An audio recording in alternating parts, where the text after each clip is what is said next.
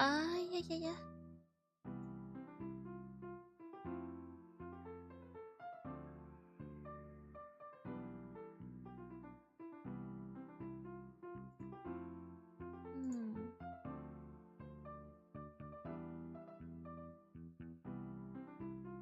Hey. Okay. Oh? Is this working? Okay.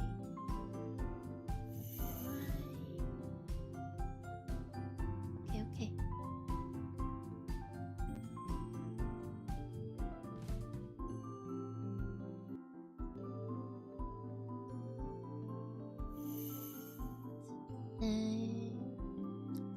Low.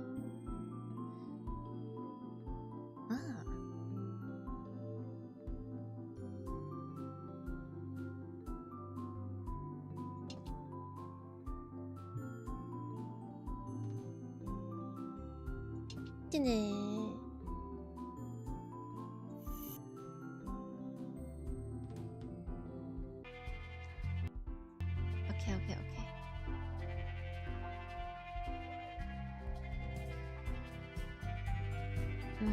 Where is the...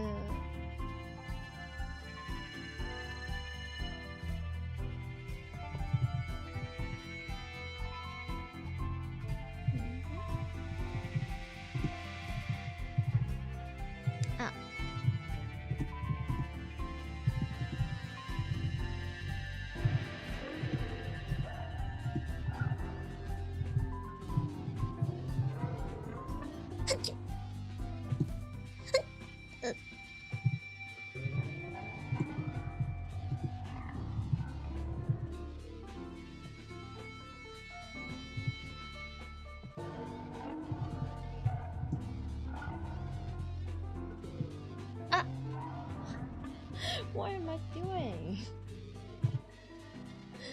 Okay. Paint this. And...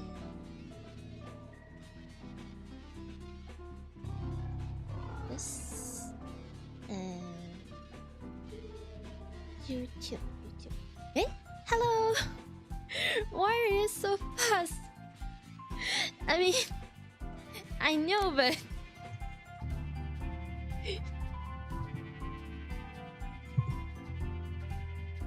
Hello! Welcome!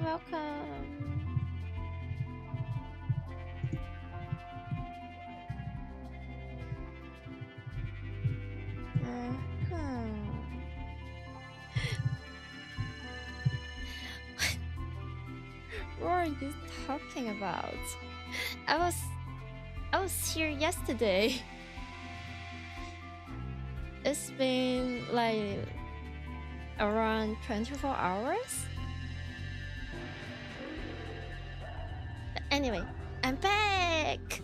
So today we are going to continue the Son of Saya. Do I need to recap the story? So anyway, the main character got his 5 senses altered, and apparently how he see the world is extremely different from the rest of human being. But one day he met a girl called Saya, which is our another main character, also like the love interest of this game. And for some reason, Saya is the only one living being that can perceive as just a lady or just a human in our main character's eyes. And by the time the story goes, we find out that the reason why Saya is looking so different from the rest of human being in the sense that she's still pretty and she's able to communicate with the main character, which means that in reality from the perspective of the rest of the other human beings, Saya is non-human, or rather she's something that is created by a mad scientist called Dr. Ogai. And now we're going to the part where the story is that this lady here, oh no. まずいと思ったらすぐに目をそらして自分の靴を見ろ。 Yes. わかった。 This gorgeous lady over here is another doctor. She's helping cooperating with the main character's best friend to try to investigate what is happening with this mad scientist experience, like what have they done, or just yeah. Oh, and also the main character loses his humanity because of, well, he just isn't able to sympathize or empathize with the rest of the human being due to the fact that his senses got all altered, and apparently one of the human also got his brain altered by Saya for some sick experiment to try to making that another guy having the same situation with our main character, but then that character end up hurting Saya in a very, very terrible way. So right now Saya and our main character is like, you know what, we are no longer trusting the rest of the human being, and we're not going to care about their safety for whatever reason, because now in their mind they only have each other's, and that's all they need. Okay, I don't think I have done the justice for the story, but hey, I try. Okay. So now we are going to continue the story.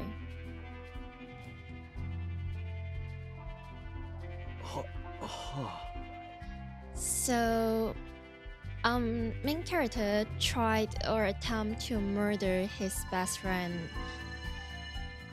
and this Roko, the doctor, end up saving Koji, the sad best friend, and now they're in some kind of secret basement from the mad scientist. Let's see. Roko switches her light fluorescent runners on and set it on a nearby table where it can illuminate the whole room. She then holsters her shotgun, only to pull out an even more confusing set of tools: a digital camera and a can of spray paint.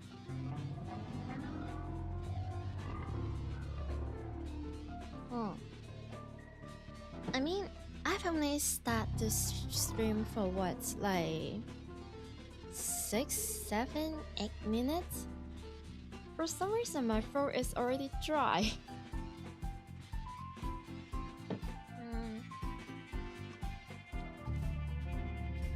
Okay, more water. Okay. She gives the can in her left hand a good shake. Switch the camera in her right hand on and step up to the backdrop while looking at the camera side mount screen.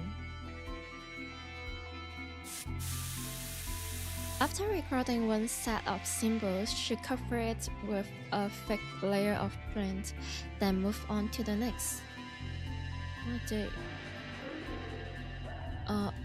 Wait. Why is she covering the symbols? 先生。 It's レッスン1、妙な図形やラテン語の文章とかは絶対に読むな、見つめるな。So the thing I have been thinking about is that, like, Saya called the mad scientist, the little guy, her papa or her father, but like he's her creator. But the thing is, I've been thinking,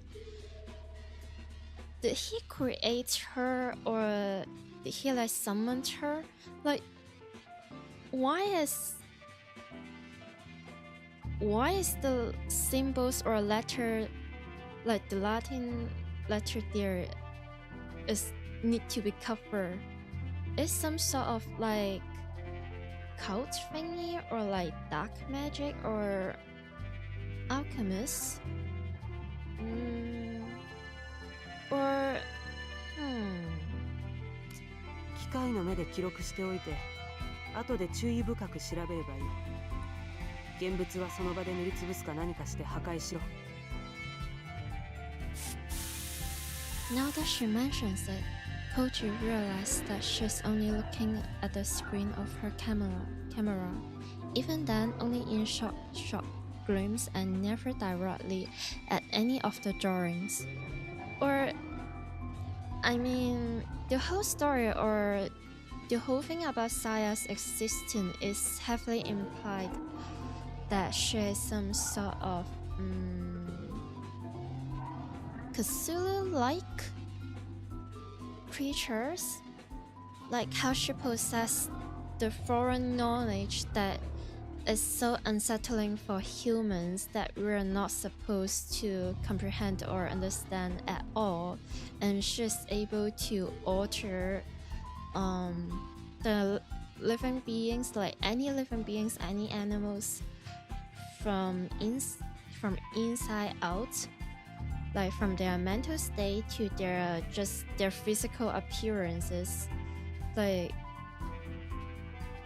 the core of those features, Sai is able to manipulate. Is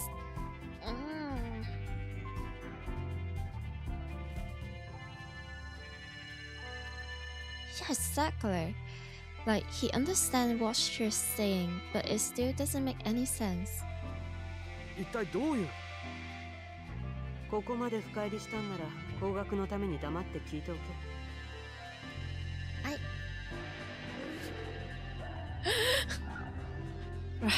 Brooker, are you calling me out?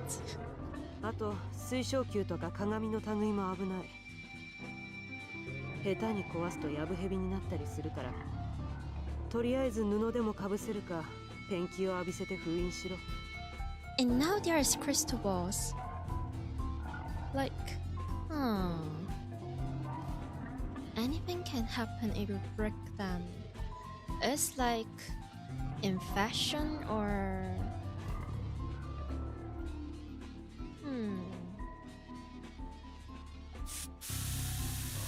Koji begins to fear that this doctor might be even crazier than Fuminori. No.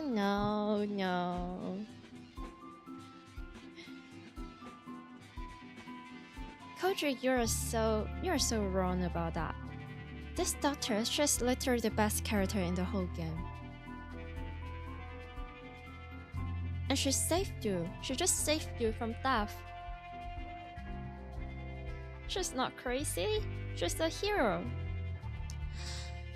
Despite the burst of energy he received from the fucker, Koji is still exhausted from his night in the wild.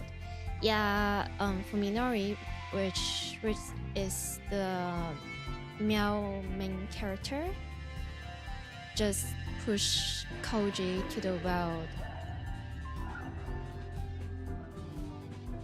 The fear is affecting his body, making him dizzy and nauseous.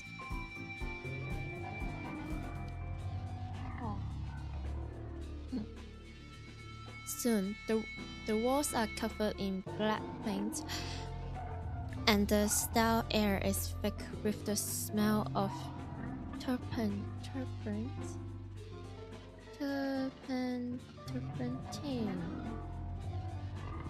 とりあえずこんなところか。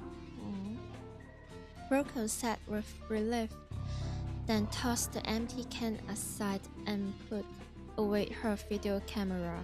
オーガイって人はどうなったんです？ Koji asked, supporting himself against a nearby table. ああ、そこにいたよ。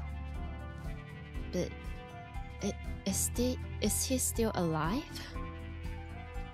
That's my question. Like, or is it possible that Ogai also turned himself into some sort of like Cthulhu monster? Because according to the report, he just vanished and disappeared from his workplace, like the hospital, the university, and his house is stay messy and untouched.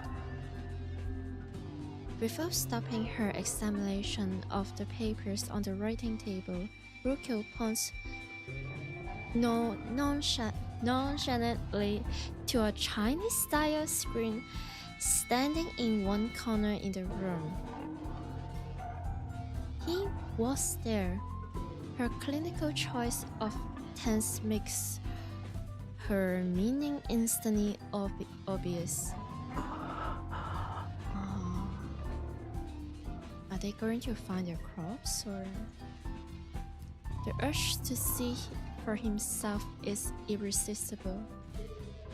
Koji staggered across the room to the screen, taking the utmost care not to look at the scaly octopus thing that is painted on it. Octopus thing. So, like Saya. Behind the screen is a large easy chair. Although he's never met the man before, Koji is fairly certain that the person sitting in it is Ogai Masahiko. Oh dear. Oh. God.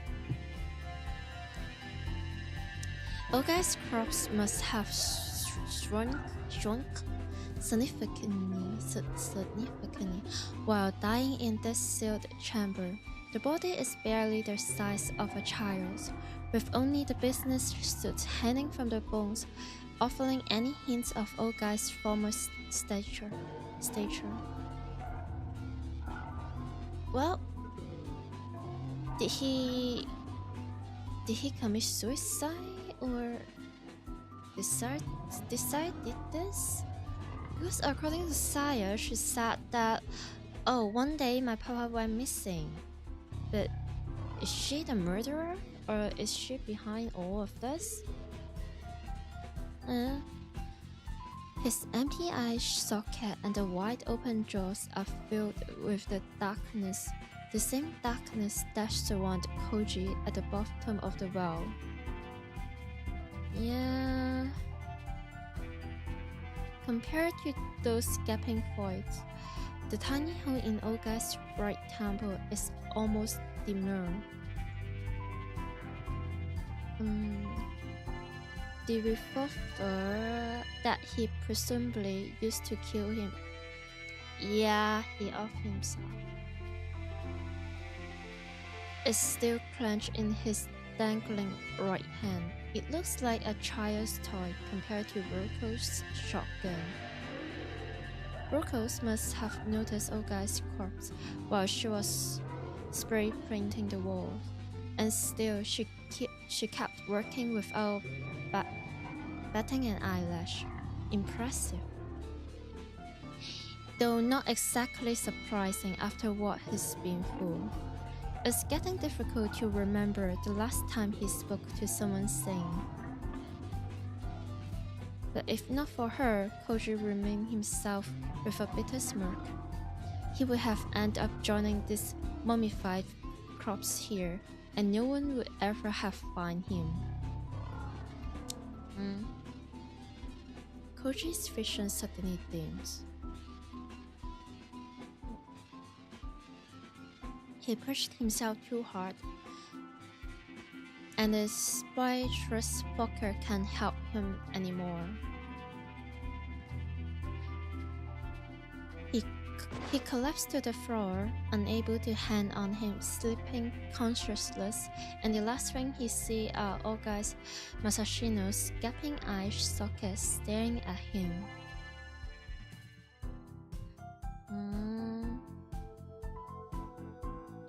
When he wakes, Koji finds himself lying on something dry and soft. A bat is a bat, he thinks to himself, even one that smells of mold and dust, and especially after sleeping in cold mud all night. There are no lights hanging from the ceiling, but the soft warm light of a lamp fills the room.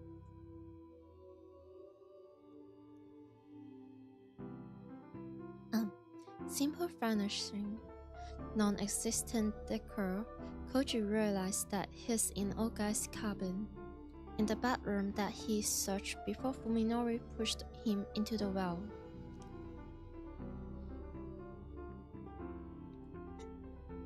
Yeah, Fuminori, our main character, deceived Koji for giving him a ride to this very distant house that used to belong to Dr. Ogai. And after searching the house for the doctor, Fuminori ends up took Koji by surprise and just pushed him into the well, tried to murder him.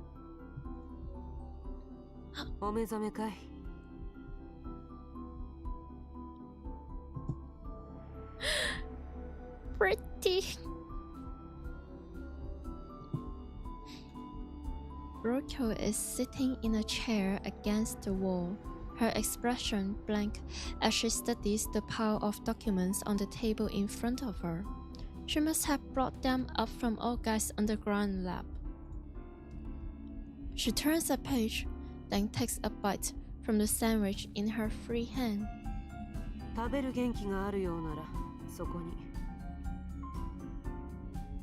I'm just saying, this lady, this doctor over here, she's well prepared.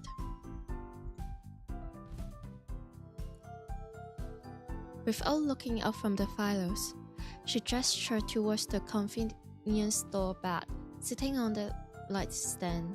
俺をどうやってここに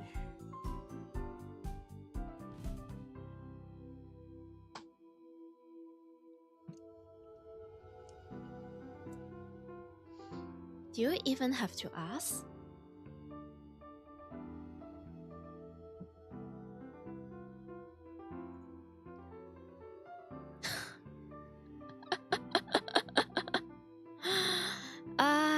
Sasuga. Again from the 2003. Yep, exactly.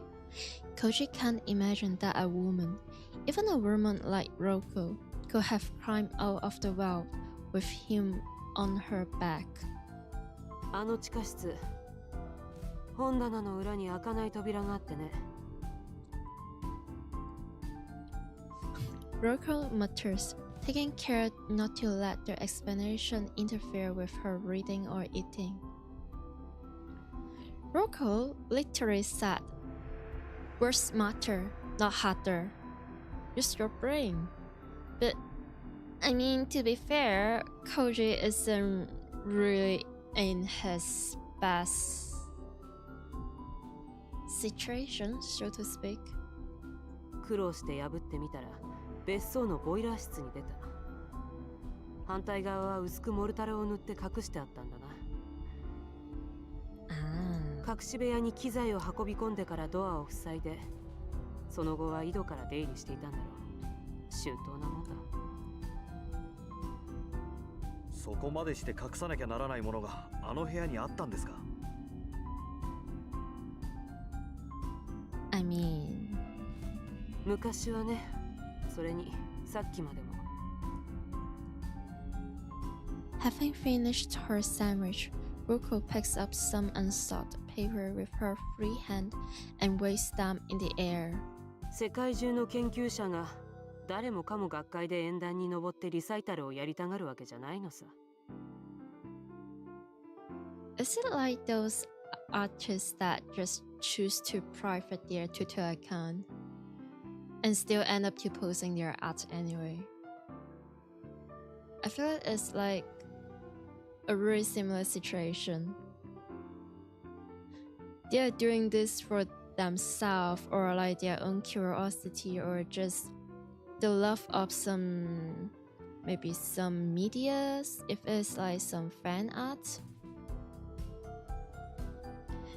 And they didn't really need anyone to say, hey, I like your art. They didn't need the exposure or the attention from others. They're just doing that for themselves.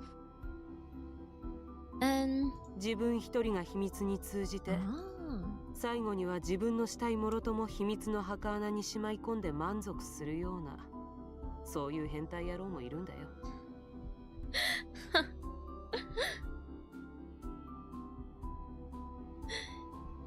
hentai, you said. I mean,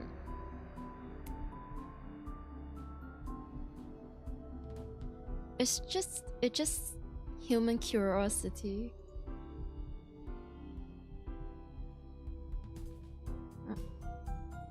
Koji still hasn't the slightest idea what Olga's secret might have been. From what Roko said in the tunnel, however, he can guess that Fuminori is somehow involved.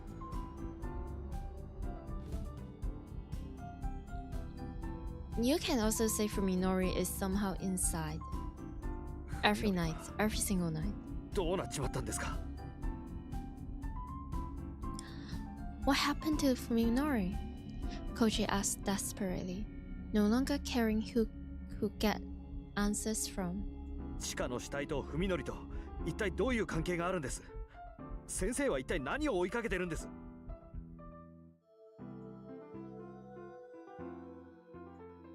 今それを調べてるところだよ。Roko replies coldly, as though Koji's concern are none of hers. 私が咲坂君から聞いたところによると、彼は王外の親族から調査を頼まれているという話だった。Yeah? ええ、それは俺も聞いてます。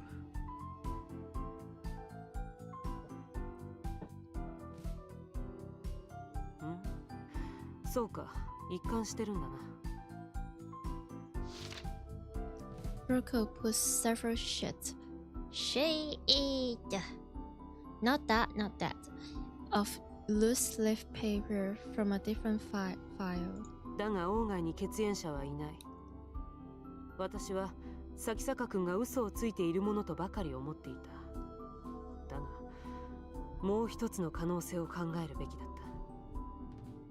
た。彼は王外の親族を名乗る何者かにそそのかされていたのかもしれない。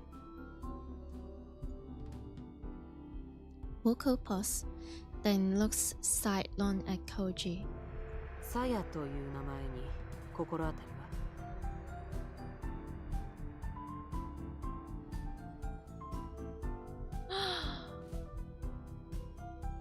は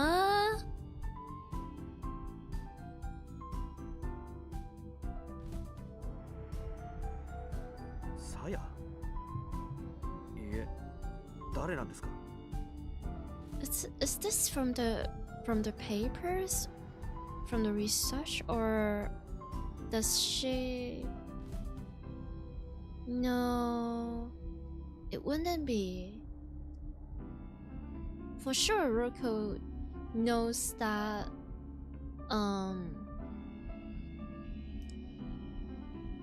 she knows something is wrong, and she knows how suspicious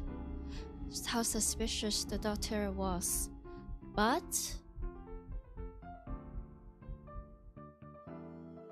Saya? さて誰なのか何なのか、読めば読むほどわからなくなっていく。So like those are the research record of Dr. Old Guide. Yeah. She sighed bitterly, then returns her attention to the papers in her hand. 間違いなく言えるのは、そいつが鴎外の研究の核にあるものらしい、ということだけだ。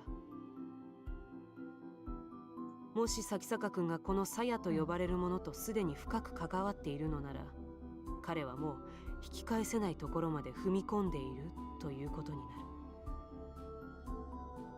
Yeah, he's going to be a husband, I guess. The icy certainty in Ruko's voice sent a chill down Koji's spine. だとしたらどうするつもりなんです、文則を。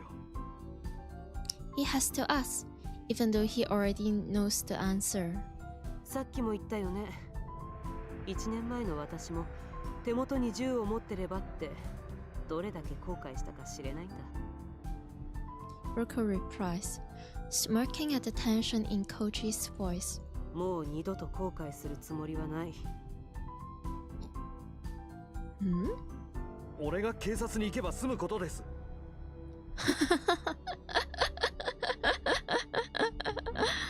Man,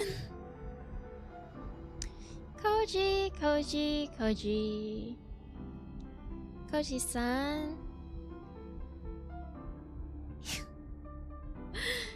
Literal yesterday, or like from the last gameplay, Ruko just laughed at you for trying to call the police.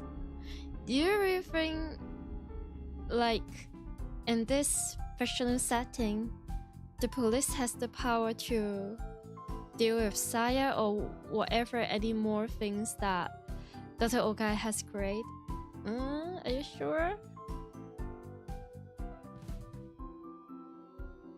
It's like, it's almost like, oh my god, you see an alien, and that is a really scary, really powerful, very inhuman alien, and instead of calling, like, I don't know, the military, the FBI, whatever they are, and you're just like, hey, how about I just call our local police station?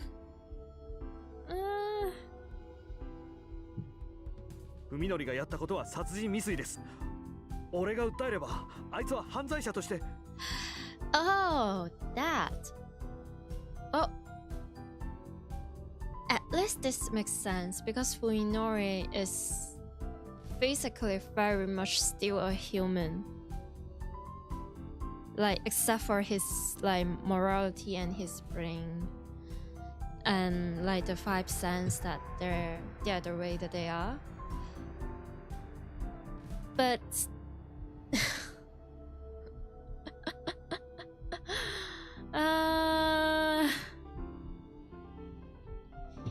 you know the stuff that Sai is willing to do in the name of love. So, I mean, to be fair, they don't know, but yeah. 目撃者は物証は咲坂君が君を殺す動機は。 Roko cuts him off harshly. なあ、トノ君。君は警察の仕事についてひどく勘違いしている。彼らの職分は正義を貫くことでも、市民の安全を守ることでもない。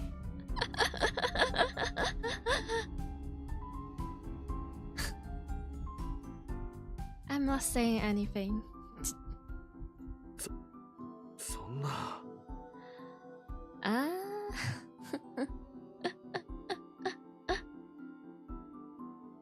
不条理な物事についてきちんと条理に沿った体裁を整える。これが警察っていう役所の仕事だ。Yeah, true. 彼らの思考はいつだってより理解しやすい方、より説明しやすい方に傾いていく。Well, like, at the end of the day, they're humans, and so as the criminals. are they supposed to even think about the possibility or even imagine the possibility of, wait, maybe we're doing something out of the human understanding? それこそ水が低い方へ低い方へと流れていくように。Yeah. 事実がどうあろうと彼らには興味ない。彼らが感知するところではないんだよ。小説より奇なる事実なんてものは。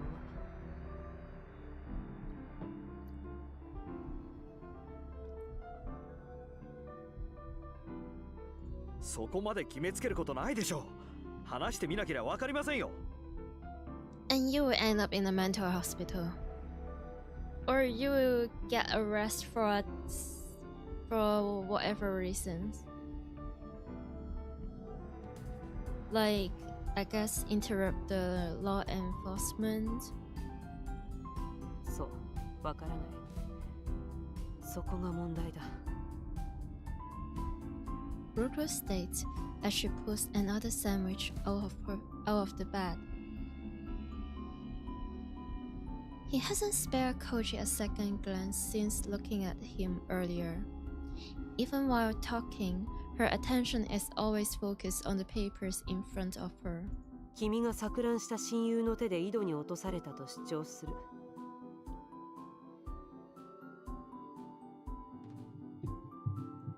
I freaking love this game so much. Except for that two parts about, yeah, freaking Yusuke and about Saya and Yo. Other than that,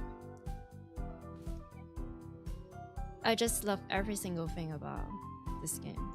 すると警察はあと2つばかり真実の候補を用意するだろう。君が狂言自殺で親友を陥れようとしてるとか、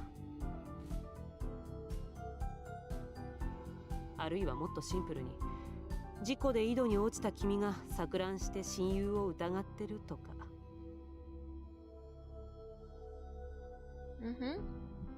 この3案のどれかが捜査っていうレースで勝ちを競うわけだ。勝ち馬は誰にもわからない。Oh dear. Ah. こんな博打に君は寝台潰すまでかける気かい？ Man. It's like those legal battles that are nearly impossible to beat.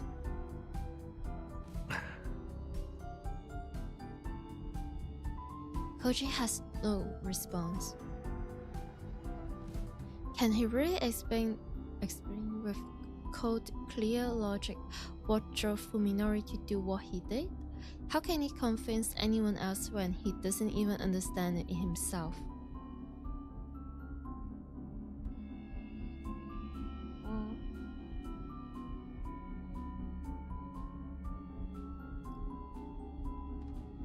そして一番の問題は Rocco says calmly, cutting into Koji's spot. 君がそういうランチキ騒ぎに手こずっている隙に先坂文則を追い詰めるチャンスを逃すことだよ。身辺で火の手が上がれば彼は手遅れになる前にさっさと姿をくらますだろう。そうやってまた万事が振り出しに戻る。She paused to take a bite of her sandwich before finishing. 私が鴎外を取り逃がしたようにね。Oh.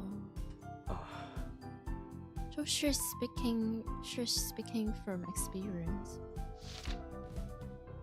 A heavy silence fell upon them, with only the soft rustle of page turning in Rocco's hand to mark the passage of time.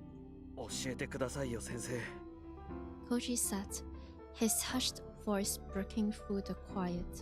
あなたが警察を差し置いてまで処刑しようなんて思うほどそこまで許しがたいことって何なんです？オーガイって人はあの地下室で何をやってたんですか？ Oh. Do you ever sometimes feel sad for no reason?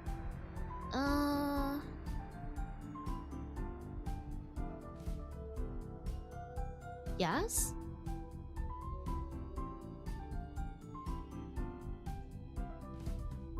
It just comes with the depression. Or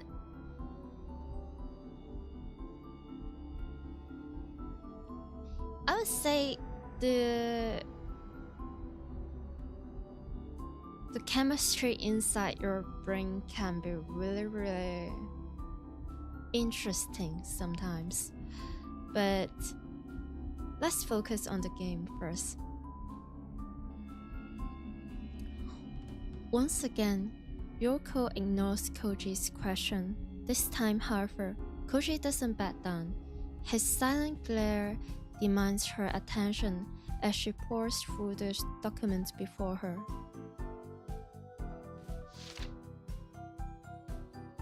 No, you will never be the only one.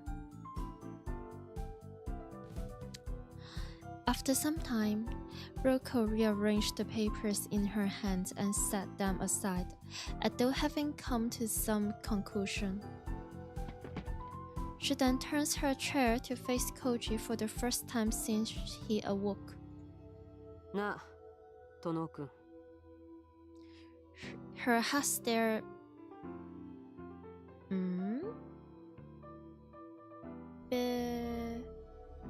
Belies the calmness of her voice. 君はここいら辺で降りた方がいい。ナスカ日光の温泉でゆっくり羽を伸ばして、何もかも忘れる気になってから東京に戻ってきなさい。Yeah.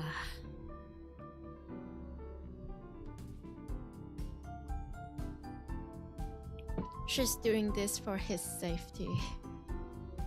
I mean, even if he is ready to just get out of this and return to Tokyo or return to his home, he will need to stay away from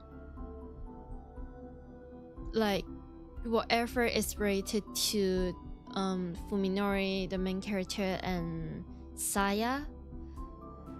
Even though he doesn't really acknowledge or discover about the thing about Saya, it just, as long as he's still in their radar, he is not going to be safe at all. Like university, but to hell with that. Just change the university, transfer to a different college, different school, and just move far away, like far from all this mess. Or but this will be really difficult for him, I think. 忘れろと。 Yeah, like his girlfriend Omi and her girl's friend's best friend, also his friend Yor, like those two girls in the same fan group as him and Fuminori. One is already passed away and another one is facing a fate that is way worse than death. But right now he didn't even know if, I think his hope is really no, but he is not sure if his girlfriend Omi is really dead.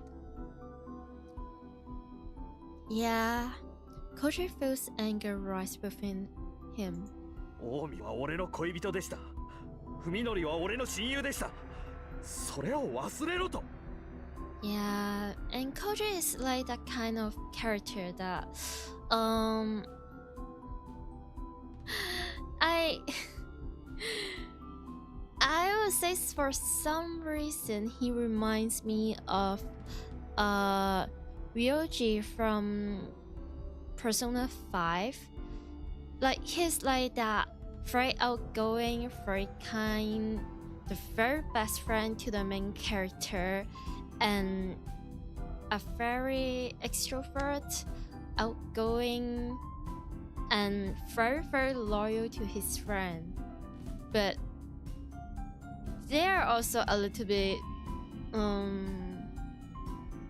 I don't want to say, yeah, let's say they're really naive when it comes to like stuff like this, like criminal activities, murders, or like the behavior or morality of their best friend. そうだ、忘れろ。これは提案じゃない。警告だ。Yeah. Roku replies, coldly rebuffing Koji's anger. 今まではどうであれ。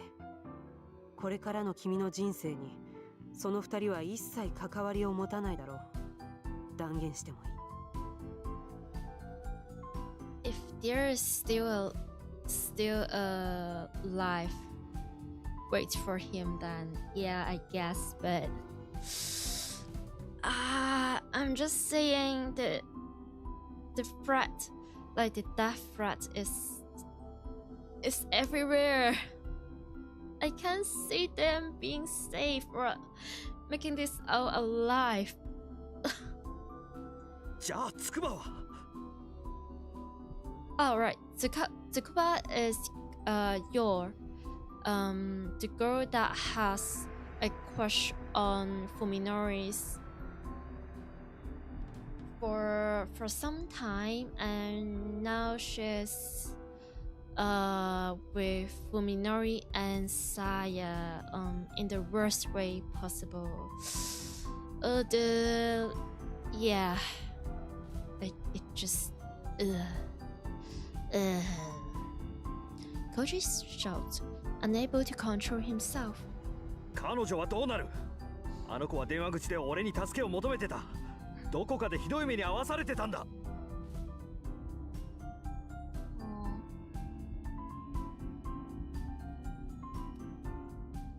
そりゃ何十時間前の話かね。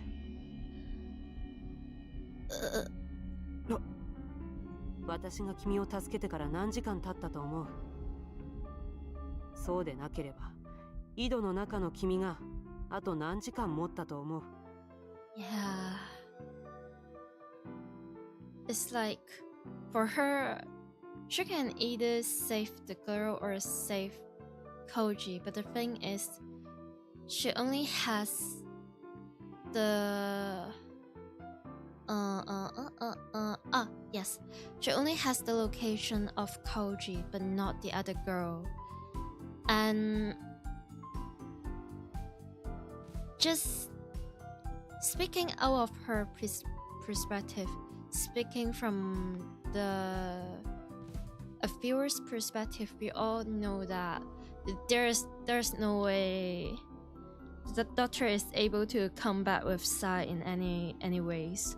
So even if she tried to save the girl, it won't be any good for her life. Just, yeah. At least she's making the most or the less terrible choice.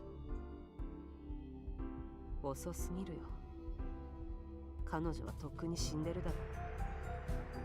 誰もが君ほど幸運だなんて思わない方がいい。Yeah. Yeah.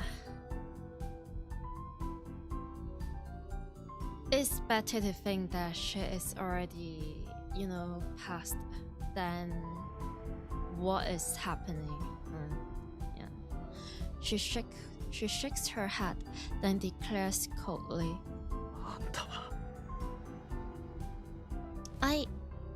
Koji growls, unable to suppress his anger. She's not heartless.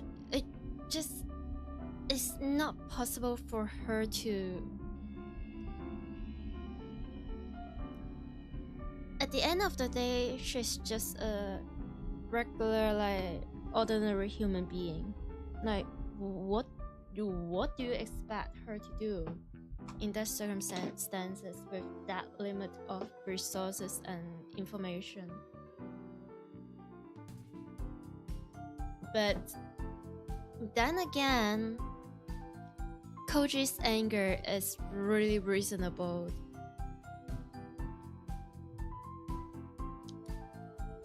I feel like for him it will hurt less if Roko, the daughter, is willing to show some sort of like sadness or sympathy towards the other girls and what is happening. But in his mind, the daughter is acting really like emotionless or rational to just to speak. But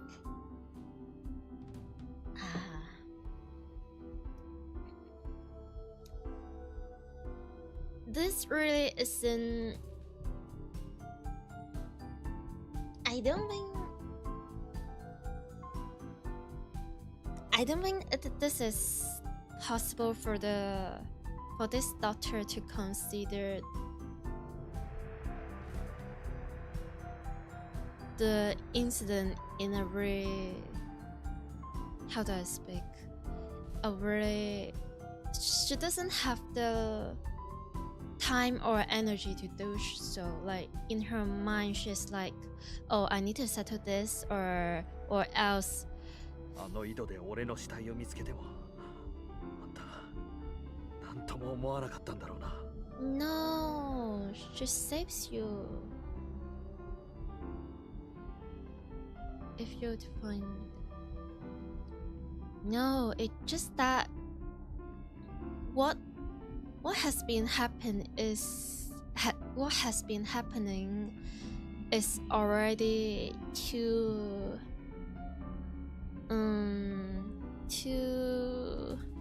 terrible or too traumatizing for any human being.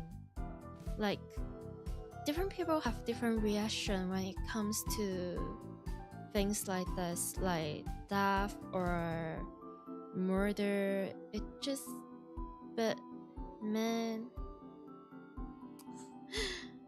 そりゃ覚悟してたからね。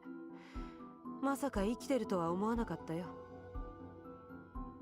I mean, in order to do her job, she needs to like mentally prepare for this, but it never means that she is happy to see this, or it's not what she wants. It's not like she's wishing for the other girl or Koji to face death. It's just that there is only that much she can do to help them, and she is already doing her best.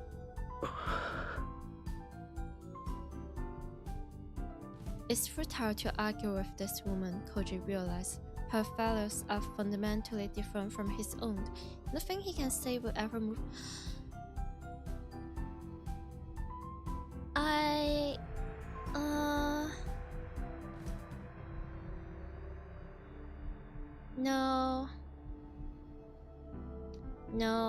No. But for me, they are both understandable.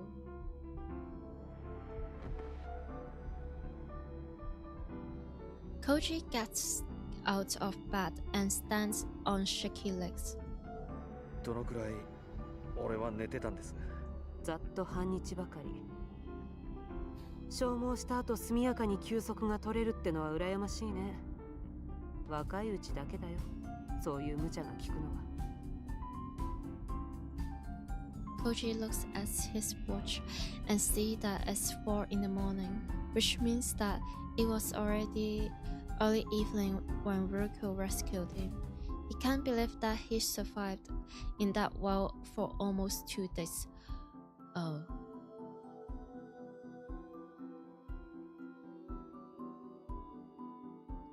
Now that the gaps in his memory have been filled and his sense of time has returned, he realized that it's already Sunday morning.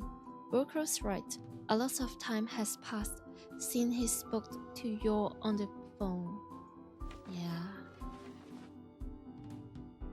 Koji grabs a sports drink and 2 jelly pads from the bag of food that Ruko bought, then heads to the door. His leg is still a little unsteady, but he can compensate for that with sheer willpower.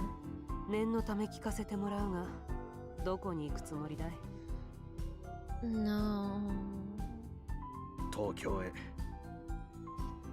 Koji replies brusquely, his tone as hot as hers. つくばようはまだ間に合うかもしれない。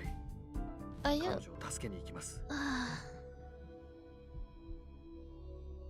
I can't blame him for trying to or wanting to save your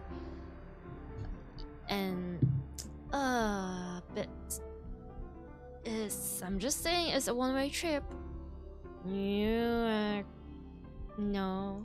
人の話を聞かないやつだね、君は。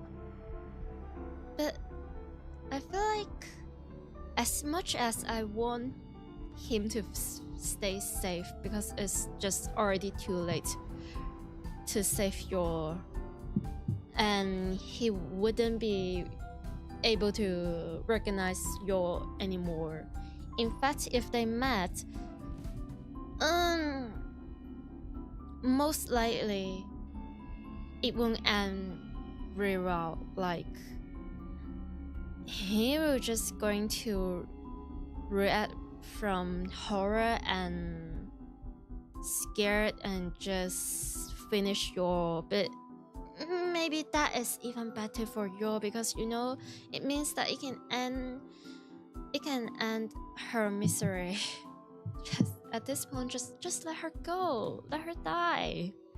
It's just, this is too much for her already. Like, 聞く耳持たないのはお互い様でしょう。yeah. This naiveness and this stubbornness is like the thing that I always find really daring in this sort of like characters, but at the same time I'm just like, can you just stay alive? Can you not do that? Can you not going to, you know, risking your life? But if, yeah,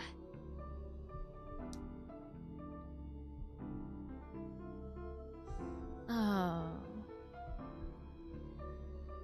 Koji is expecting Ruko to watch him go with that cold, mocking smile of hers. Instead, however, she sighs heavily and rests her jaw in her hands. Like, もう少し待つ気はないか。こいつのどこかに。she is so kind.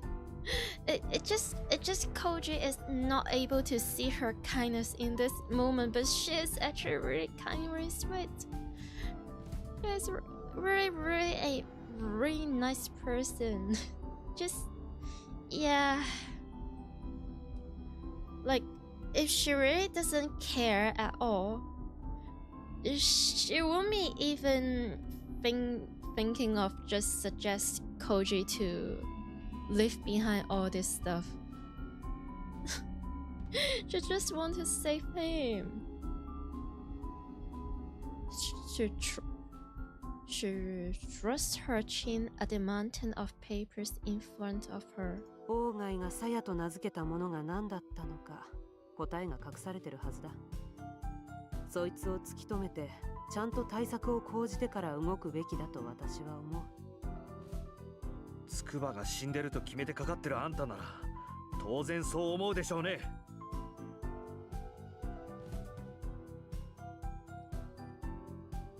In truth, Koji is extremely uneasy about going it alone. At the same time, however, he knows that he mustn't depend on Roku. She's made it clear that she doesn't care about saving lives. No? She cares! She cares! What are you talking about? What are you saying? Teaming up with her will only make it more difficult to salvage something, anything, out of this nightmare. 殿くん、 Roku calls just before Koji stepped out of the door. 仮にも一度は殺されかかってるんだ。もう二度と殺されるな。See, this is what I'm saying. She cares. Ah. She picks something up from the table and tosses it to Koji. When Koji catches it, he feels a solid weight fill his hand. これは Yes? Koji stares at the menacing shape of cold metal. It's a revolver. It's a gun! It's a gun! Yay! The same one that was clenched in Olga's skeletal fist. あと4発入ってる。安全装置はない。引き金を引くだけで弾が出る。どこでどう使うかは君の判断に任せるよ。If Koji were his usual cautious self, he would not hesitate to reject the dangerous offering. The only time you truly need a gun is when all hope is not lost. He would prefer not to fight a losing war. And yet, without even knowing it, Koji has already set foot into Roko's role, choosing instincts over reason. He accepts the small but deadly weapon and stuffs it into his pocket.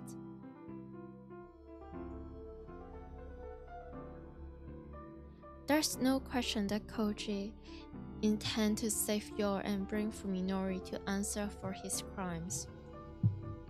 In the back of his mind, however, he can hear the footsteps of Rune approaching.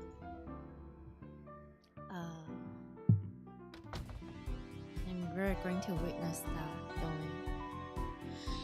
When he steps out of the cabin's front door, Koji shivers as the wind tears into his skin. To his surprise, the outdoor air is even colder than the mud at the bottom of the well. Perhaps the cramped space mitigate the cold somewhat. If he had been exposed to this chill all night long, he would surely have frozen to death. Koji finds two cars parked in the yard. The smaller car next to his must be Roko's. When he sits behind the wheel of his car, he gets more relief from the feeling that he has taken the first step, however small, back into his world.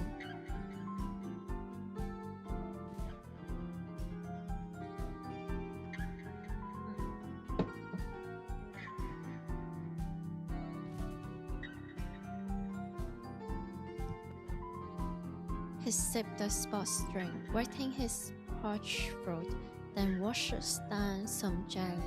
His stomach rebels at the sudden influx of food after 36 hours on empty, but he managed to force down the urge to vomit. I know that feeling. It's like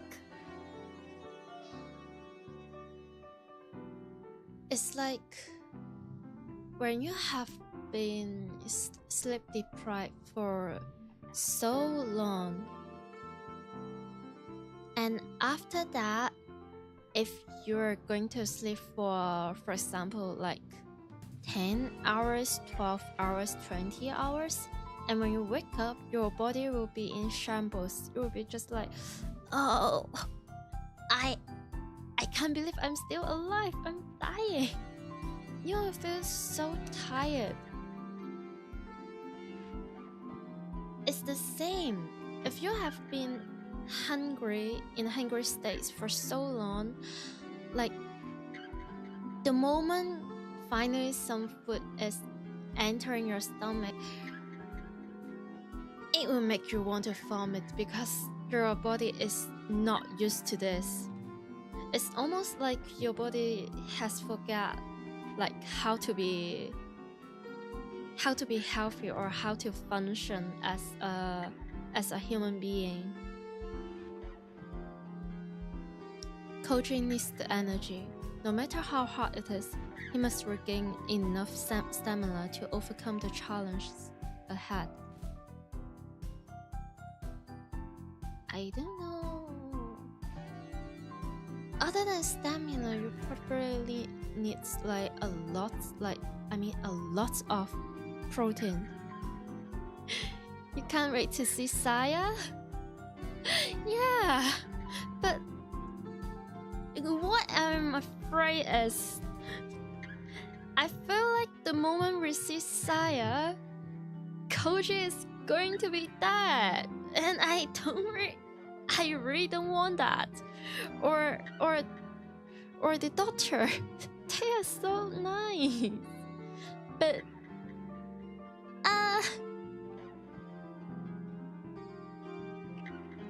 after forcing down as much food as he can handle, Koji leans back in his seat and takes a short break. When he begins to feel like himself again, he reaches into the back seat and pulls his spare cell phone out of his bag. And we are going to see more and more flip phones or just... He never expected that carrying two phones would be such a stroke of luck.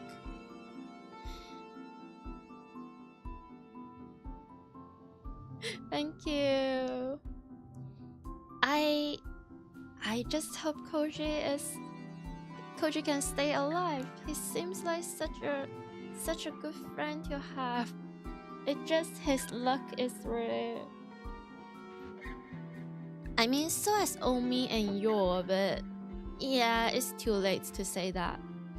As he calls up Fuminori's numbers and prepares to hit send, Koji is overcome by a flood of emotion. Rage, despair, sorrow, pity. He's unable to decide what to feel toward his friend. You're still calling Fuminori your friend? Koji. He'll face a much worse fate than death.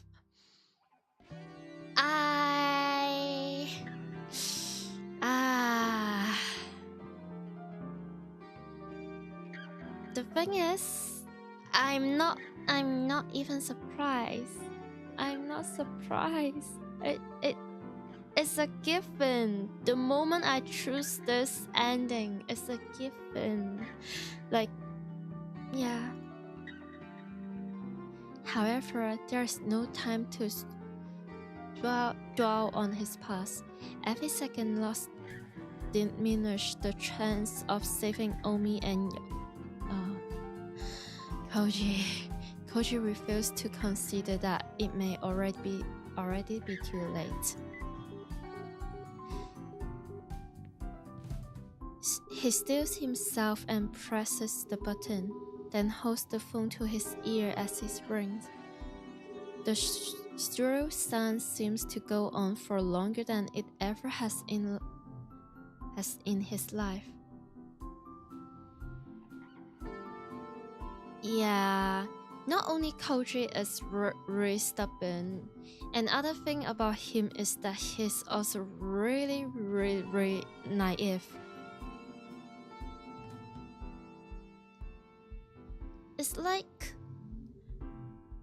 this characteristic or like this type of personality is almost like a double-edged sword for most of the characters, I would say. But it almost never end well for in any like horror movies or medias. Right now, Fuminori's phone must be displaying the name of the caller. Koji wonders what his reaction will be when he sees it.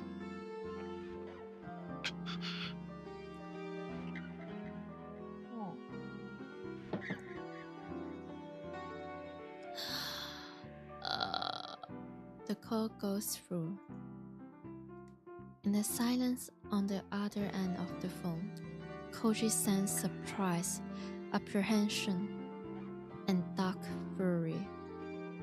Feeling slightly gratified, Koji delivers the first jab. よう、そんなに意外か、死人からの電話は。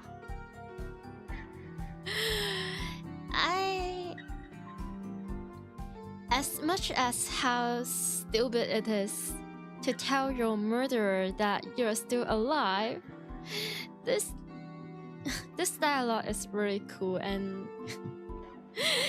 he slays that. I will give it to him.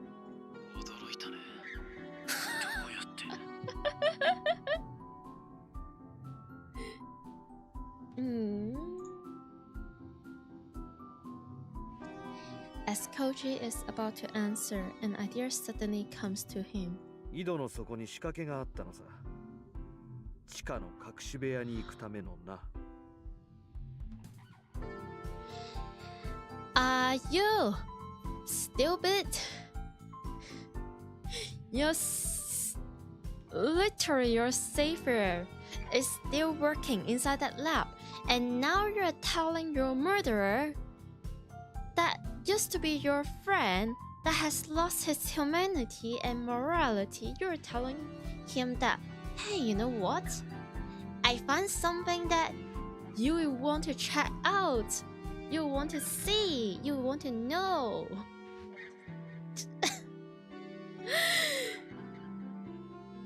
Can you just use your brain cell for like freaking 5 seconds, Koji?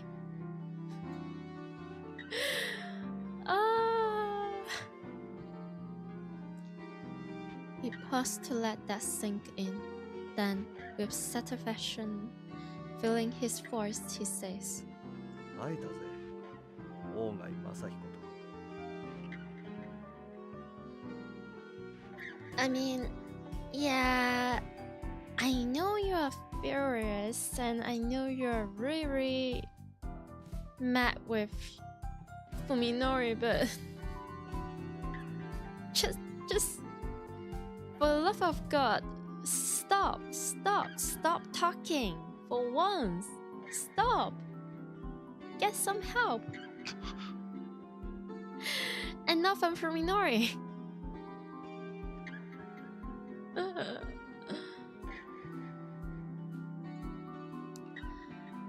Fuminori grabs tell Koji that the advantage is his. Keeping his voice bold, he decides to further exaggerate the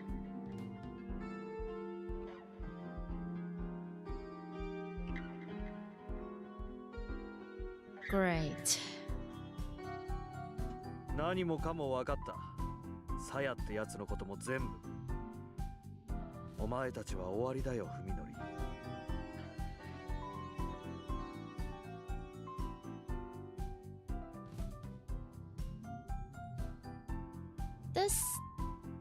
If this isn't the peak of stupidity, what's this?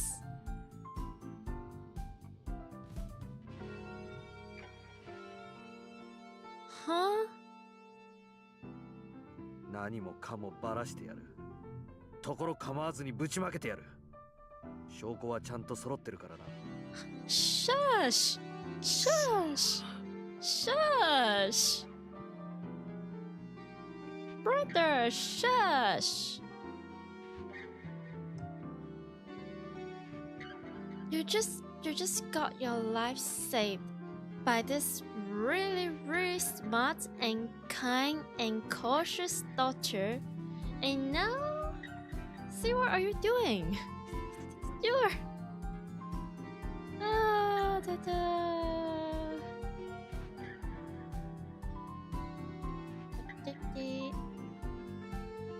Okay, let me just...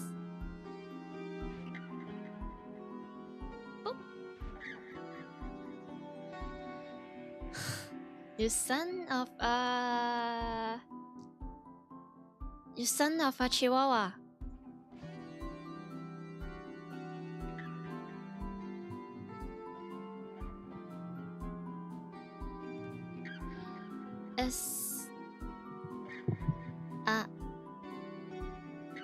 Why is...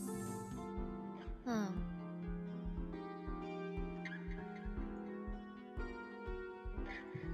Let me just... What?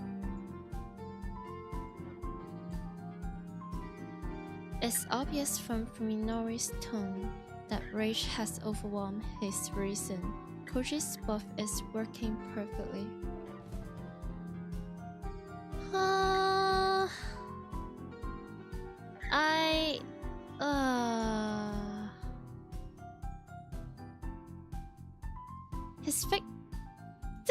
This is not a victory. In fact, this is like the biggest L I have ever seen in the past 3 hours.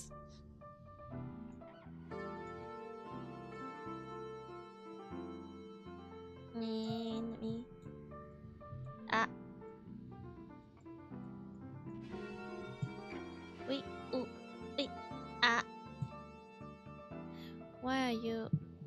Okay, let me just wait. Okay. His loss is tainted. However, as Fuminori's response to the name Saya brings a cry of anguish from the corner of his heart that still wants to believe his friend can be saved. Oh dear. So the thing is, in Koji's mind, he's probably thinking that, maybe, just maybe, there's still some love in Fuminori's brain, which means that there's still humanity. But the thing is, yes, there's love in Fuminori's brain, but he has lost his humanity because the one that he loves is anything but... I'm not going to say that. Spiritually, mentally, Saya is very, very human. If not one of the most human in this story. But her morality is far from it. 咲坂君がこのサヤと呼ばれるものとすでに深く関わっているのなら。Ruko's word plays back in his head, sounding even colder than before. 彼はもう引き返せないところまで踏み込んでいる。Then he's already past the point of no return. He mustn't allow emotion to sway him. It's too late. The moment you decide to call your freaking murderer, it's too late.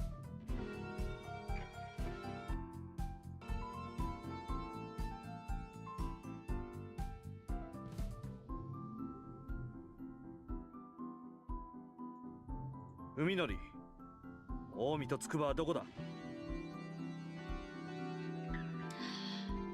Okay. For your, it's a given that Fuminori knows, but how about Omi?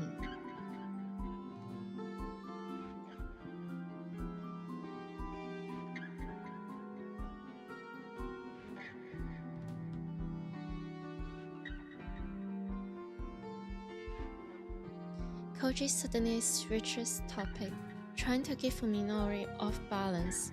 It all comes down to this. He doesn't care. I'm sorry for saying this, but your friend is no longer your friend. He's a murderer and he doesn't care. Anything but Saya. 俺にだって情けはある。お前の出方次第では考えんでもない。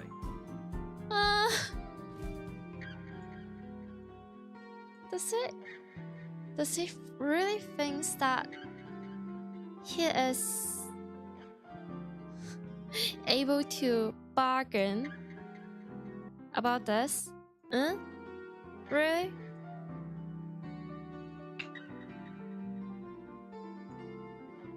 お前がこれ以上誰も傷つけないというのなら、俺にしたことは忘れてやる。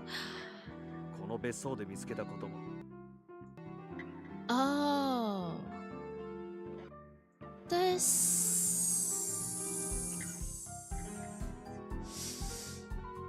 He still want to think him as a friend.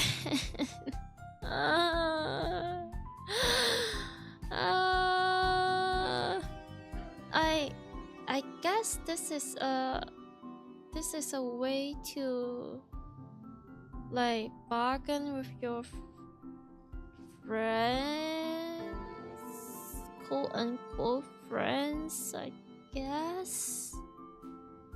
What are you doing? Seriously? Like it's not like simple high school bullying. It's murder. It's murder. It's no. It's not like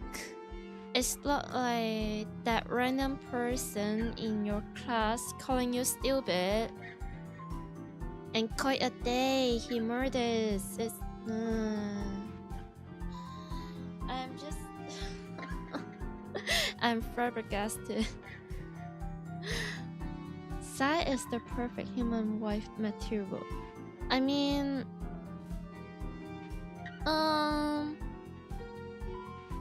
just minus the part for what she has done to you. If it's not for that part, she really is the perfect wife material. I would say I like her very much, but I feel too bad for your yeah. No, absolutely no human being deserve that. 俺だってこれ以上お前とセヤに関わり合いを持つのは願い下げなんだ。It's worse than NTR, I would say.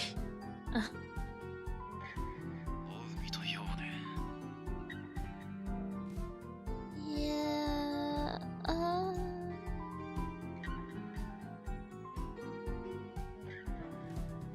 Fuminori's voice trails off. He's obviously trying to decide how far Koji can be trusted, and whether there is a room for negotiation. Fuminori has been called out, and now it's time for him to show his hand. Oh wait, I forgot.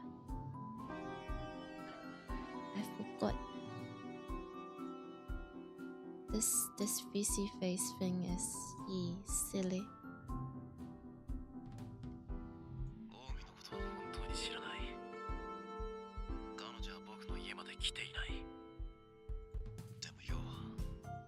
Yeah, NTR is terrible. It's like when it comes to fictional media, or when it comes to like romance or the sassy manga, sassy media, like the one thing that I hate is NTR. And I'm saying this, you can literally show me like cannibalism, and for all I care, I just doesn't mind as long as it's fictional, right? Fictional character just has no, they're not humans. But NTR is, just no.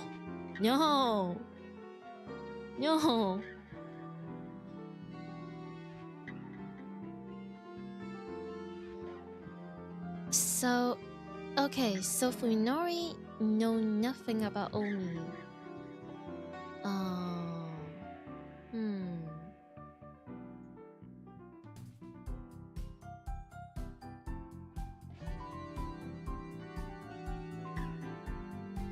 Fuminori pauses, then gives a knowing chuckle that sent chills up Koji's smart spine. English.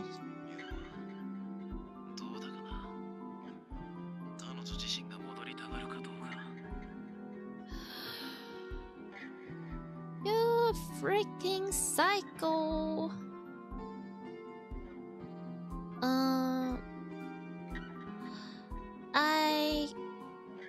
I haven't played that yet, but the thing is, it's already in my Steam library and I already downloaded it. In fact, I'm thinking about like next game. I'm thinking about between like you and me and her or Science Gate. Both are fictional novel that I know the summarize of the plot. I know what happened. I know it's very good and I like it very much. For Science Gate, I have watched the anime for both the original one and also the Science Gate Zero. And they are still one of my favorite animes. And I genuinely want to try the visual novel out. But I'm thinking like between these two games, and I have downloaded both.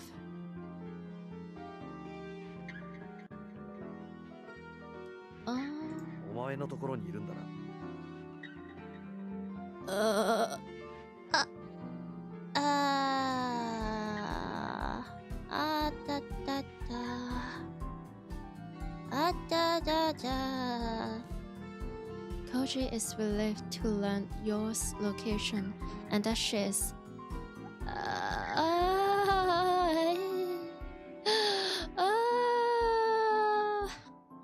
at least still alive. Huh?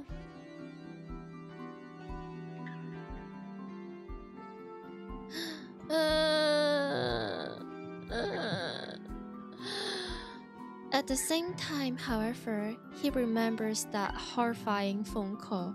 It's clear now that Fuminori played some part in your suffering.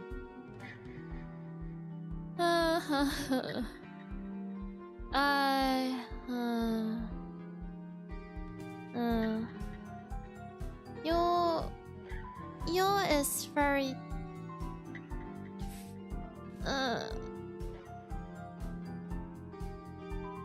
man.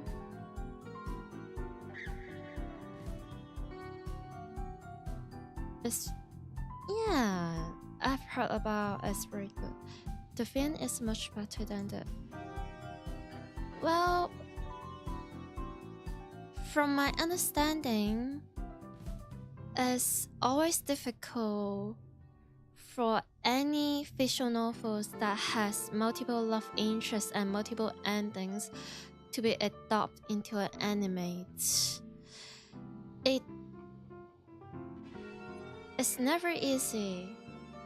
The point that there are even so many different timelines and different choices, and what do you do to shape the the character development of the main character, which is usually the player and with a blank state, but they need to give him like their personality and they need to decide his choice. And in the case of Science Gate, it's like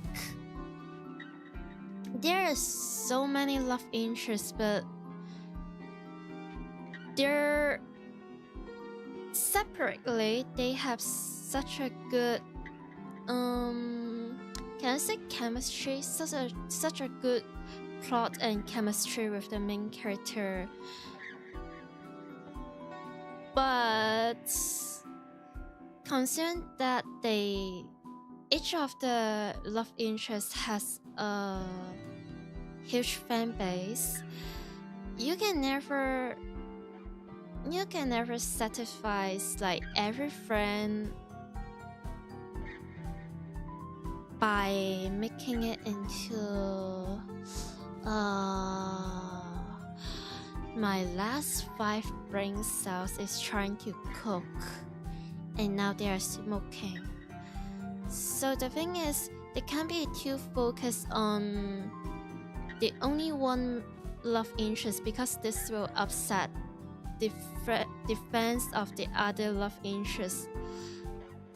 Like, I really like the other main character. I just call her Tutulu, like the black hair and blue dress girl. I really love her, but she really is not the true ending for the main character. And they need to really do their job trying to balance, like they need to give some plot to each of the love interests and also the supporting character to build their dynamic and relationship between them, and also the whole social circles of the main characters and also the main character himself.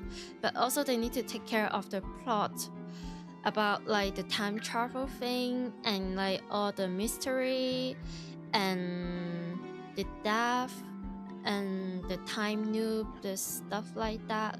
So I would say I feel like they have tried their best. I still like the anime very, very much, but I'm looking forward to see how the visual novel can show me for like a different timelines. Right, the game. Sorry, I really go off topic about this.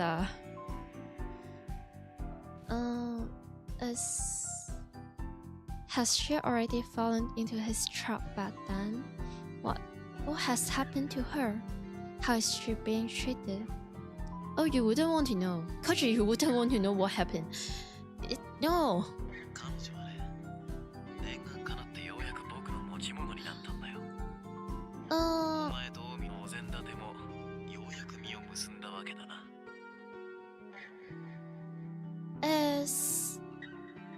I feel like the problem is like a huge chunk of the character development or the charm of the characters is related to the romantic plot and them being as a love interest.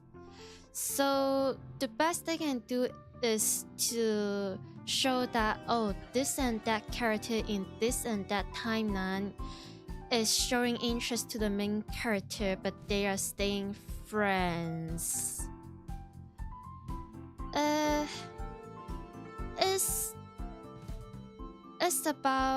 It's about the character development and also the fan service. If you know, you know.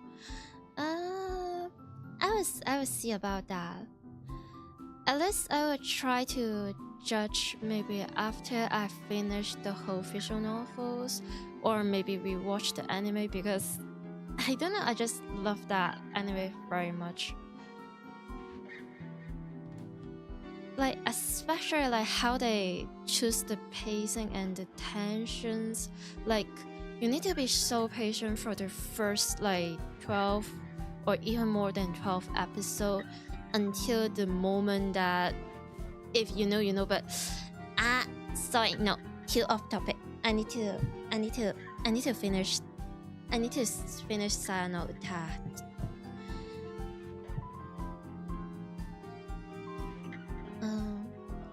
Fuminori says sex with venomous sarcasm. Huh?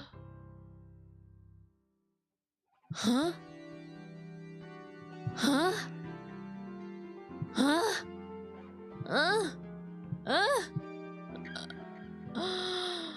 Oh,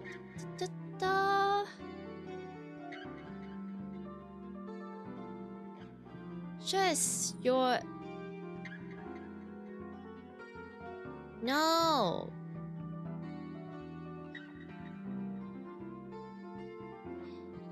Koji feels despair settle over his soul. I should feel... Yeah. Either it's the fiction novel or the game. I can say for the anime it's very good, at least in my opinion.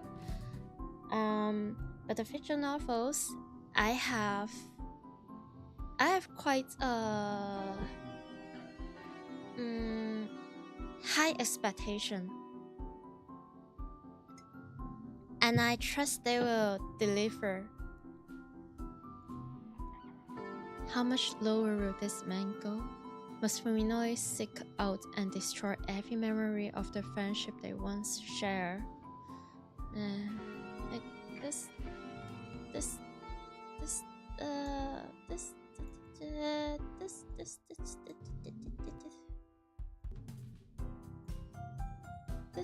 つくばを解放しろ。彼女の安全を確認したら、お前らについての証拠を破棄してやる。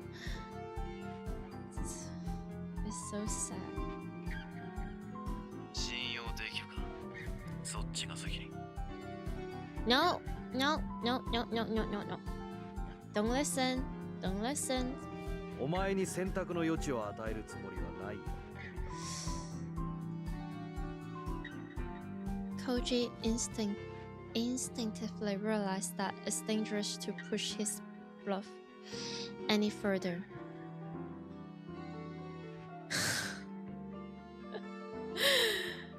Too late. 後でまた連絡する。それまでによく考えておけ。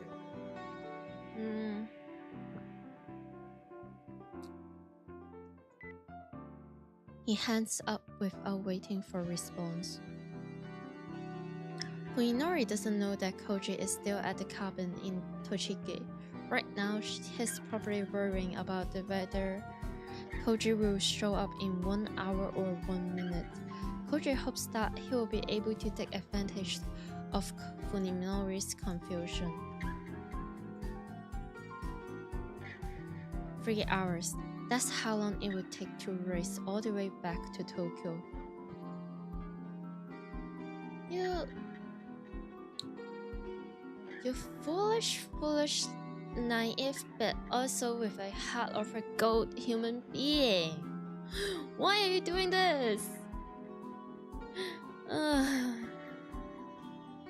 Koji is afraid that his body won't carry him through such a long drive.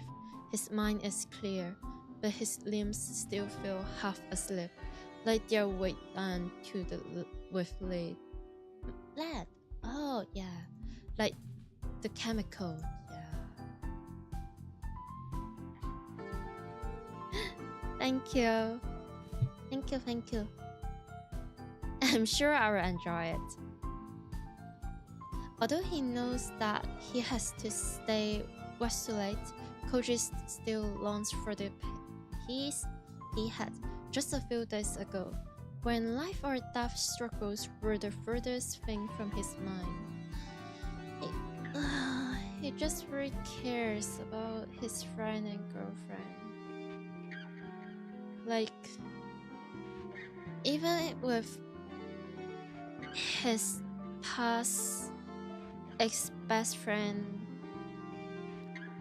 attempt to murder him, he's still like, hey, maybe love can change this man. I mean, he's not entirely wrong because like love does change this man quite a lot, but it's not for the better. It's not for the direction that Koji really wants. Just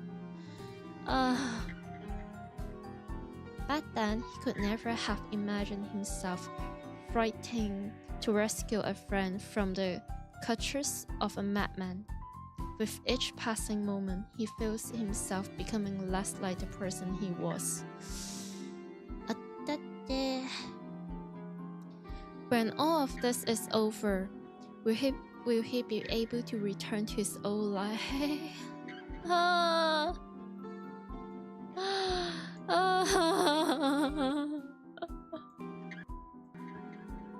This is...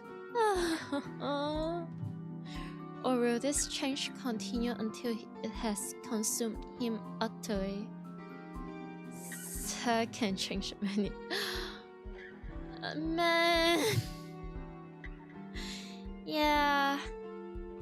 I guess unconditional love can change a lot of people, but Saya. Time is against him. Every second that passes is waste. Even so, he decides to allow himself just 5 minutes of witless. For exactly 5 minutes, he leans against the steering wheel and cries. Oh dear. It's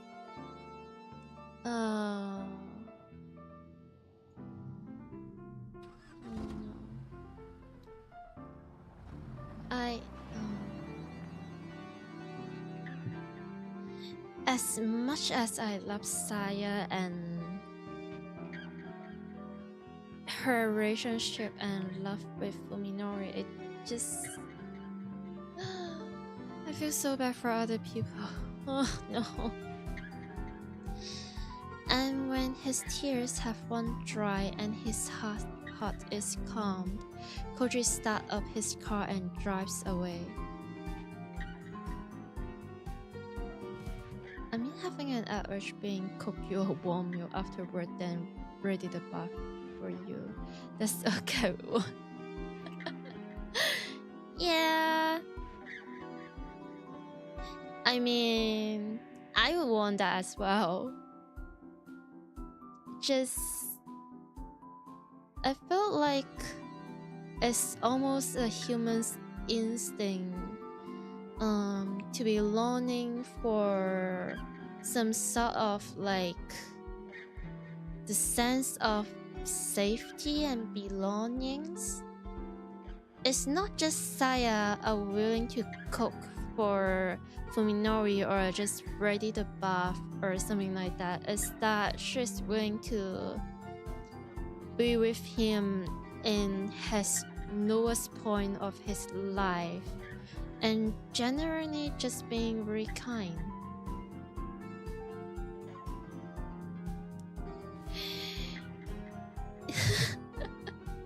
Yeah, you would want Saya as a friend or as a wife, but not as an enemy or... Yeah, just look at Yusuke, Omi, and Yor. But Yusuke, he... I freaking hate that guy for his action. But before the incident, before the surgery, before the transformation, he's such a nice father to his family. Just very unfortunate.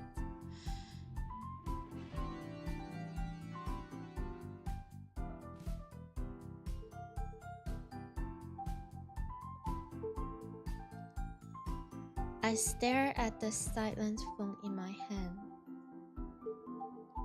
There's anger, of course, but something cold and heavy holds my emotions in check.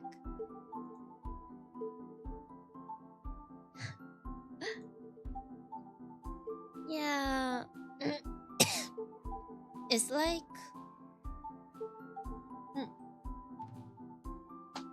What a time. Yeah, I understand that feeling. I also have some friend that left me at my lowest moment.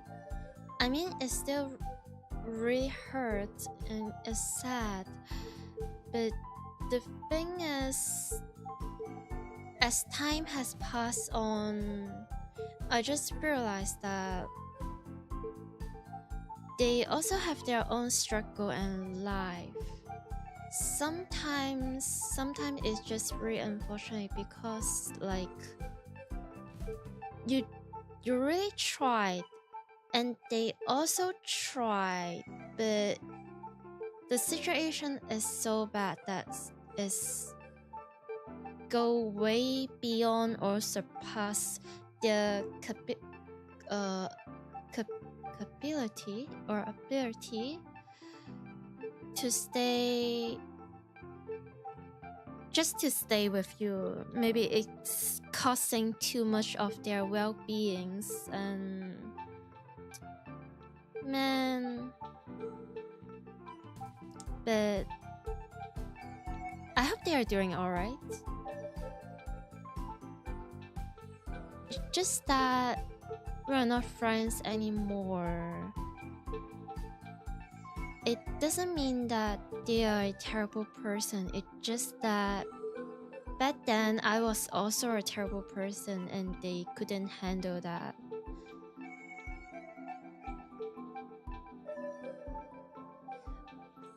And I go off topic again. Oh my goodness gracious. I stare at the silent phone in my hand. There's anger, of course, but something cold and heavy holds my emotions in check. Life keeps moving on. It sure does. The sense of danger.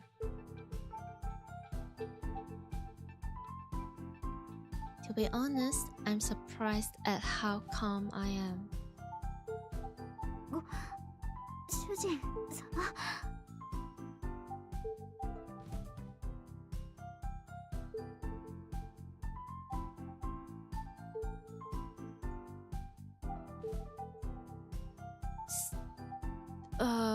They really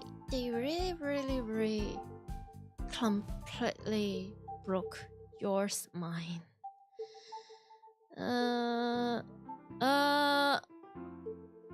What are they?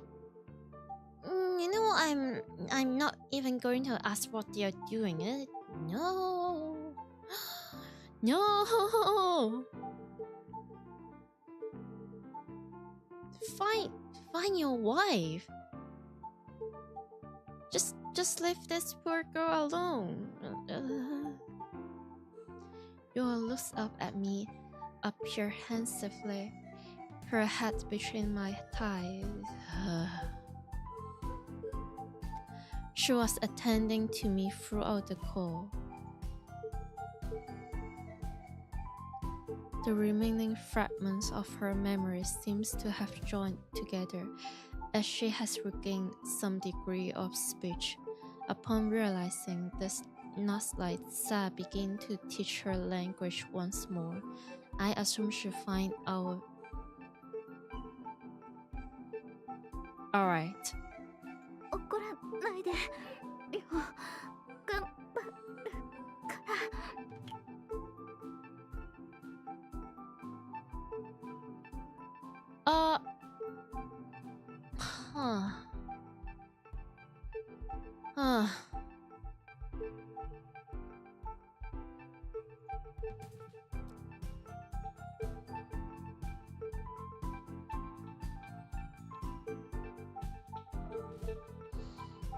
Okay. The pressure from her administration threatens to impede my thoughts. And besides, my erasure has already finished. Blah, blah, blah, blah, blah.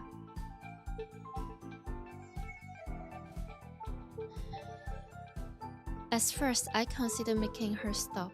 When I glanced into her... This game, the writing is so...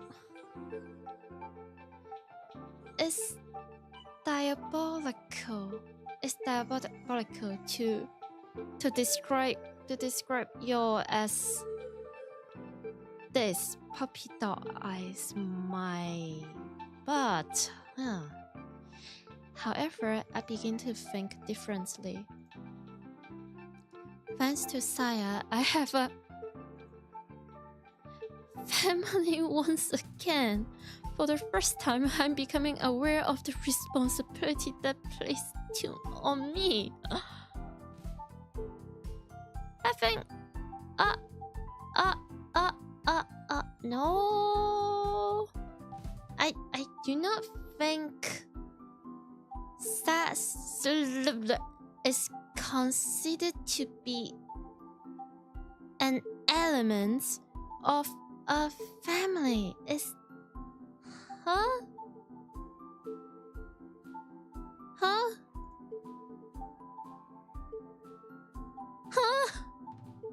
I'm now the head of a new Sakisaka's household, as well as its only male.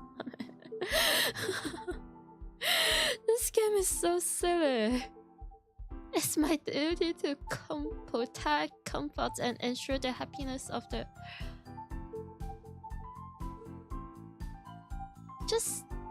Just say your wife. You're not giving a single hit about your... Just...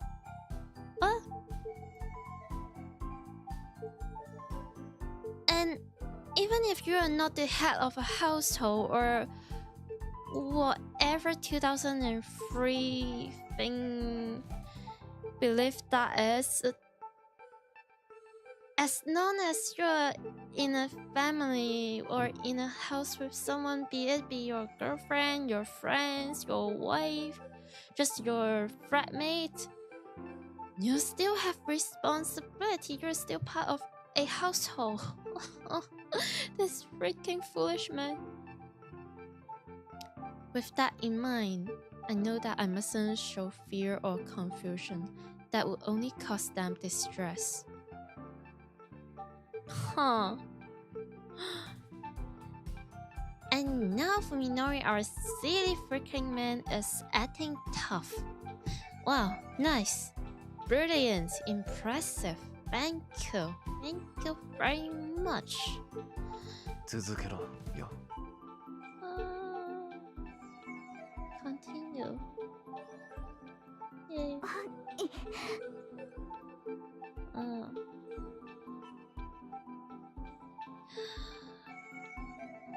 I entrust myself to your secret touch, basking in the pressure with one part of my mind, my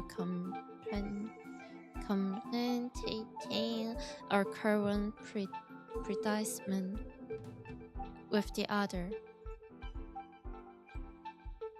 It's clear that I made a grave error when I failed to finish Koji off 2 days ago. Right now, I need to set my frustration and anger aside and deal with this problem logically.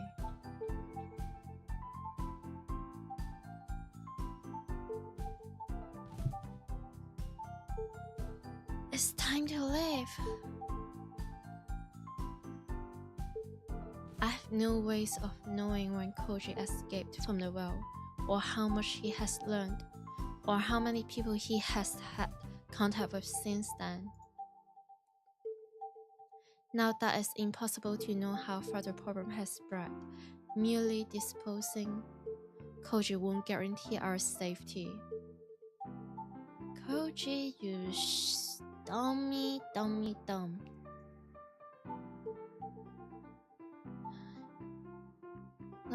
The doctor. When the enemy has poison your water supply. You can't take the risk that even one drop might remain. Your only choice is to stop drinking the water. ねえ、ふみのり、誰と話してたの？ For sure, Saya wants to know.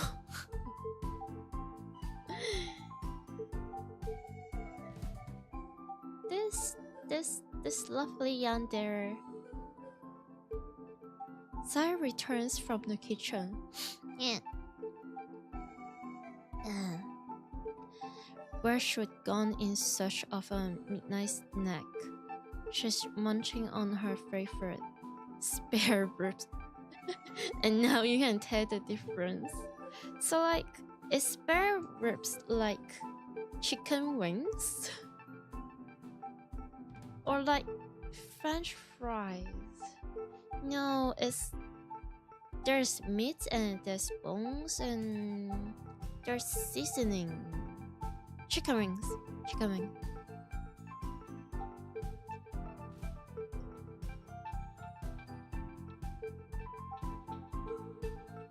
Purging myself to unease and impatient.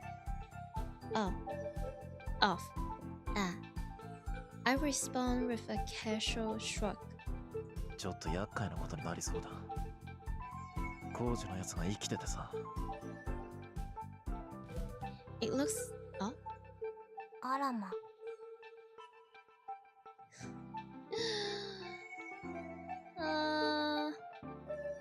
Alamak. By breaking the news suddenly and without any trace of anxiety, I'm able to avoid frightening Saya.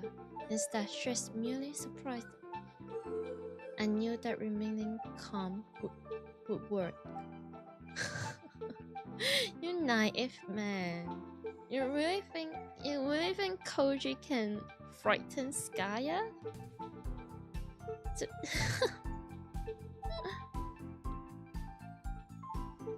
Moreover, I'm currently being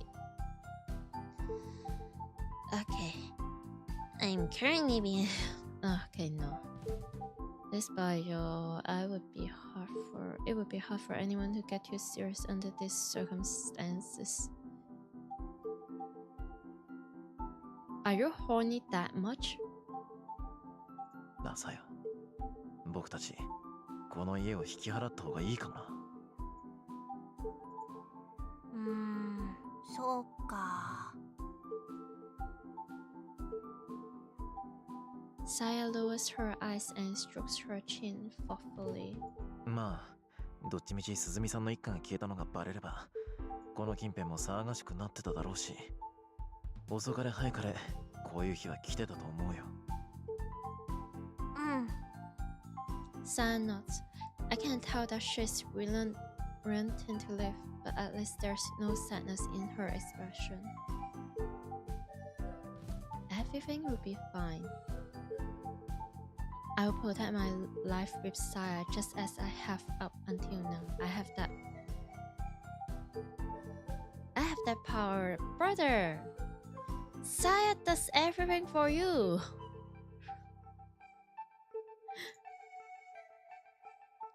Knowing that we have overcome one problem fills me with new confidence. 大丈夫。安心していいよ。さあ、じゃあ急いで支度しよう。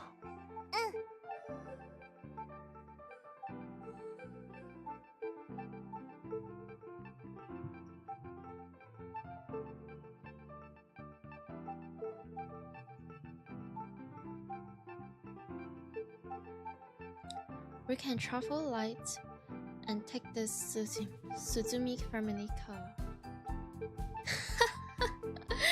Yay! It's Saya! We finally see her. I'll better withdraw everything that's left in my bank account and carry it as cash. I will also need a weapon, something more reliable than a butcher's knife. Just Saya. Just take Saya. Koji will most likely follow. She thinks that you can still be safe. However, I'm not abandoning this house just to run away. As long as Koji knows our location, we're stuck on the defensive. Living gives me the chance to regain the initiative and deal with him at a place of my choosing. The next time we meet, I will kill him with my own 2 hands. I will make sure to wring every last drop of life out of his body. Wow, edgy much? A shiver runs through me as I anticipate the battle ahead, and my bloodlust burns like orgasmic fire.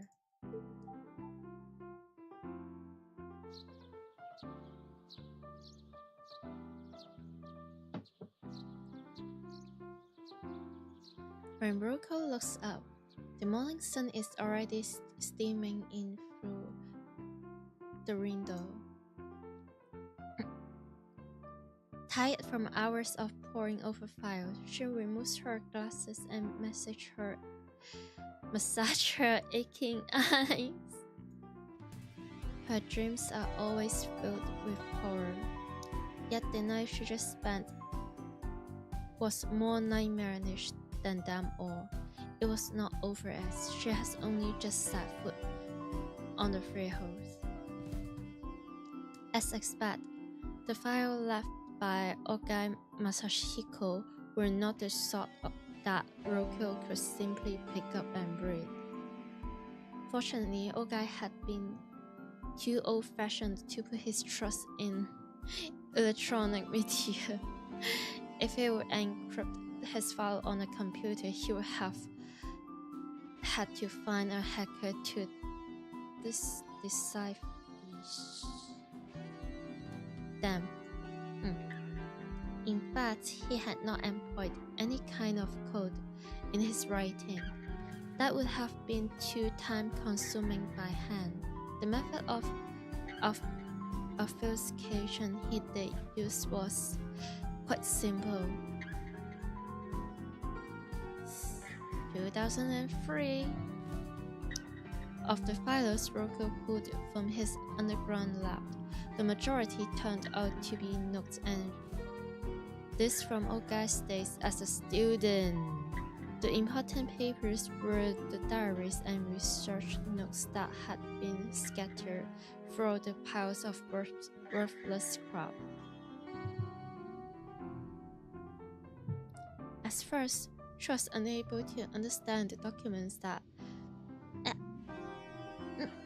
she had found. Each sheet was covered with tasks on one side and blank on the other, which line was completely unrelated to the next, making it impossible to glean any meaning from the whole. The trick revealed itself, however, while she was sorting the pages that made no sense. She found that each line continued on the same line of a different page. In Ogai's diary, for example, the first day began on the first line, then continued not with the next line, but with the first line on the next page. Similarly, the second day was the second line, the third day was the third line, and so on and so forth.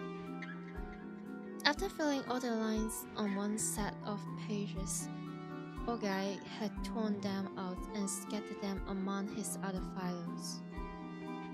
There was no regularity to how the pages were numbered, of course. Unable to locate any sort of key or a legend, Roko had no choice but to figure out the page order manually.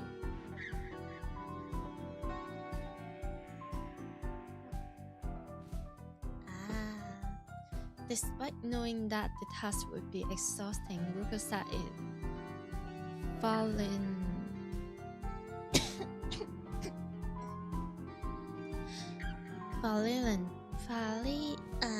neat. After separating all the loose leaf sheets from From jumbo file, she began the painstaking process of linking pages together according to the contents of their first line.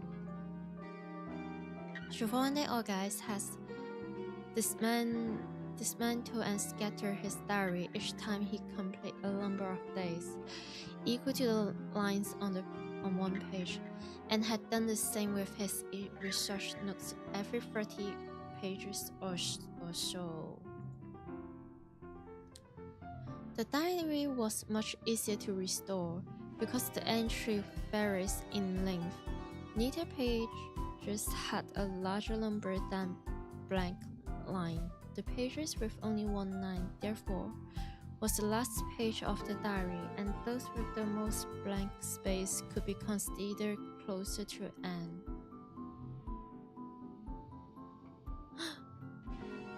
It's so big brain. Ruko's perseverance has paid off, for she has already succeeded in restoring several volumes of Olga's diary. As she reads them, she feels despair draining her spirit, as it has so many times before. This cursed feeling of powerlessness that comes with knowing hidden truth. Those who have tasted it once shall be beaten down by it again and again, until the day they die.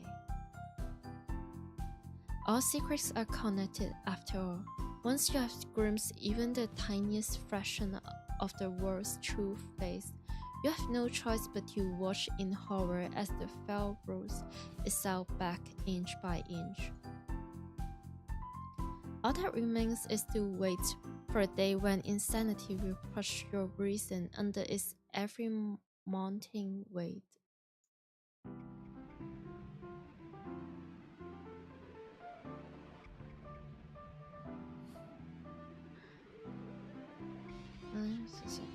Communicate each show and voice and beyond.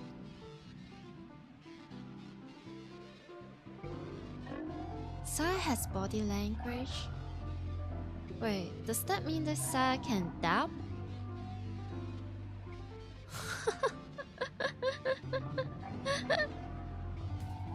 Man, no. Why is the second thing I'm thinking is the possibility that Saya doing a cover song for Never Gonna Give You Up. That doesn't even make any sense. Why am I the way that I am? It's so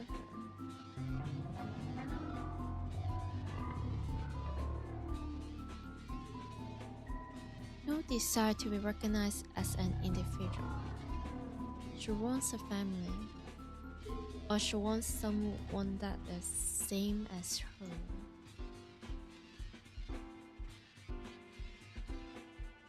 Oh, so like very, very naive, but insanely intelligent.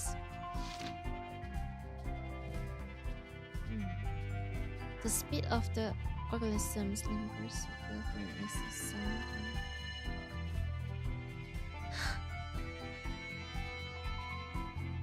You laughed at your daughter?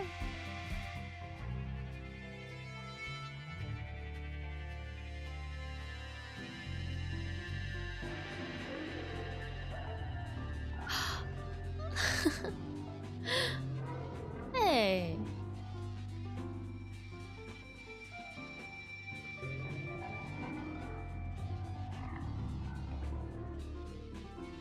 This is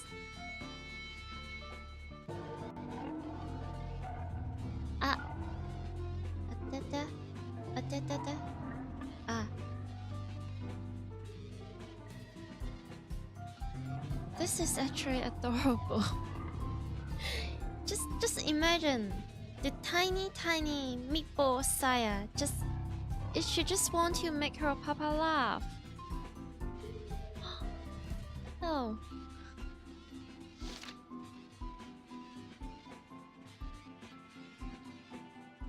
And then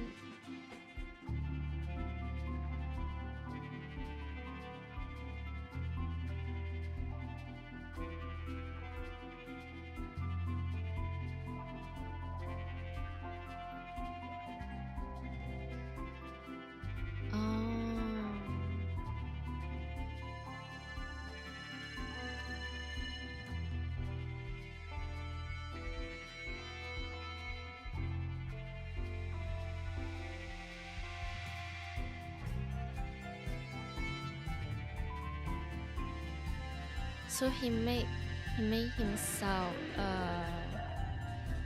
I was going to say Wikipedia, but I feel like people nowadays would say it as ChatGPT, but meat.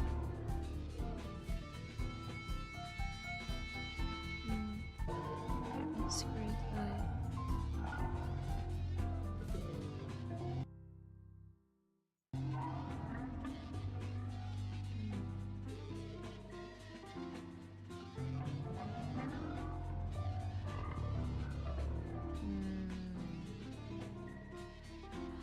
Oh,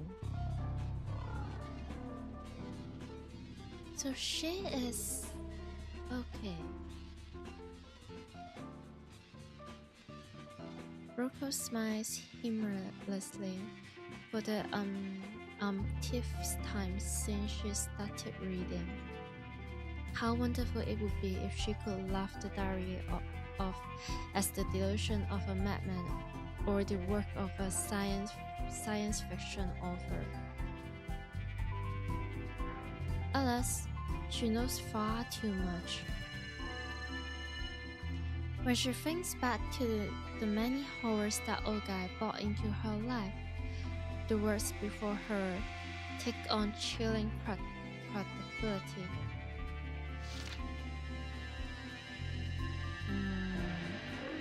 Press anything. Yeah.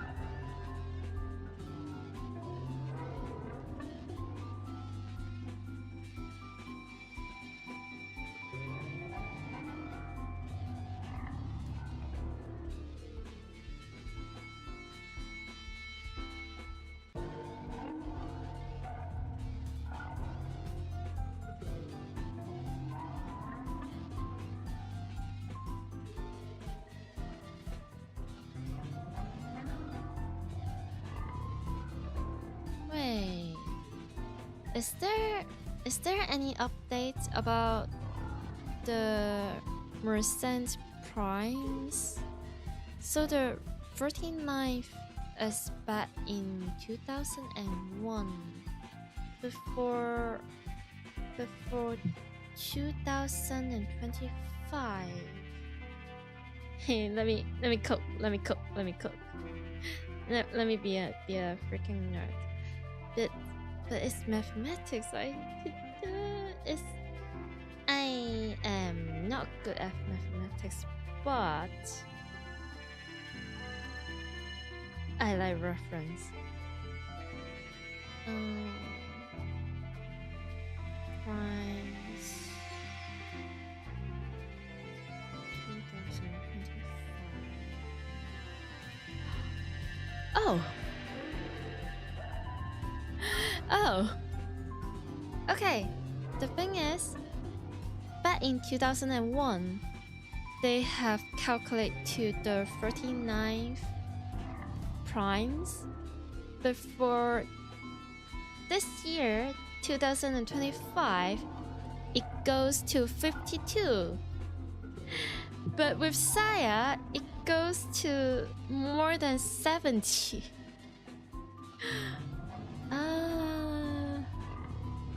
Saya.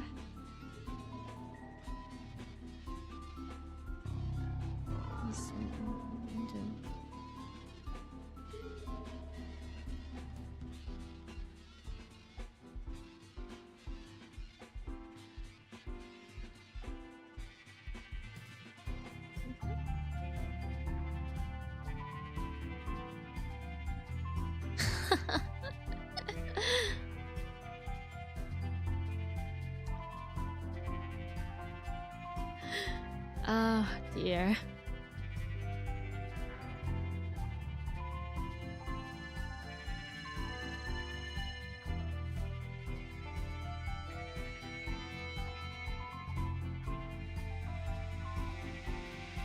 A genius meatball.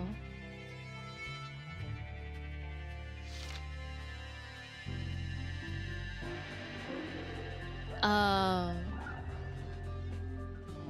What new field?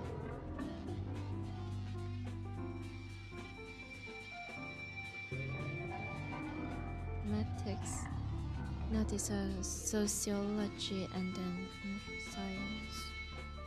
First, our math problems are simply too elementary for it. It has shown especially keen interest in the means of by which organisms reproduce and multiply, as his possess nothing that can be called emotion. What? No, Sai has a lot of emotions. Yeah, but I guess he didn't really see her as... Yeah, there's no way he see her as human. There's no way.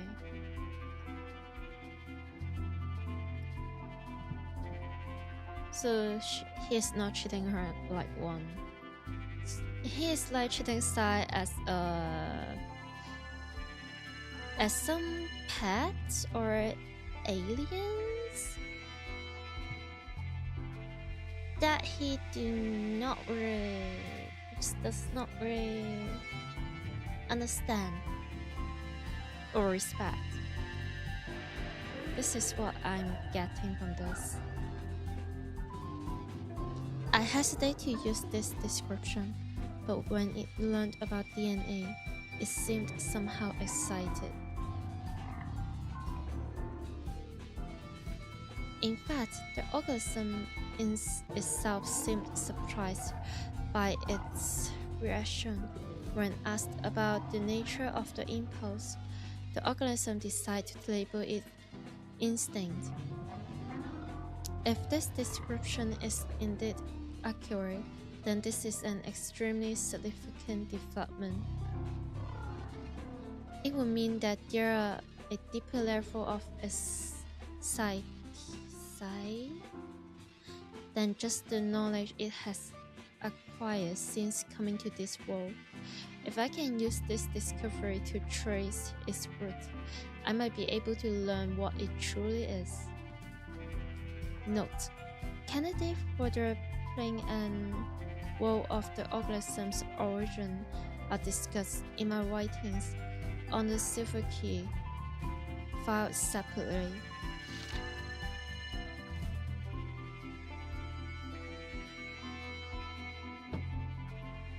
I spent the whole day carrying books into its room.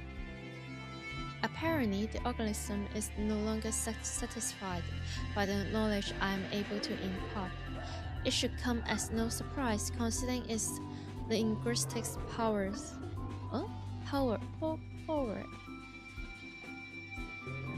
Saya, how about you just give like 0.1% of your linguistic ability to me. Just inject it into my brain. You don't need to do anything with my 5 cents. Just give me some brain cells that is useful. Come on. But the speed at which it consumed tests is astounding. The diary continues for some time.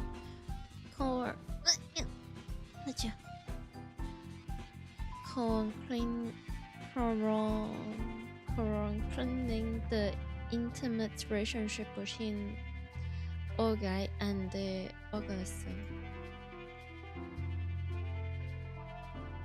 In the back of her mind, Ruko imagined the old doctor climbing down the well in the middle of the night to hold congress with some inhuman creature in that bizarre laboratory.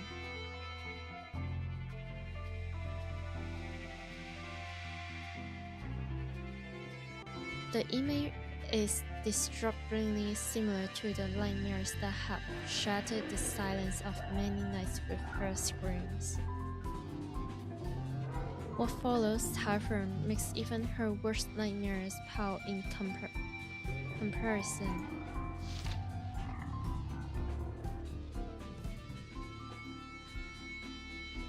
Did Sarah try to the organism has made a very strange request. This is the first time it has asked for anything other than food and reading materials. What? An iPad?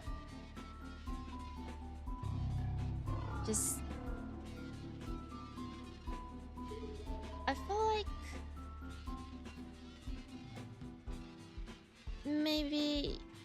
maybe those TikTok brain rot and whatever skippity tot means, maybe, just maybe, can save Saya from becoming so intelligent.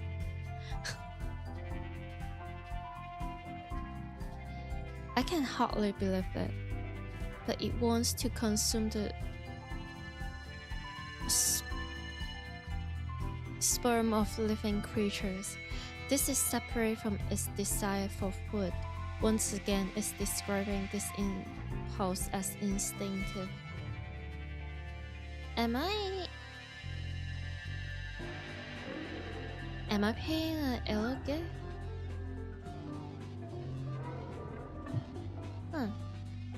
Now that it has declared itself a life form that requires the seed of males, it has begun to identify itself as female. After today, I suppose I shall have to start calling the organism a she. Glad to know that Dr. Ogai, despite the madman he is respective.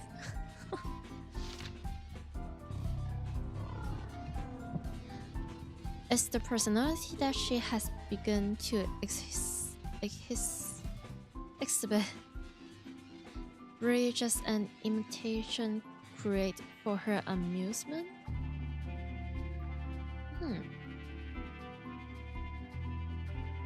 Ever since she started to immerse herself in our literature, she has just been acting astonishingly human. She identifies herself as female and already possesses an enormous store of cultural knowledge. Is she trying to create a human identity for herself based on this? I mean, fair. Because even though in Saya's brain or in her mind, she knows that she is far different from humans, from her appearance to her knowledge, her intelligence. But for Saya, human is all there is for her that she can consider to be understandable, or that she is able to communicate.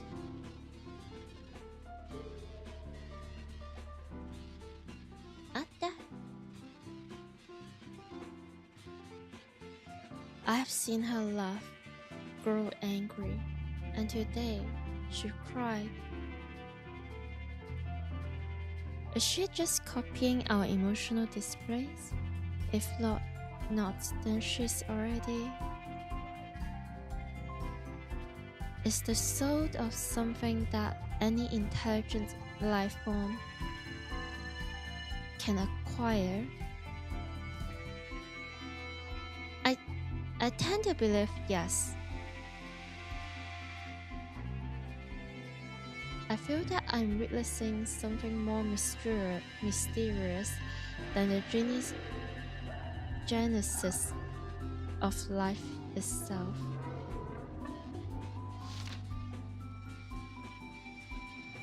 Today is her birthday, although it's a year late. I want to give her a special gift.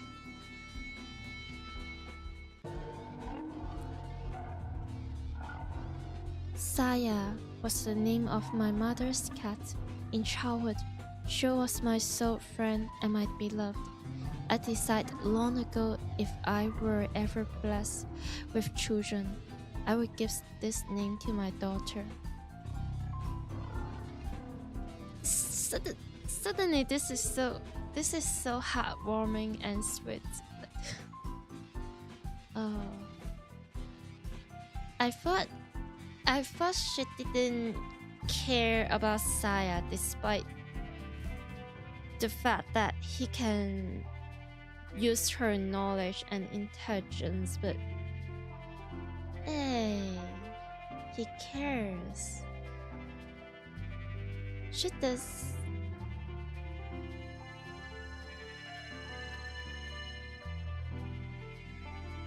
To name something after that were so precious to you, he had to give so much love into the name of Saya, and giving Saya as a gift for her birthday. And wait, he even acknowledged that it's her birthday. Let this be the name of your soul. You have earned it.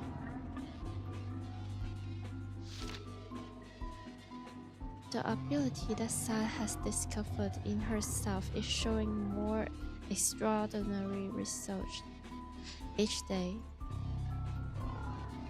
I have no doubt that she's kind of artist. What exactly is it that she created in her body from the red semen I gave her? At this point, I can only summarize that it is a type of retrovirus, a reverse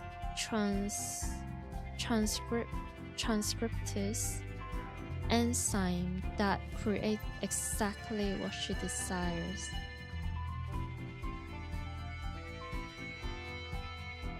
The reds that have been transformed by her art are so very beautiful now.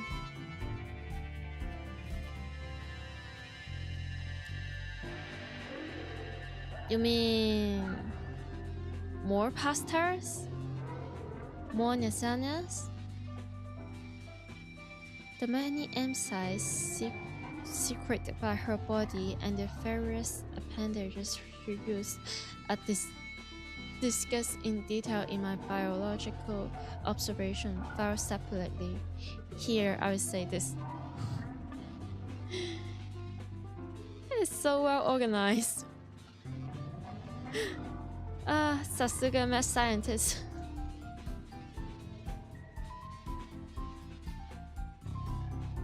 By witnessing Saya perform her operation on several rats, I have gained much confidence in my theory that her body is designed specifically to manipulate the biology of other organisms. Interesting. Ruko looks grimly at the still unstored mountains of research notes. When she finally managed to separate those papers, she'll probably find the many other files mentioned in the diary. I highly suggest you just leave right now for your damn safety.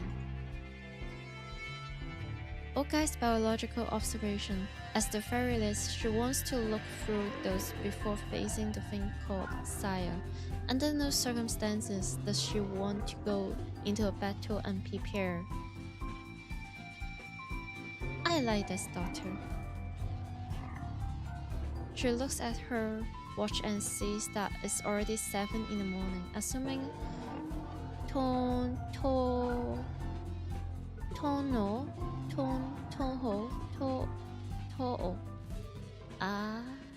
Koji made no stops.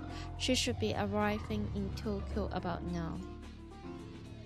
Now that it's too late, he wishes he would stop that stubborn fool from leaving, even if she had to shoot him in the leg to do it. She cares so much. Just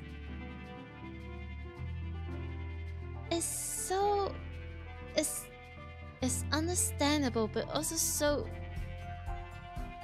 so foolish and not gentle for Koji to just call her hapless for not able to say your.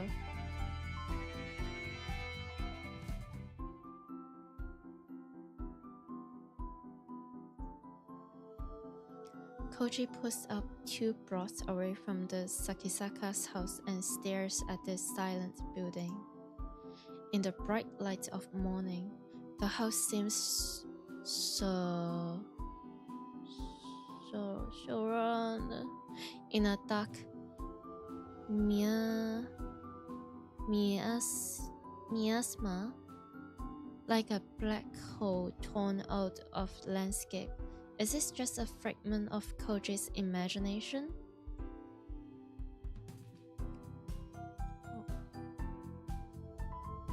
Every window is closed, offering no glimpse of the inside. Koji has no way of knowing whether Fuminori is home. A pedestrian walks his dog down the street, glancing back at Koji through the windshield after he passed by. Koji isn't surprised by the attention. He hasn't bathed or changed clothes since spending the night buried in mud, so he must look like a vagrant even inside his car. When he looks into the rearview mirror, he sees the haggard visage of a man with one foot in the grave staring back at him. It's hard to believe that the tired, unshaved face is really his. If he stays here for too long, someone might report him to the police. He would better pull himself together and get moving. He drives slowly up to the front of Fuminori's house, quickly checks to make sure no one is around, and get out of the car. Anyone who might be in the house probably heard the sound of the engine, but there's no point in worrying about that now. Koji walks swiftly through the gate and yard to the front door. He puts his hand on the doorknob, forgoing the bell. The time for such peasantry has passed. The door is unlocked, and the knob turns easily in his hand. He puts his ear to the door and listens for any sign of life. He's acting like a thief, he realized with some shame. But that is the least of his worries now. No sounds from within. After checking the street again to make sure no one is looking, he quickly opens the door and disappears inside.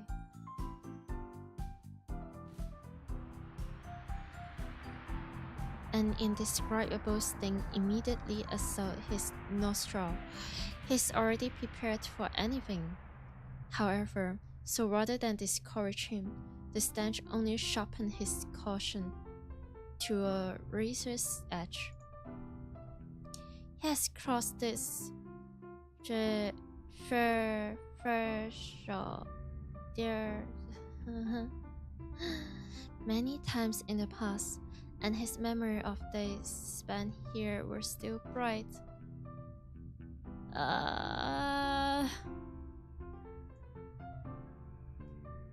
So why does he feel the same ominous but blood-chilling aura that permeates Ogai's home and cabin? Anger and sorrow, says Koji's heart, as though a dear friend's grave has been defiled.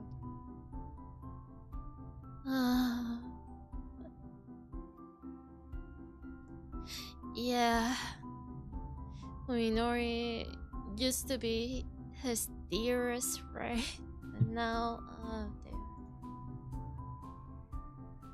Koji doesn't remove his shoes before entering. He knows why he is here, and is not to be polite. Every storm shutter is closed, filling the house with room, and he can see nothing but pitch black darkness through the open doors in the hallway. He should have bought his flashlight from the car, he thinks reverently, then remembers that he dropped the light when Fuminori's attacked him. It's still lying in the backyard of the cabin in Tochigi. The house might be empty. Then again, it might be not. Each particles of the air seem charged with silent menace. Okay, here we go again.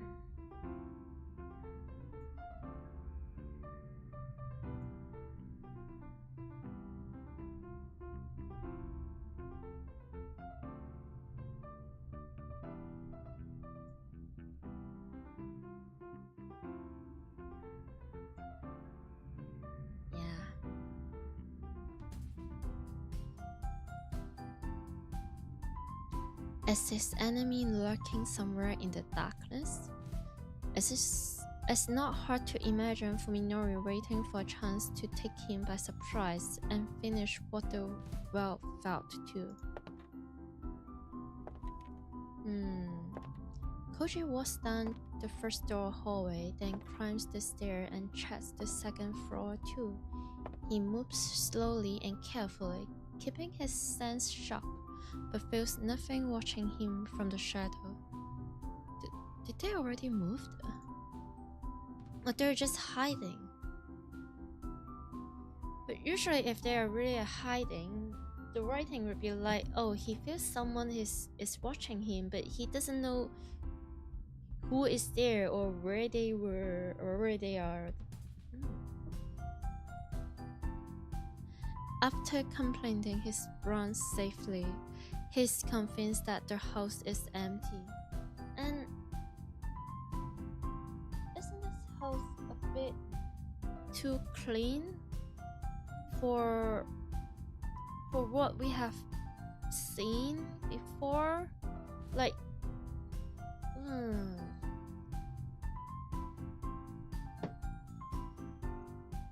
it should be like covered in paint and like meat and filthy stuff.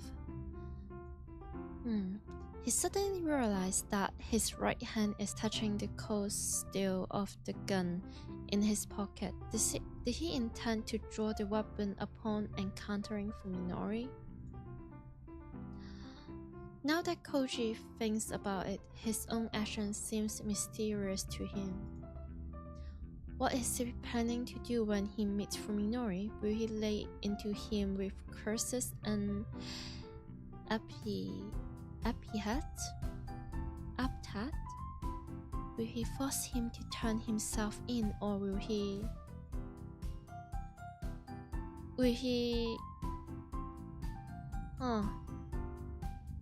Koji shakes his head. This isn't the time for such hopeless question. This naive boy. If he keeps thinking, he will stop moving, and if he stops moving, fear will paralyze him forever. Bleh. His only choice is to keep marching on. He has to close the distance to his prey. In this situation, you are not the prey. No, you are not the hunter, you are the prey. In any case, Fuminori isn't home. What from their reunion text will probably be decided at the moment. of their meeting. All Koji has to do is not hesitate when the time comes. Still, why does the whole house smell like stagnant water? It's been 3 months since Fuminori distanced himself from his friends. Just what kind of life has been leading all this time? Ah, there it is. The best freaking Italian restaurant in this game. Koji enters the living room and feels along the wall for the light switch. The moment that he flips it on, the answer to his question is revealed. There we go. Oh wait. Fuminori did mention that he and Sa left the front door and the hallway clean, so that is less suspicious, if I remember correctly. How far has Fuminori gone? Koji realized that this is the first time he has encountered Fuminori's insanity in visible form. From the dust pot in the corner of the room, it's clear that the paint was not applied recently. How many nights has Fuminori spent surrounded by this maddening array of color? Why, if such obvious signs were available, why didn't Koji realize that something was wrong before it got this bad?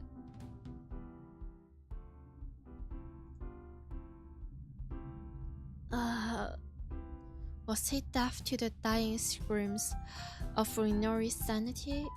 Was their friendship really so worthless? No. I feel so silly that there is some tear in my eyes.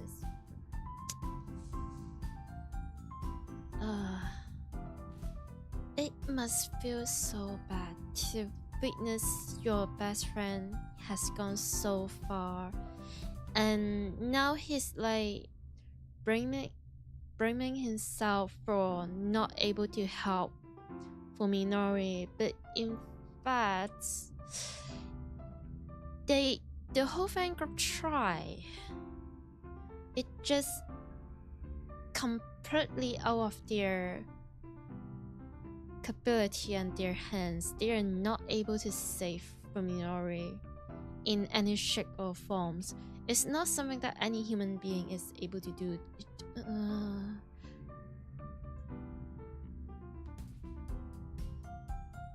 As he stands petrified, the unfamiliar living room, Koji directs his anger entirely at himself. If he could, he would like nothing more than to apologize to Fuminori for failing to help him through his suffering. Why can anyone be so full of sympathy and empathy and kindness for someone that tried to murder them? Just no. Koji feels that he might have been able to save his friend. Perhaps he's ignorant to think so.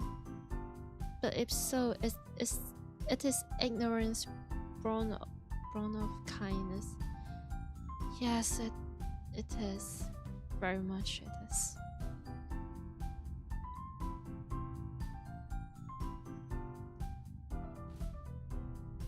Oh dear. Koji passes through the living room and opens the sliding door that leads to the kitchen. When he enters, he finds that most disturbing of the house many scratches is strongest here. I just hope they have finished like Okay, let's say it this way. I hope Koji never, absolutely never get to see his love of his life, Omi, his girlfriend's crops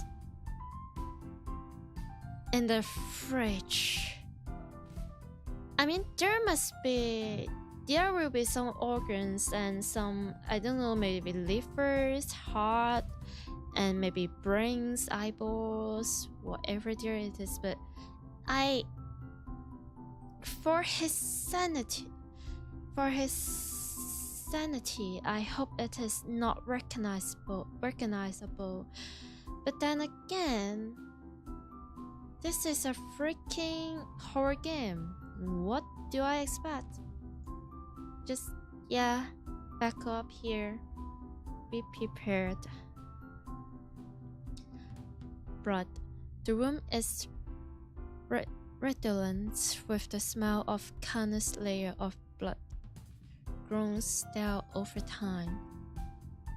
She peers into the well-used sink.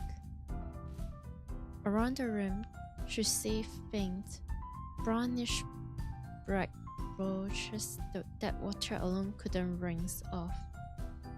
Even more obvious are the stains on the dish rack. Such stains are proof that the rack has been used and reused countless times, but what could it have been used on to make it that sickling burgundy color? Koji stares at the refrigerator next to the counter, as though it were a monster waiting to swallow him whole. He stands motionless until he is able to work up the courage simply to touch it. Then he stills himself, grabbed the thick handle and opened the door. It's just my guessing, but yeah. First he will check the freezer, then the refrigerator. The freezer is packed with frozen meat of varying shapes and size, as each piece is wrapped tightly in foils over plastic. He can't tell what kind of meat it is. Good. Oh. I spoke too soon. Man.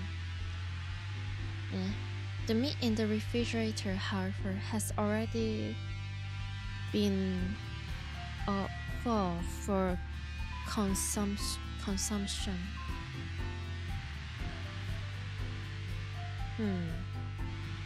For a while, he can only stare in disbelief at the 5 fingers beckoning to him from the back of the compartment.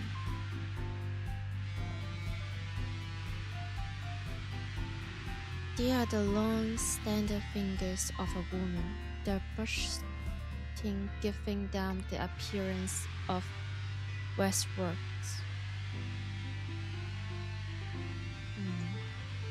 Koji is unable to remember what Omi's hands look like, even though he has kissed her finger countless times. When he finished crying after his conversation with Fuminori, Koji promised himself that he would not cry again, and in fact, he does not.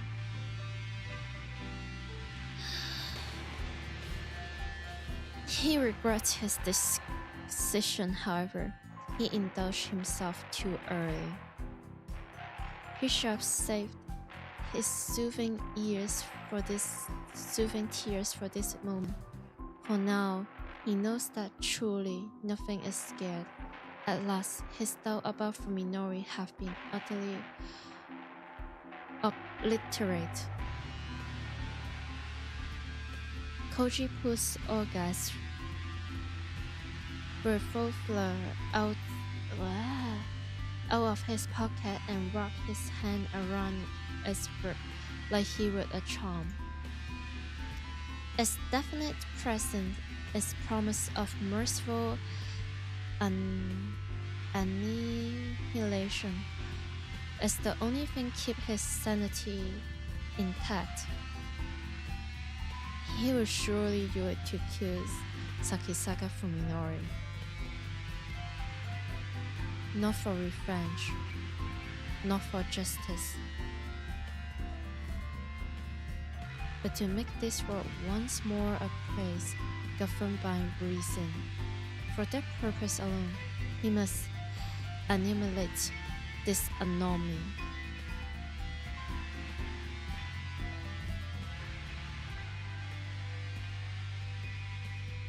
He breathes deep, exhale, then lifts his hand before his face and stares at his bare fingers. Alright, he's not shaking. He's prepared to face his new objective. Koji sticks the revolver back into his pocket and pulls out his phone.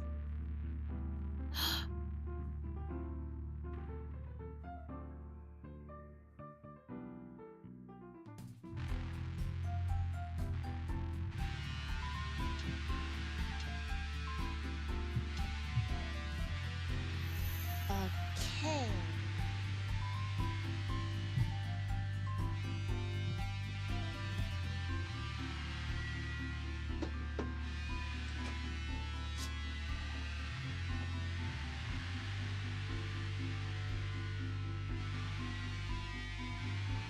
Yes, bathroom time.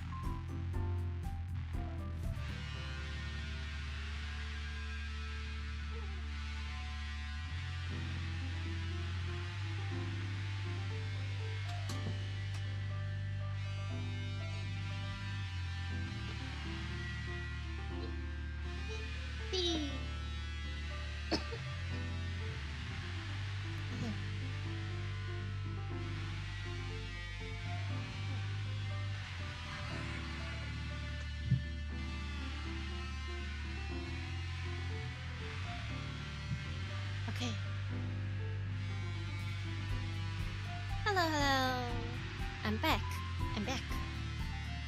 I'm back with my long sense. Okay. So save here. Save complete. Okay. The thing is,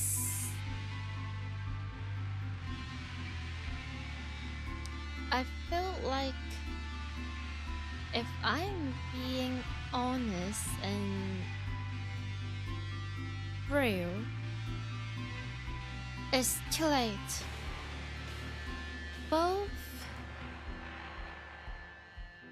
I feel like both Koji and Roko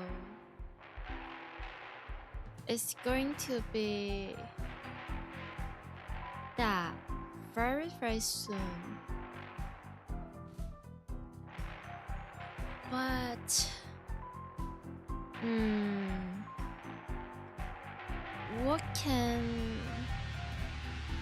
which can be less painful for them?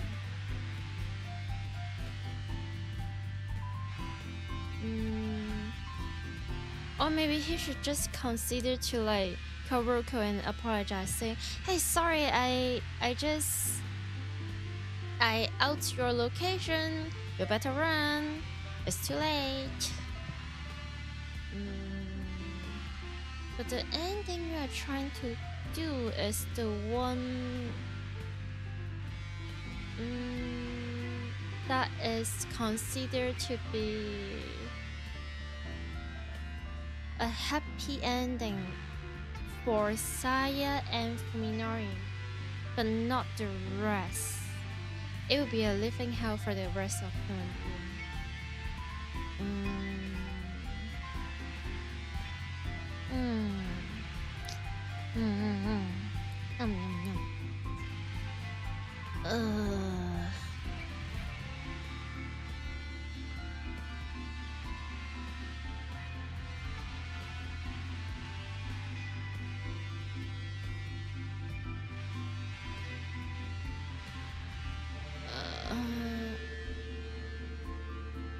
Okay.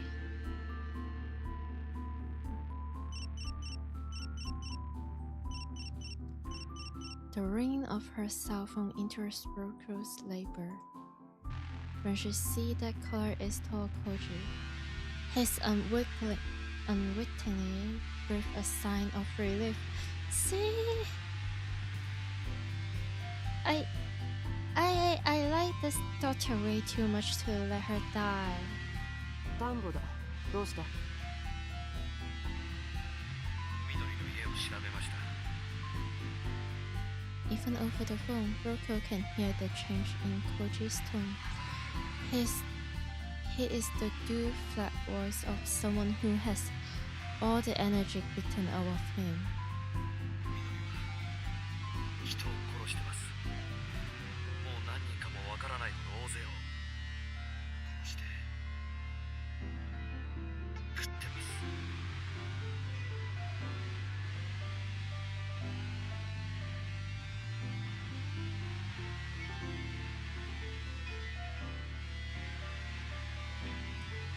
I mean, he can't recognize those humans anyway, except for maybe Yusuke.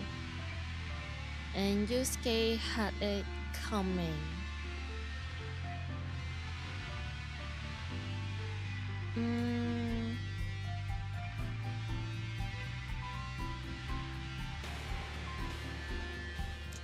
I feel like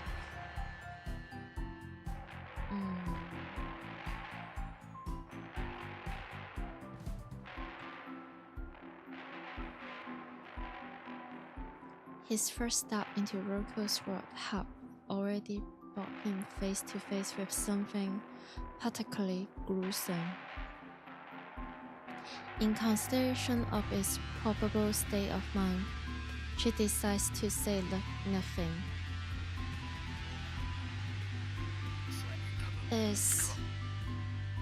This silence is Roko's kindness. I would say. It's just very subtle, but it's there.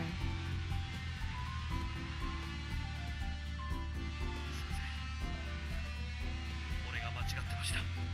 君は生きているうちにこの電話をかけてきたんだから、まだ致命的な間違いを犯したわけじゃない。 Roko says, praising Koji in her own way.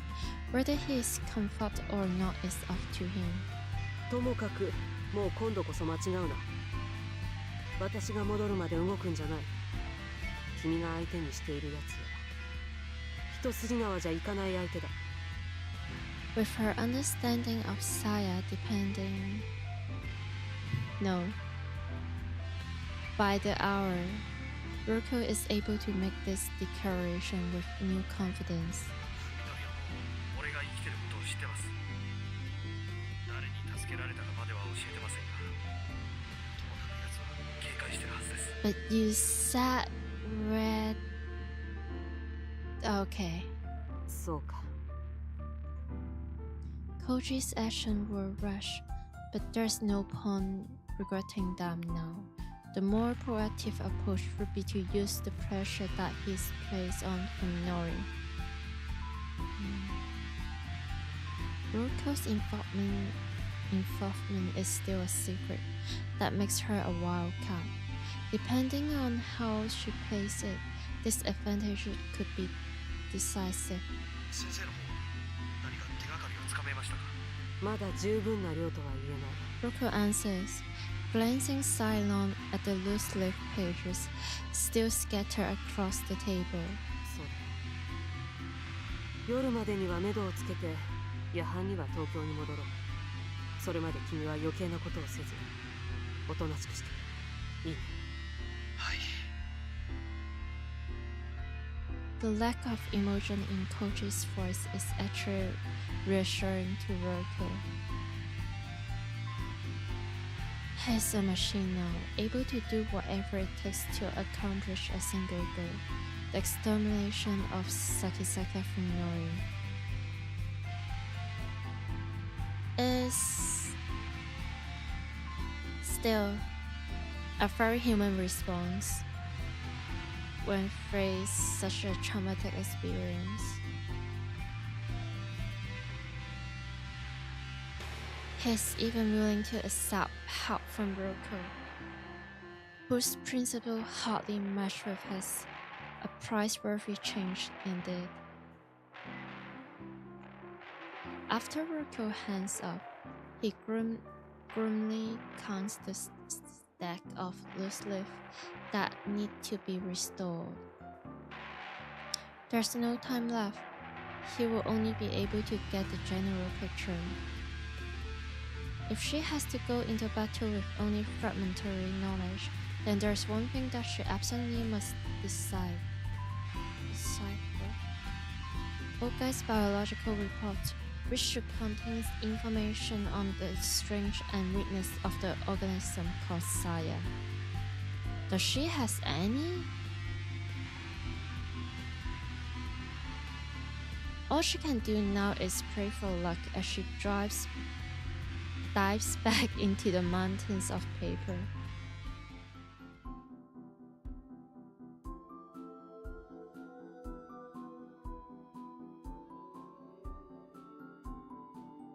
Today was the first time I have driven since my accident last summer. The proposition was always too dangerous to consider, given my inability to recognize roads and cars. Things have changed, however. In the 3 months I have had to adapt to my condition. Wow, like should I be proud? Should I be impressed? I guess in a way it is indeed impressive. I knew what cars and pedestrians look like now, and even though I can't exactly see colors, I've learned to decide lights and turning signals. You know, did have positions. I still can't read street sign, of course. Nevertheless, I managed to take it safely to our destination with Saya and Yo in the back seat. It was Saya who came up with the idea of our new hideout, an abandoned building should discover while living with Dr. Oka. Oh shit.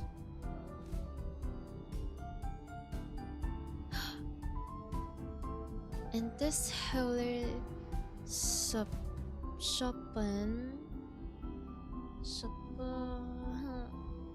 residential areas, it's not hard to find thick patches of undeveloped forest just off the beaten path. Saya's old playground is located in one such secluded area, unaffected by the flow of everyday life. It used to be privately operated sanatorium, hidden among the silent trees. After the owners went bankrupt, it remained unsold and was eventually forgotten. After I left Sai and Yor in the hideout, I returned to town to make some preparation. Now I'm finally back at our new refugee. I liked this room from the moment I saw it. Mountains of construction materials and garbage littered in the front yard, forming a serviceable barricade. This place looks even less likely to receive unwanted attention than our house.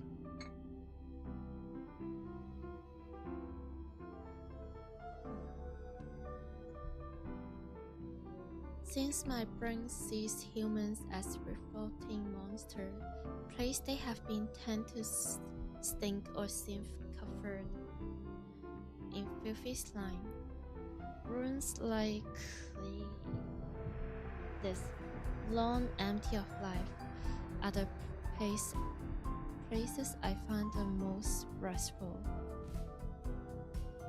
ただいま。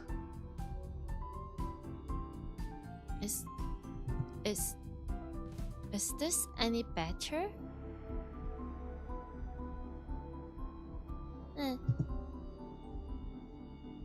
I called out to let them know I'm not a stranger.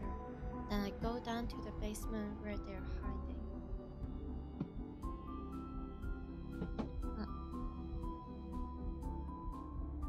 おかえりなさい。車平気だった？もう全然問題ない。一方通行の標識もどういうのか分かったし、スピードさえ出さなければどこを走っても大丈夫だよ。で、そっちは？一通り調べたけど、やっぱりあれからずっと人が来た様子はないみたい。ここは安全だよ。そうか。ならいいんだけど。I'm a little worried about this abandoned building could become a hangout for bikers, gangs, or homeless people. 多分表に積み上げてあるゴミのせい。あれ普通の人間にはちょっと耐えられないんじゃないかな。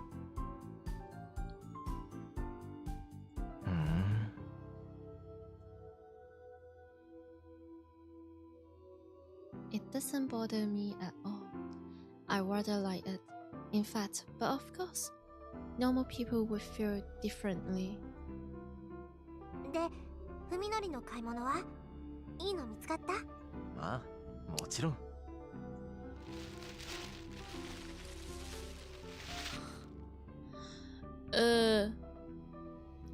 I proudly unwrapped the weapon I just bought from a camping goods store.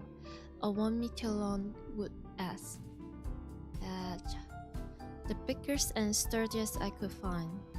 刃渡り15センチ以上のナイフは銃刀法違反だなんて張り紙してあるのに、その隣でこんなもの売ってるんだよ。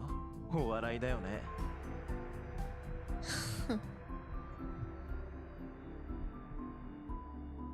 I gripped the axe with both hands, testing its dependable weight.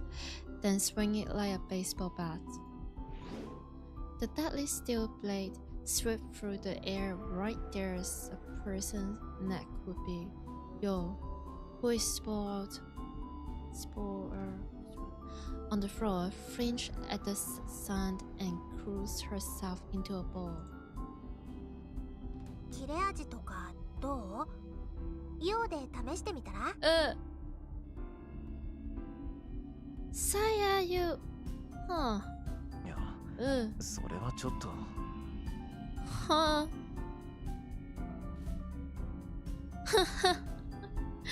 You're not expecting Sarah to suggest anything so crude. What are you on about? 心配いらないよ。今のような体だったら刃物とかの傷は割と簡単に治っちゃうから。Right. いや、それにしたって痛いだろ。そっか。うん、そうだね。Man.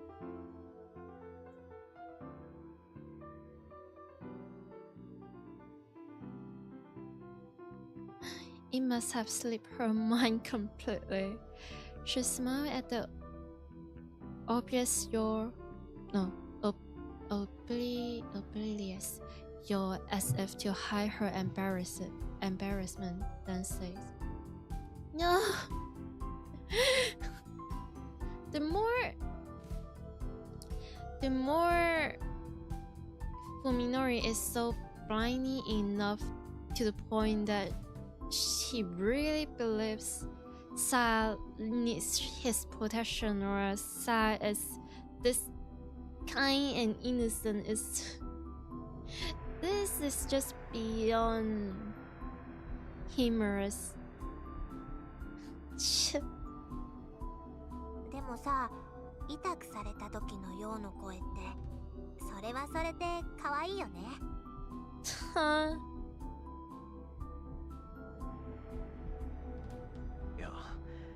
やっぱり人間に斧で切りかかるってのは気が引けるよ。Huh? So there is still a tiny little bit, just a tiny drop of humanity inside you. そうなの？じゃあ、コウジさんは？そりゃだって。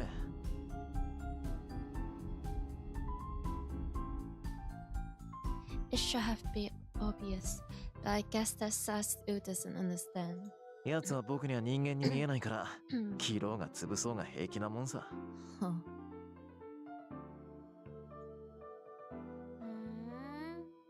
そんなに違うんだ。And you say this in front of your wife. It to her, in her mind, which is way smarter than yours, she'll instantly get that if you heal from your situation and gain your 5 senses back, you just instantly not able to see Saya as the human you have been seeing her as. Just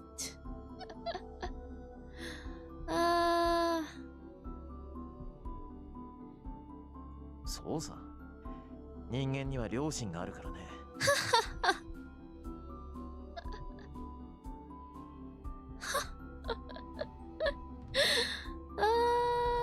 どんなに憎い人間だろうと、人を殺すと思うとブレーキがかかるもんだ。そこが僕の称賛でもある。Huh? 本当に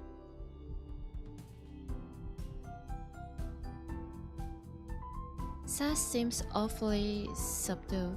I guess she's concerned about what will happen when I have it out with Koji. Yeah. 体格じゃあいつが上だし、普通に喧嘩したんじゃ勝ち目は薄いかもしれないけどね。He has a gun. でも僕にとっての化け物退治があいつにとっては人殺しなんだ。こいつは大きいよ。あいつはきっと最後の瞬間で隙を見せる。 That's certainly a point. なんだか不安なんだよね。 Wait, did I just そういう心理戦っていうの did I just 確 something 実じゃないっていうか。 wrong?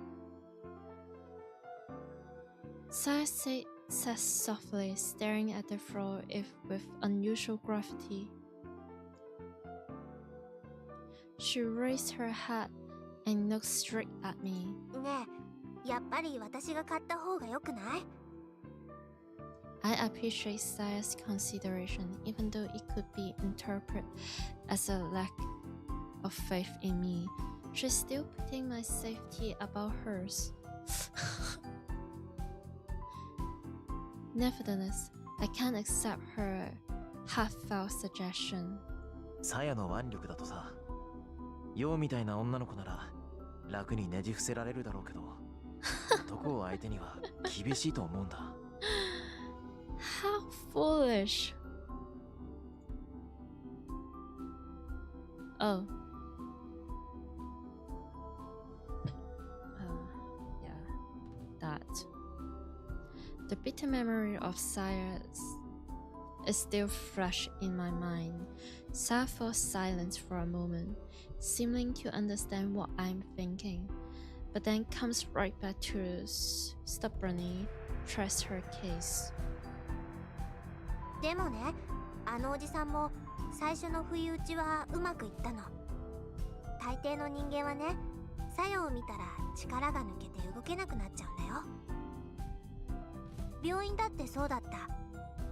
平気で話しかけてきたのって文則だけだよ。まあ、それも一理あるかもな。I can't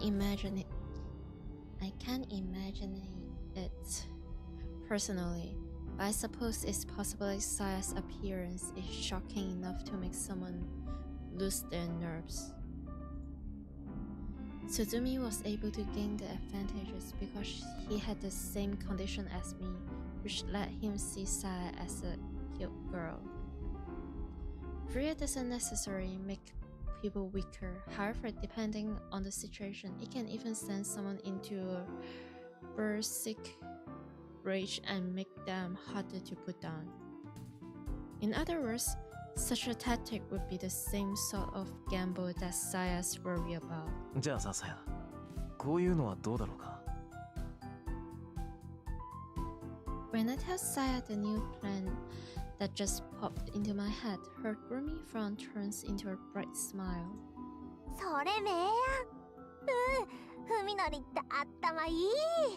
何もそこまで。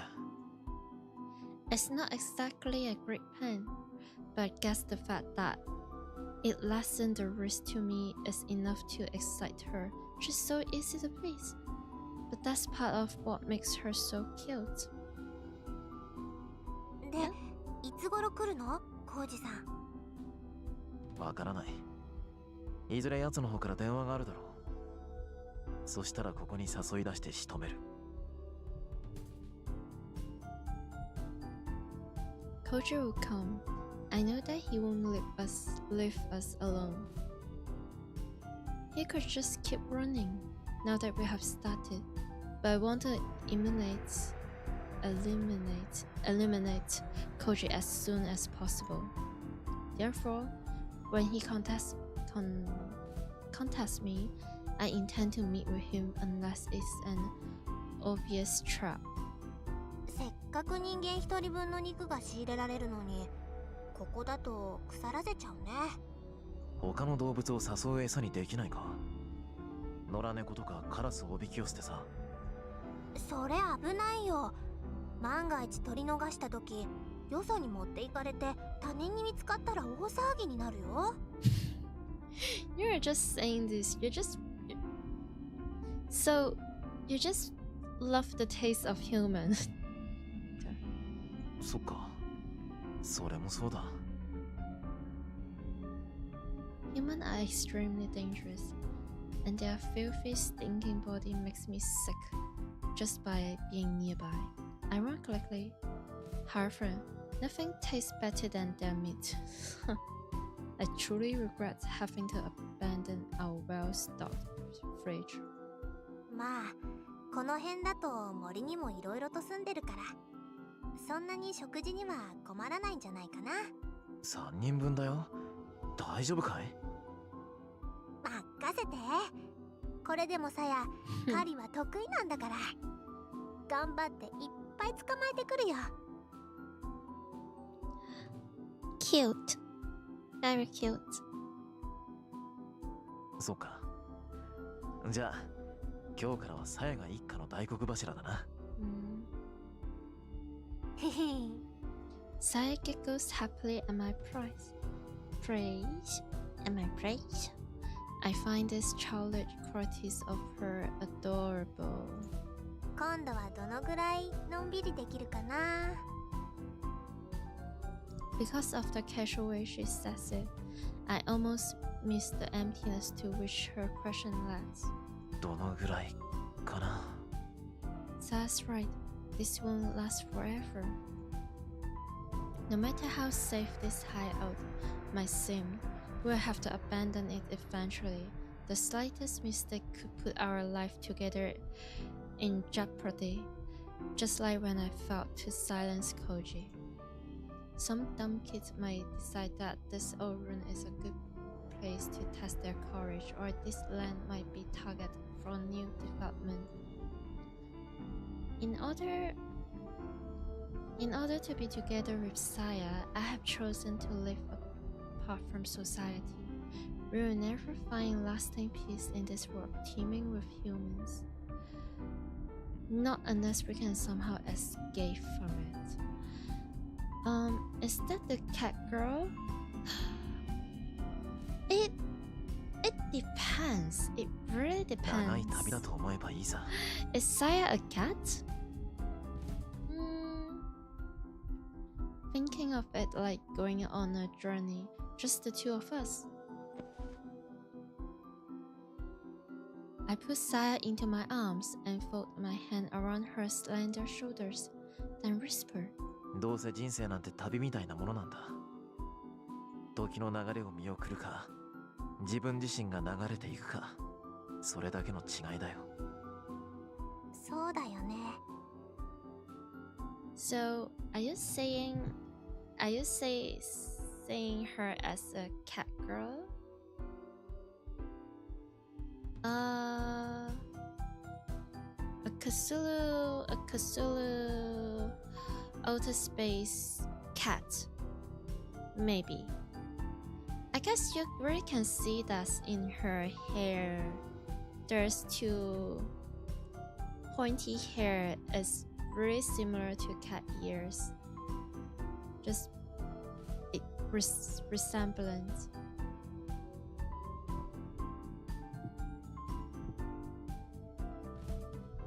Saya smiles softly, perhaps in resignation, perhaps in sadness. Either way, there's peace and contentment in her expression. Am I driving myself into a bad end? It's just getting... the implication is getting heavier and heavier. それでも一人ぼっちじゃないしだからさやは寂しくなんかないよ。ふみのりもそうだよね。ああ。 I have no regrets. As long as I can hold Saya in my arms, I will gladly pay any price. それにね、 She asks brightly, trying to cheer me up. いつかは私たちが人目を忍んで暮らさなくてもよくなる日が Or... 来るよ。それは約束してあげるから。It sounds like a fairy tale, but for some reason she seems absolutely certain. それは明日かもしれないし、ずっと先のことかもしれない。いつ印が来るのか私にもわからないの。初めてのことだから。He knocked her up. ほんのちょっぴり怖いんだけどね。Yeah. Very common with a soon-to-be mother. I've no idea what Saya's prohibited word means, but this isn't the first time that she's said or done anything mysterious. She's performed any numbers of miracles already. 僕らにも希望があるのかい？ She says with a cheerful nod. きっとそれがさやが文則に送ってあげられる最後のプレゼント。さやの最初で最後の務め。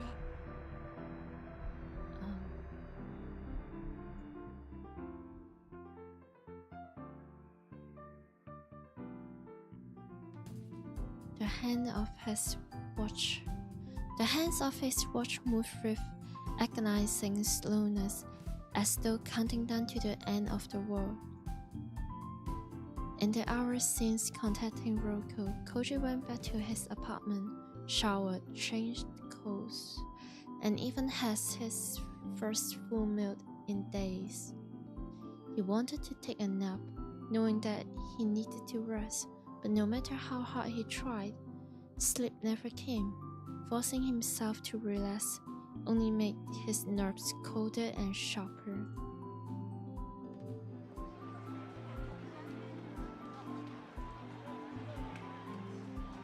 With nothing else to do, he decided to wander the city until nightfall. Papa Sonic. What? Studio Aita? Okay. Downtown Togo is bustling, surrounded by smiling pedestrians. Bright nights and windows decorate early for Christmas. It feels as if all of the happiness in the world has been gathered in this very place. Koji takes all in, burning into his memory like it is the last thing he will ever see. In the world so beautiful because of the horrors that lurk in its shadows, the glow of the city can no longer warm him. Perhaps that's why it seems so precious. Pretty. Koji watches the city for hours. It feels unreachably distant, like reading the obituary of someone you loved long ago. His phone rings at 8 p.m. It's Roko. Their conversation is short. She hangs up as soon as they decide where to meet. And so ends Toa Koji's final night at Peace.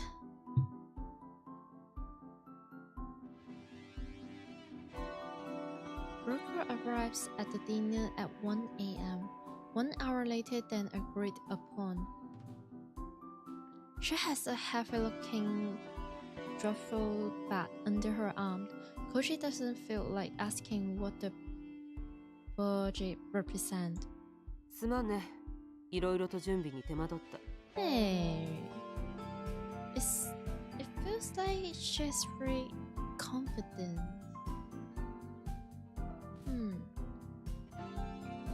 Roko doesn't sound at all apologetic, but Koji decides to just nod expressionlessly. Only a few tables are filled at this hour, like lonely islands in the midst of the vast restaurant. After sending the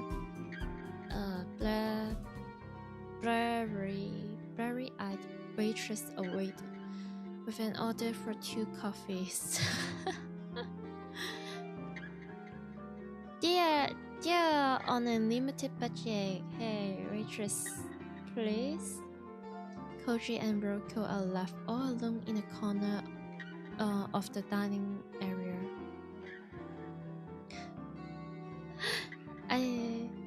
Thank you. But are you saying the game's BGM or the chat room or my overlay BGM? So like you mean the happy one or like the more horror game like one? Koji asked bluntly while slipping dutifully from his third cup of watery, tasteless coffee. Oh, poor thing. 待たせただけの甲斐はあると思いたいね。何分確証を得るまでには至ってないんだが。文則も相当じれてると思います。こちらから連絡すると言ったきり、丸一日放置してますからね。はあ、そんなにも彼は君との接触を意識してるのか。さやっていう名前には露骨なほど反応してました。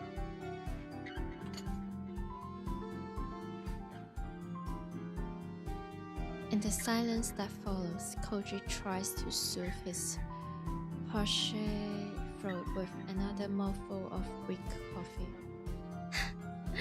Yeah, then that's my own BGM. Thank you.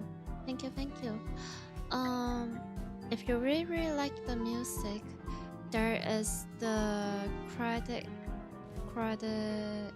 list in my you're in my YouTube stream, so it should be under the description of the stream. There is a credit list, and I find my BGMs there. そうか。やはりさやなのか。It's obvious that her grimmness isn't for the coffee. 今なら田んぼ先生はもう答えを知ってるんですね。さやというのが何なのか。Koji asked, his tone almost confrontational. Roko tries to ignore Koji's question by nursing her coffee. But that only works until the cup is empty. Staring at the brown stink at the bottom of her cup, Roko said, her face hot and flat. 君は私の忠告を無視した愚か者なわけだが、もう一度だけ証拠りもなく言わせてほしい。殿君、君は手を引いて全てを忘れるべきだ。証拠りもないですね。They are both very stubborn. And for some reason I love that. Koji replies, smiling bitterly instead of glaring at her like he did before. 俺がまだ先生や文則とは境界線を挟んだ反対側にいるとでも。君はまだ一番致命的なものまでは見ていない。君にとってこの事件は無二の親友がいきなり正気を失ってに目覚めたっていう、ただそれだけの内容なんだろう。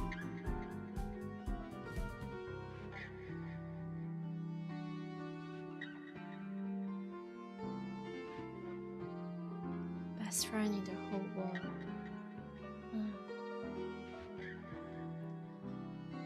That's all? The things that Fuminori has done are so horrifying that Koji's only resources, his only hope of coping, is to kill the man who was once his friend. Yet despite that, Roko makes this nightmare sound like just the beginning. Koji still doesn't understand where her morbid cynicism comes from, nor does he want to. それだけじゃないとしたら、残りは先生の妄想なんじゃないですか。Hey!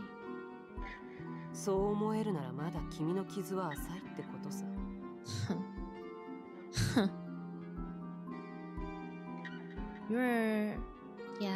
You're not traumatized enough. It could be worse. Her brusque tone says that she doesn't care whether or not Koji is satisfied with her explanation. 今ならまだ時間が君の傷を癒してくれるだろう。君は最後の一線を踏み越えていない。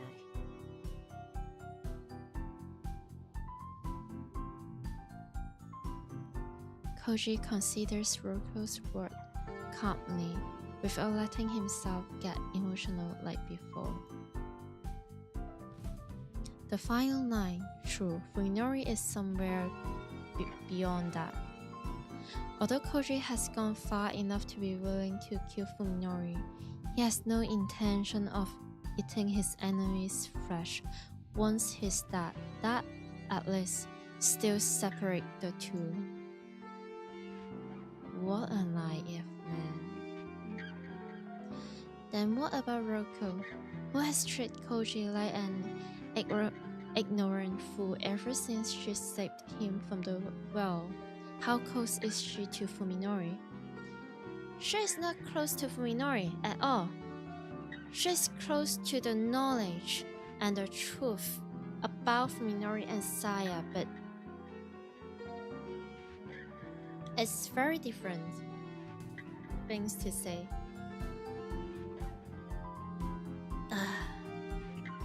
Yeah, I can get that.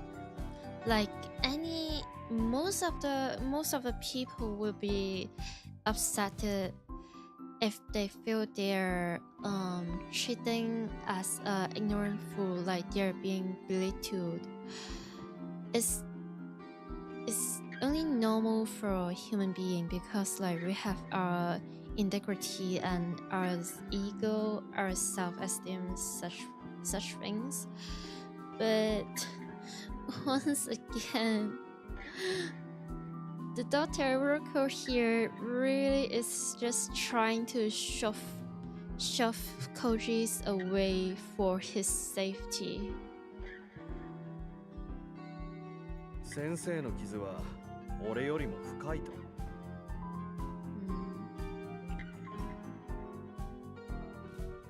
In response to Koji's biting question, Roko's mocking smile turns inward. Man. この銃はね、実家の父のものなんだ。Walk past one of her duffel bags. Grudges. こいつがロッカーから消えたせいで、父は責任を問われて地元の猟友会から除名させられた。申し訳ないと思ってるよ。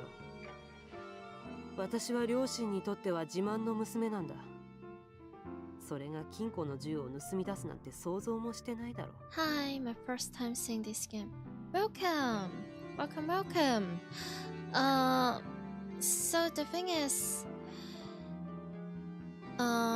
as you see in the warning, this game is very gruesome and there's a lot of blood, meat, filthy stuff flying around. So, if you're fine with that, be prepared, I guess. I feel like we have already passed like the most horrific or the most messed up part. Oh yeah. Then yeah. But welcome.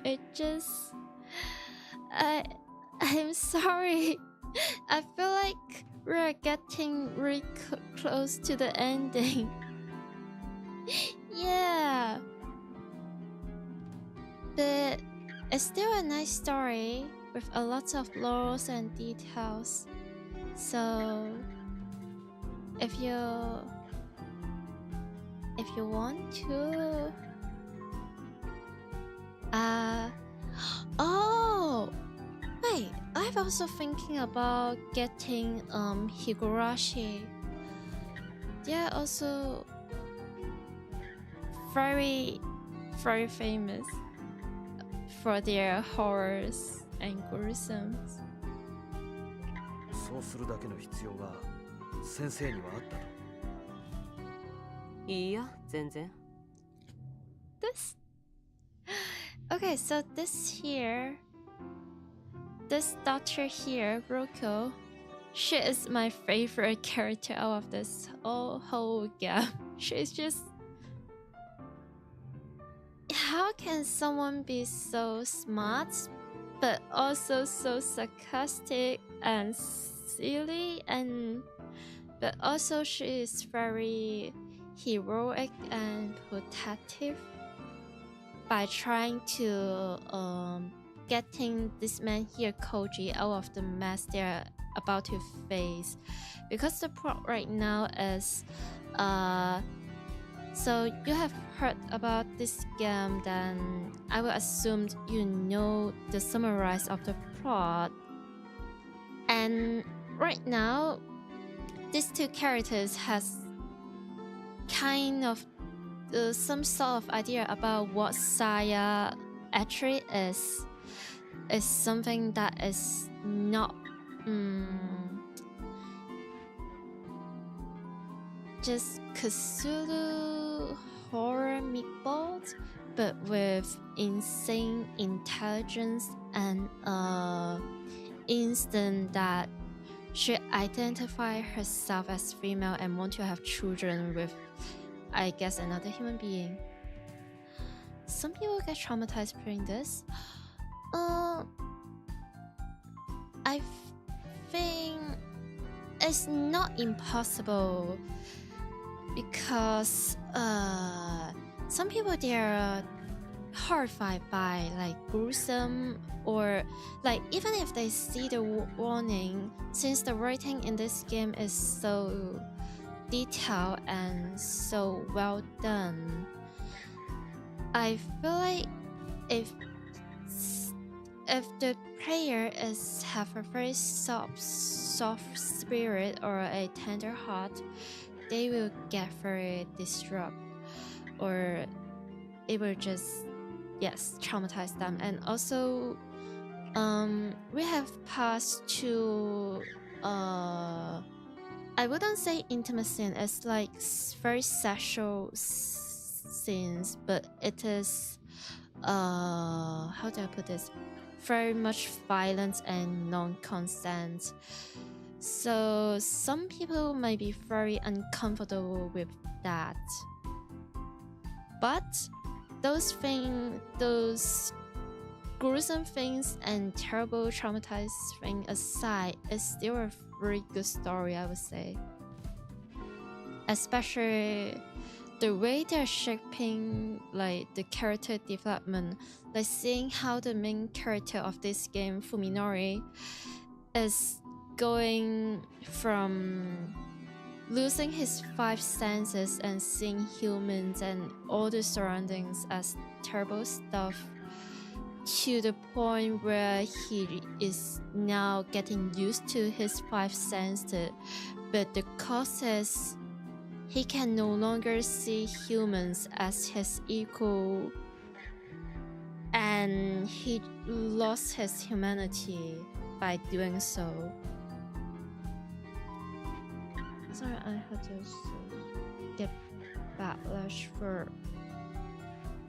Oh, I mean, this game is never suitable for like families and children's, or like the general ordinary audience. It's never something that is supposed to be appear on the television. It never is. So her quick denial isn't what Koji was expecting. その頃にはもう外のことは一見落着した。Yeah. 少なくとも私はそう思っていた。It's like, I feel like back in the days, computer or video games is not as accessible as like today, and in that sense, it will be difficult for children to face this sort of like topics and like very heavy media, so it is actually like protecting them. But if it is television, it's so easy to a point that you just press a button and you can just see all those things. 奴は姿を消したきり、もう二度と私の前には現れないだろうと安心してた。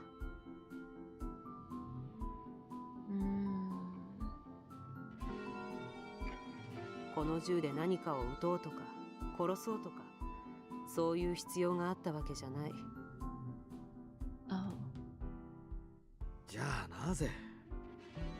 眠れなかったんだよ。ただそれだけ。Understandable, and it's just such a powerful sentence. But another thing I really like about this game that Sano Uta and is writing is that it's not only the main character is really detail written, like how he has been shifting his mind, but also the character around him, like his best friend Koji here, their friend group, including Koji's girlfriend Omi and also Kyo, the another girl who had a crush on our main character, and also this daughter here, Roko. She used to be Fuminori's daughter after he got into the terrible accident that cost almost his life and his family. The way that the voice acting and the writing and their action is so vividly different from each other, you can just tell, hey, not only they have a very clear personality and characters, to a point that I just constantly feeling bad for him, even though like I choose this game and I fully love Fuminori's and Saya's relationship and their romantic love, but I just can't help but see this other's characters so lively, and I just have to like witness their demise when they choose the very wrong path. But most of the time you can say, hey, their decision is maybe naive or maybe in a rush, but at the same time it's also very human and in character for them. They are not like a tool for the story so that the story can have some like storyline or plot or like development from time to time. They're like just here, fully inside this world.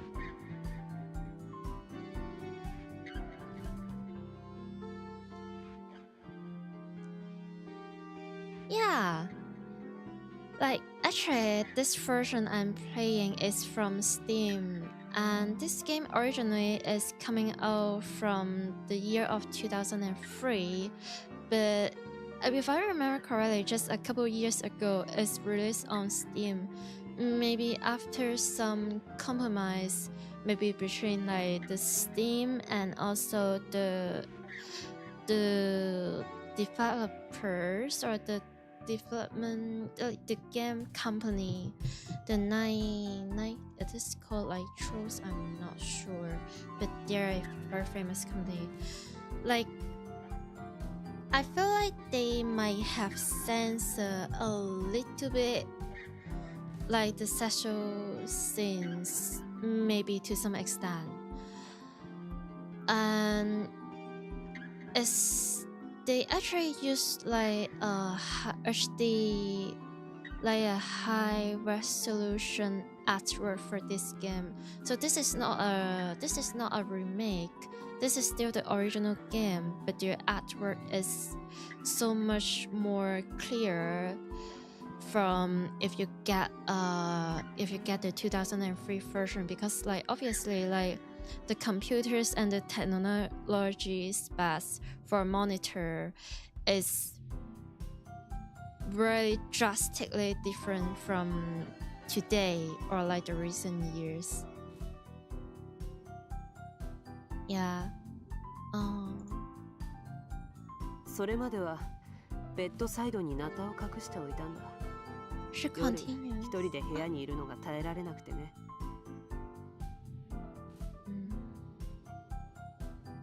She continues, choosing her words carefully. See, Brooker is being kind in her own way. Again, by trying to choose his word carefully, because like judging from her like very irony character and the way she's speaking, she could have just be straightforward and like, hey, I suffer so much, I don't want to continue my life anymore. But she chose to brush it around, or say. どんなに世界が底抜けにめちゃくちゃになっていこうと、悲鳴を上げて逃げ回る以外の選択肢が自分にはあるんだって。 Yes, a powerful woman. Love that. そう納得させるためにはね、部屋の中に何か一つ頼りになる武器を置いておきたかっ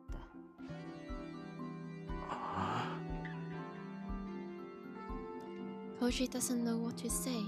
He's amazed, impressed even, that someone with such a serious case of delusional paranoia could function as one of T University's top doctors. It's actually, I feel like it's more common than people would think that someone who might be really successful in their career or seems to be very dependable in their life is also facing their own battle in their own way. でもそれじゃ大した効き目はなかった。悪夢は日ごとにひどくなっていく一方で。 I know exactly how it feels. 安眠するにはナタじゃまだ足りなかったんだ。それで父の銃を盗んできた。Yeah. It's much better now, but for a good long period of time, I used to be, not every day, but very frequently, I kept dreaming of a lot of nightmares. I guess it's just my teenager's life and also my medicine at that time, but yeah. Anyway. こんな風に重心を詰めるとね、散弾がもっと広範囲に飛び散るようになって殺傷力が増すんだそう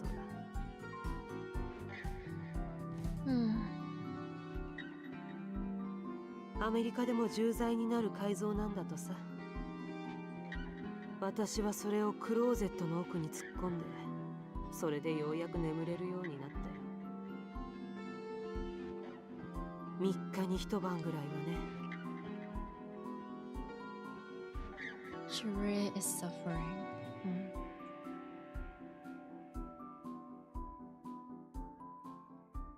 Oh. At this point, Brooke seems to have gotten everything off her chest, smiling like someone who just finished a hard job. She adds, 銃はいいよ、本当に。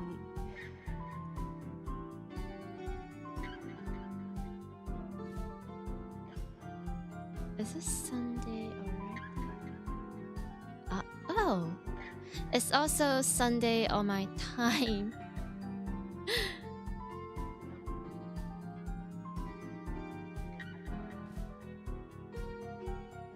相手に向かってぶっ放すもよし、それでダメなら自分の口に突っ込んで引き金を引くっていう選択肢もある。Yeah. 先生は専門家の治療を受けるべきです。 That's the last thing you should say to someone who suffered this much with their mental health. 端的な感想ありがとう。でもね、君だって他人事じゃなくなるよ。これ以上先に進むんならね。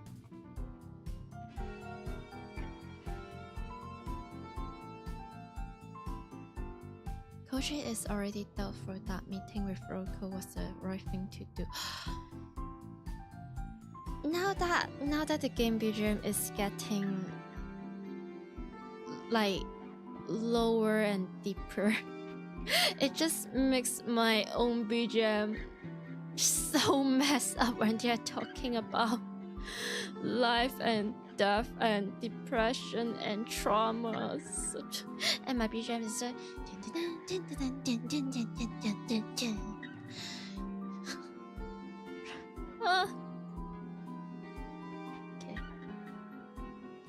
The one thing that he and Roko have in common is an unwillingness to leave Fuminori to the proper authorities.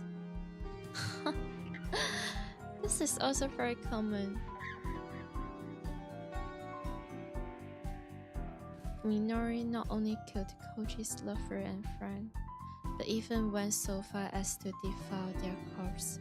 Koji isn't about to give him the chance to get off on an insanity plea. Understandable. Not condoning, but understandable. No matter what crimes he must commit, Koji will end Fuminori with his own two hands. If he doesn't, he knows that he will never sleep again. It helps to have a partner in crime. Yeah. But only when that partner doesn't cause trouble. What are you going to do? The gun in your pocket is not yours. The doctor gave you from a dead corpse of that mad scientist.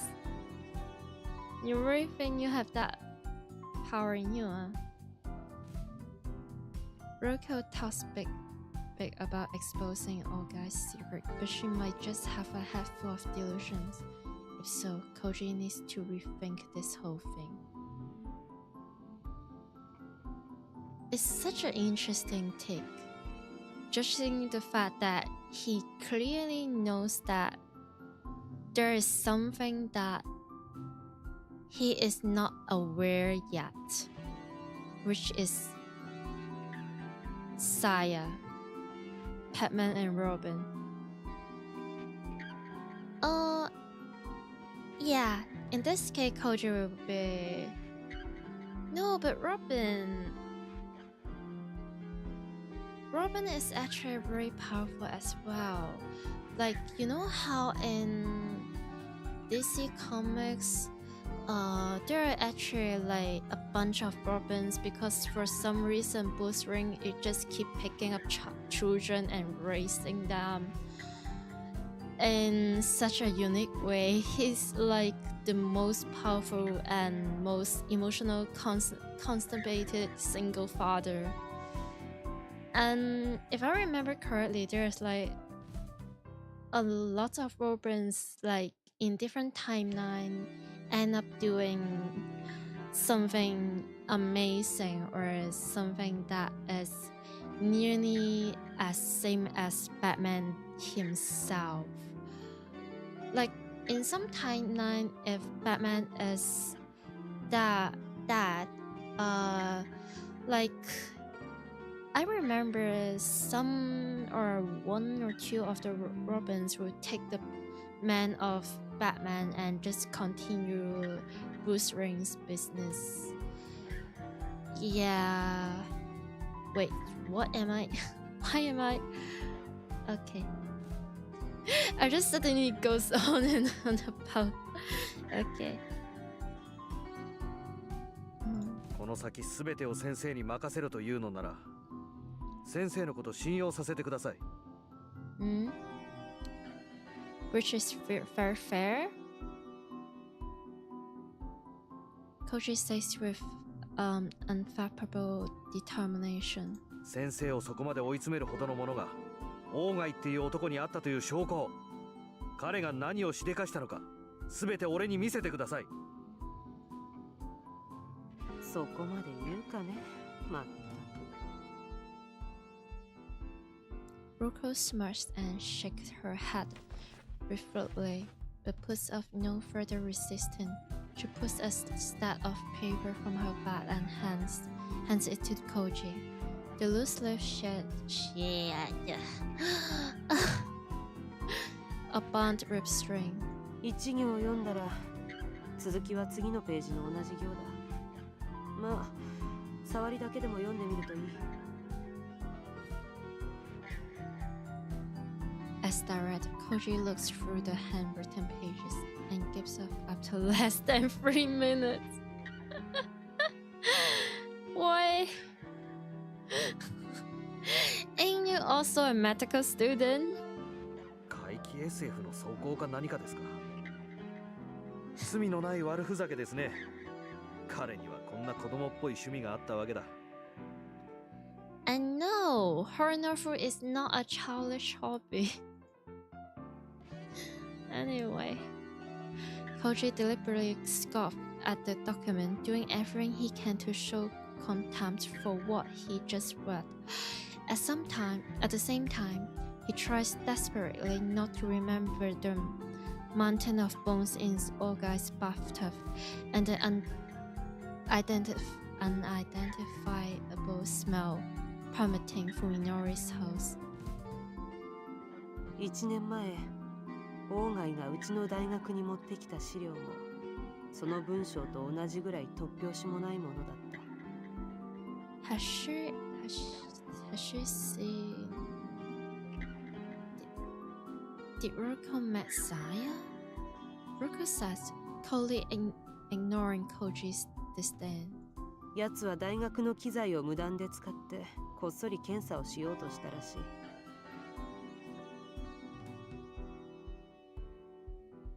だがドジを踏んで露見した。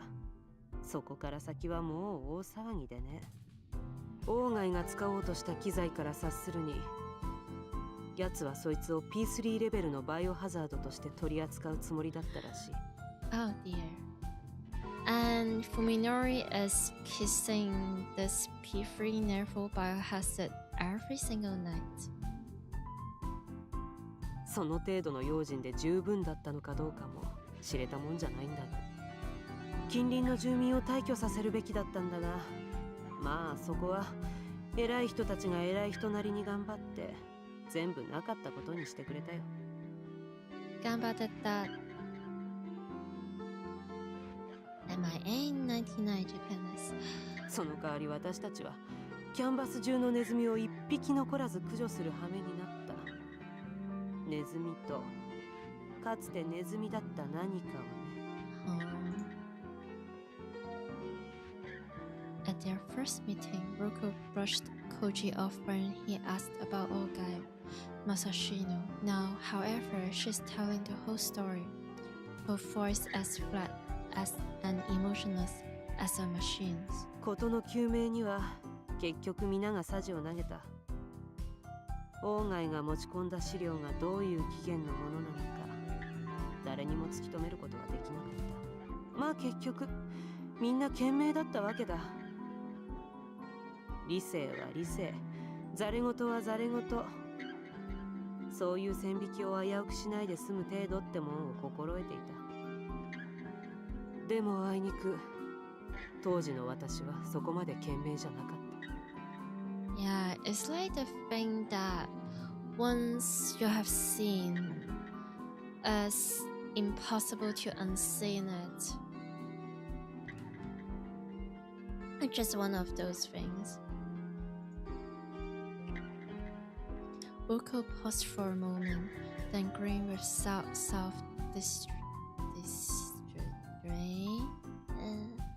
So maniacal that it strikes Koji like ball. あれこれ探って暴き出して、私は鴎外が何をしていたのか知った。彼が関わっていた連中や彼をそそのかした連中も突き止めた。Yeah, shit. So that mad scientist is supported by some organizations, religious people, encourage. ナタと添い寝するようになったのはその頃からだ。この世の理性ってものがどんなにタガの緩んだ穴だらけの頼りない代物なのか理解するようになったのはね。I mean, at the end of the day, those reasons were taught by family and school, so it's also very easy to lose them. It's not necessarily something that everyone born with.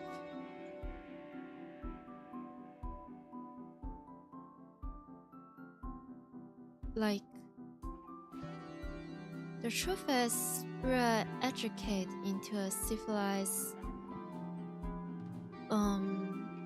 human being in this society, but yeah, whatever. I still think from the quiet insanity that he keeps glimpsing in Roku, Koji finds himself paging through the loose leaf in his hands. He reads a line at random.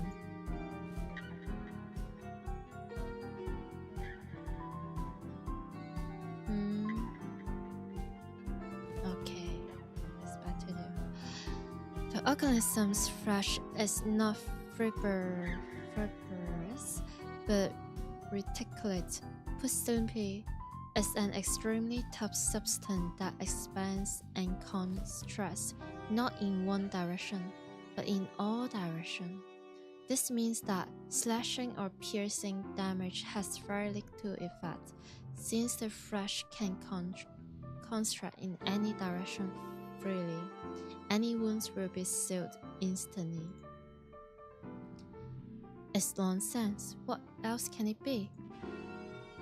If he let himself believe it, then everything else, all the logical rules that define the world, will be rendered meaningless. じゃあ先生は信じるんですね、この内容を。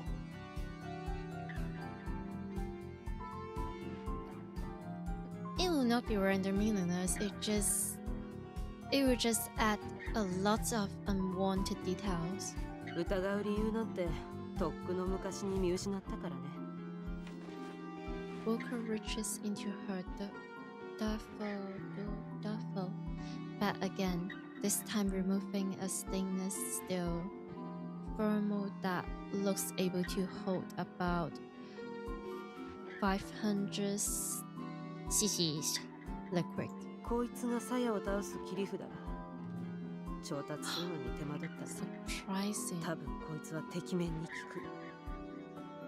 So Saya is possible to harmed and murdered.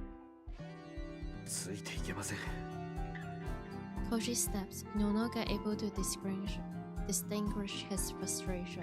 サヤが何だろうともうどうでもいいです。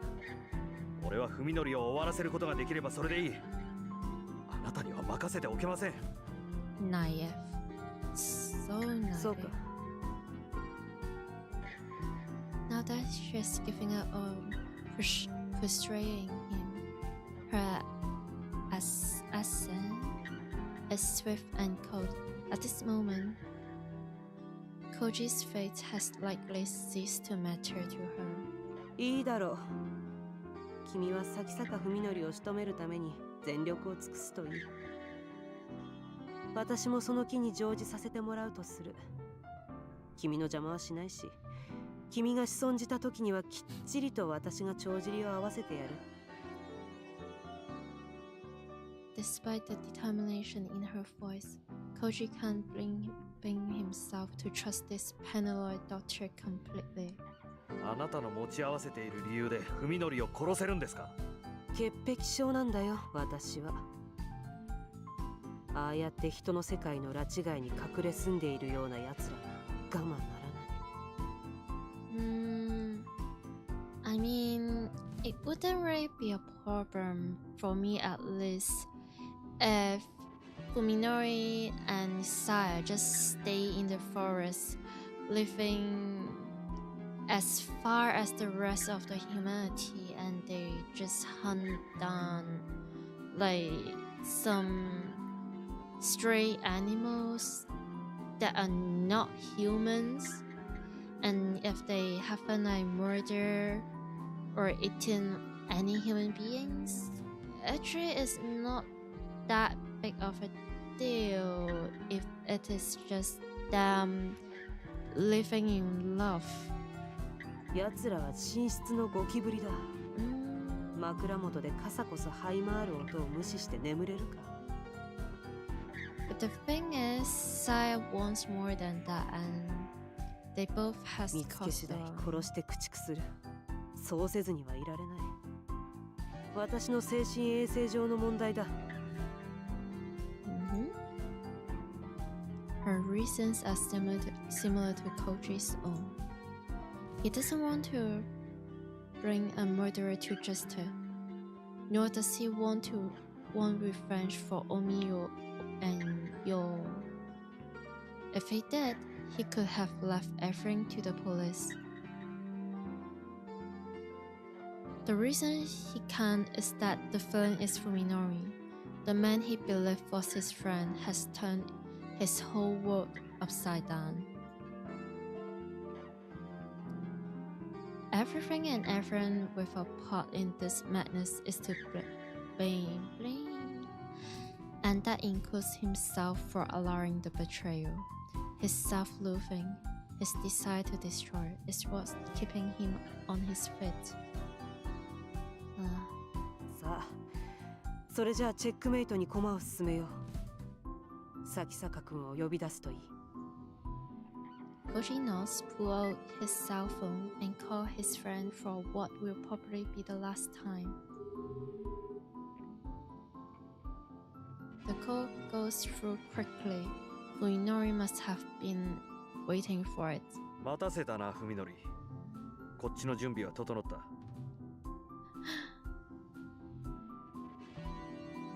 What is this?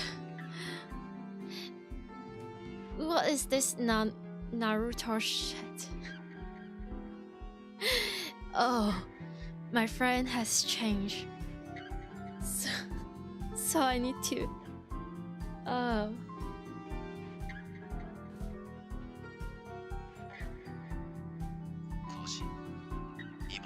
This is surely manga spirit is.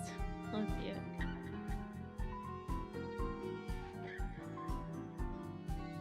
Fuminori must have been quite anxious to hear from Koji. His voice is hot and completely emotionless.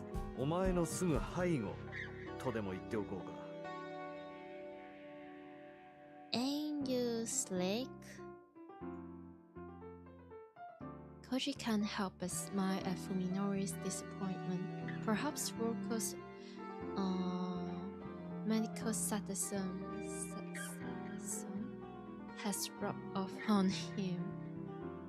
で、筑波を解放する決心はついたのか？背に腹は変えられない。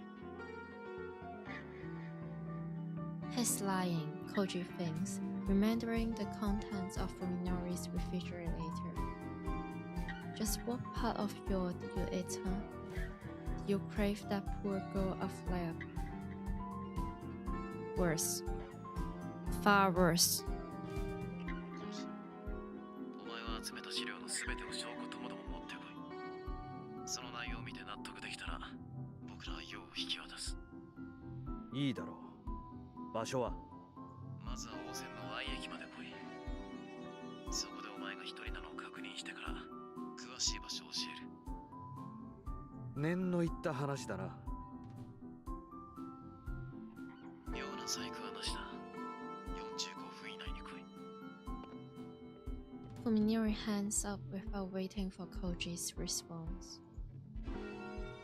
俺が単独なのを確認するまで居場所は教えないつもりみたいです。 You recognize the voice actors? He won't tell me his location until he's sure I'm done. ただの偉大生にしちゃ心得てるな。感心だ。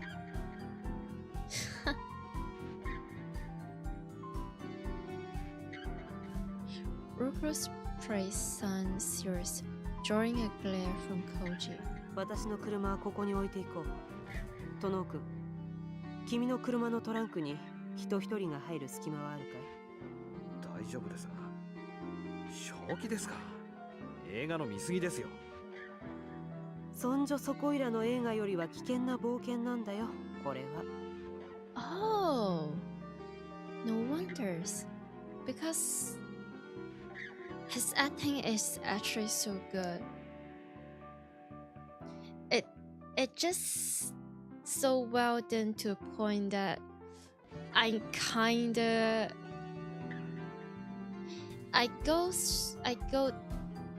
go from feeling really bad for him to understanding him and just straight up angry at him, and yeah, here I am.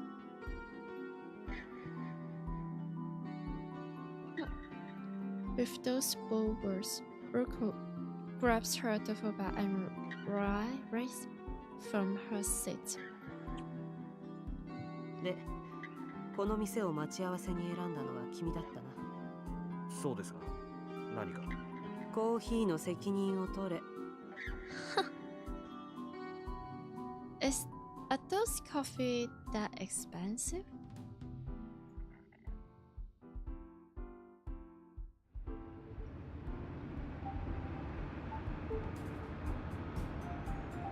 Oh, Clan and Little Buster.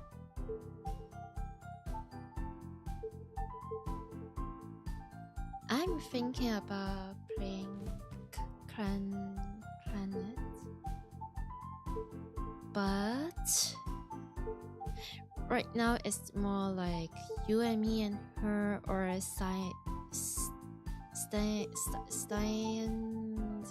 Gate. Even after Koji arrives at Y Station as direct, Fuminori calls him and makes him change location 3 more times. Such a son of a chihuahua.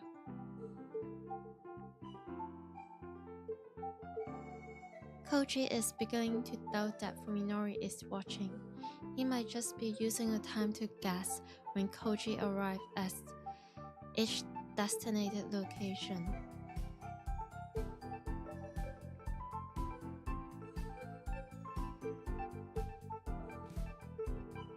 Yeah, I know the gist of the plot, but I want to try it out myself. Nevertheless, Koji can't let his guard down. Fuminori might choose any moment to make sure that he's alone. If he makes a mistake and puts Fuminori on alert, Ruko will lose her chance to take him by surprise. She'll just have to put up with the crammed trunk for a little while longer. Boom! Boom! Boom! Okay, sorry.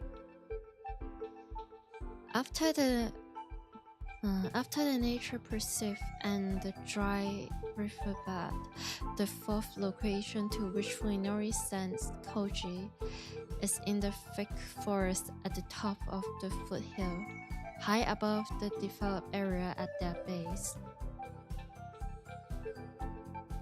His car's GPS shows a road that leads nowhere. I mean, GPS of the year 2003. But according to Fuminori, there should be an old abandoned sanitarium there. The park and river were empty this late at night, and during the day would likely have considerable traffic. This time, however, his instinct is telling him that it's definitely a place that no one could find, not even by accident. It looks like this is the final stop. Koji drives up the steep incline, soon leaving the residential neighborhood behind. Even though the hands of progress are right at its footstep, the underdeveloped forest is darker than he expected. This looks like a great place to live in secret or to kill someone and hide the body. Place like this, lost and forgotten, unfound only in deep jungles and hidden valleys.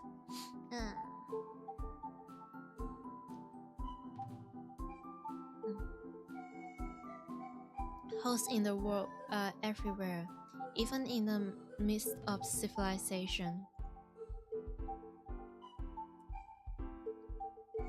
A broken down gate post suddenly appears in Koji's headlight like a ghost rising from the darkness. It looks like this is the final stop. He roars up to the gate and turns off the engine, giving himself to the silence of the forest. His phone starts ringing almost immediately. He doesn't need to check who it's from. 着いたぞ。聞こえてた。ようこそ我が新居へ。They are so edgy for this. Their conversation just Fuminori is nearby, close enough to hear the sound of the engine. A shiver of excitement shoots up Koji's spine. 中に入ってこいよ。ようも待ってる。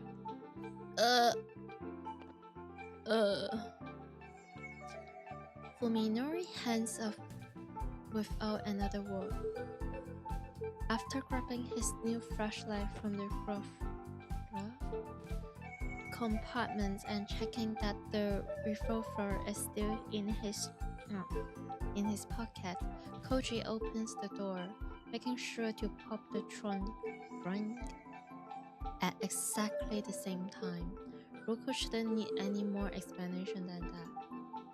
Realizing that the interior lights will stay on and podcast that the trunk isn't closed, Koji quickly unscrews the bolt, then gets out of the car and deliberately slams the delivery side door hard. You recognize his voice, huh? It probably means that you really have been playing a lot of visual novels.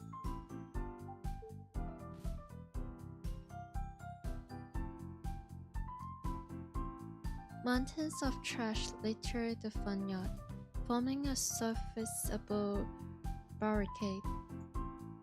Koji sees everything from small refrigerators and mopeds to huge trunks of concentrate and plaster that must have abandoned by construction workers. The fact that they could get away with leaving all this stuff behind shows just how remote this place is. He always plays the mature, smart man in the room type of character. Oh, so handsome and cool nerds.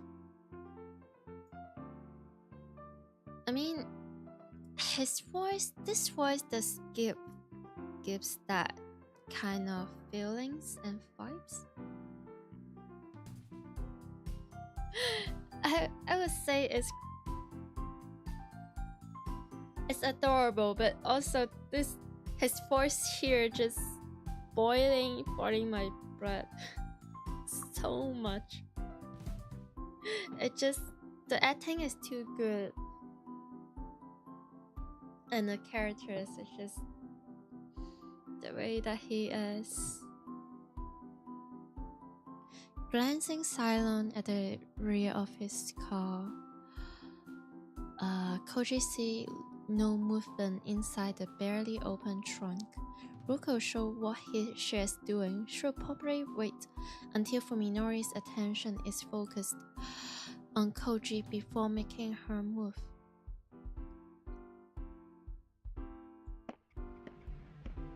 Oh. Maybe I will learn more about it when I have the chance to play. What's this game? Little Buster? I was sure to mark it down. The moon is brighter than usual, allowing Koji to walk through the front yard without tripping on debris. Staying alert, he heads for the building beyond the mountains of trash. Something must be buried underneath the piles of garbage, because the whole yard is filled with the sharp stink of chemicals. Even the homeless probably wouldn't come to this place. If you need to get out of the wind and rain, there are plenty of shelters more suitable. When he reached the gaping, doorless entrance to a building, Koji glanced back the way he came. His car, parked at the gate, is hidden behind the mountains of trash. Even if Fuminori is watching from inside the Santorium, he shouldn't be able to see Ruko cross out of the truck. It looks like she'll get her chance to make him take him by surprise. How many times now has he stood like this, alone in some ominously silent place far removed from his everyday life?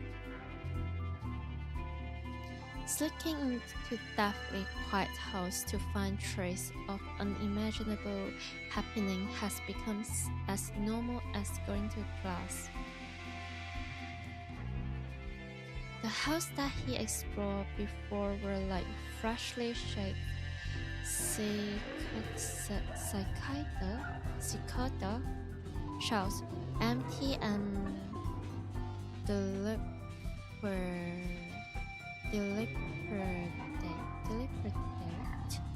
but with the trace of life they have shattered. This place, however, is different. A perfect room. Its walls and pillars rising from the dark forest like an army of ghosts, with no sign at all that people once lived and worked here.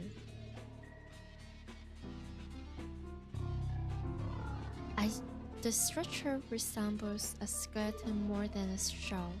Time and the elements have stripped of it as its former shape, and now there's only death. Koji has gone as far as he can. This must be the final stop.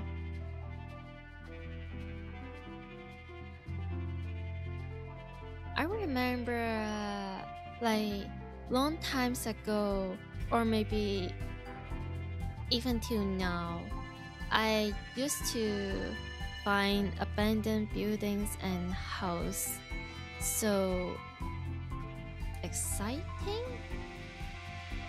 I don't know, maybe I was being a bit edgy and chunny.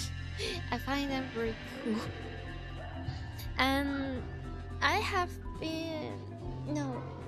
have considered to explore like abandoned buildings, but then, well, safety reasons, and I was lazy.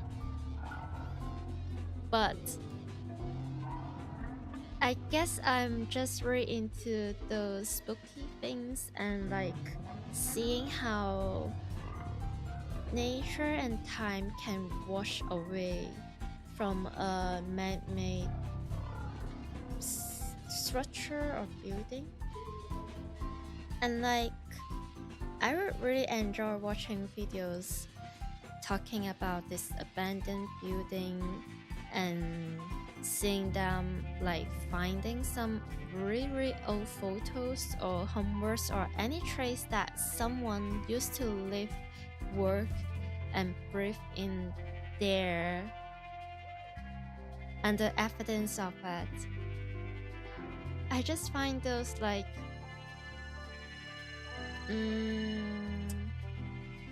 maybe it's very similar to watching some really old poem or movies. It's like a way to connect with the people that are long past.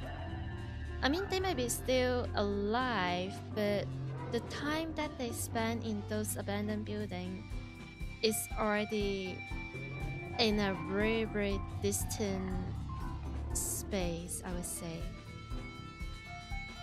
But one thing that I will find guilty is that I know for a fact that in some country or in some areas there are homeless people that have no choice but to stay inside abandoned building, and exploring those buildings means that like you are disrupting the peace. So yeah. And also, what if like there's like criminals or like someone is under like influence of like maybe alcohol or a substance? It would get really messy as they can. I watch Japanese TV shows that explore abandoned places and old houses. Oh, they also do this?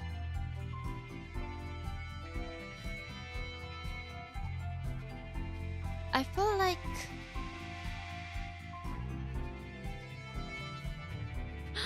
man, I almost want to ask for the name of the show or like the title of the show, but man, that must be nice.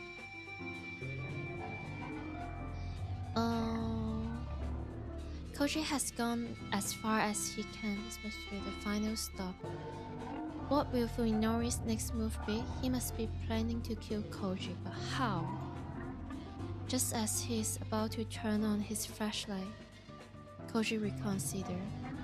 Usually it's the ghost story. Ah, those are some classics. I mean, I know most of them is probably like extra very far from truth and maybe just straight up a make-up story, but hey, if it's a good story, who am I to say no?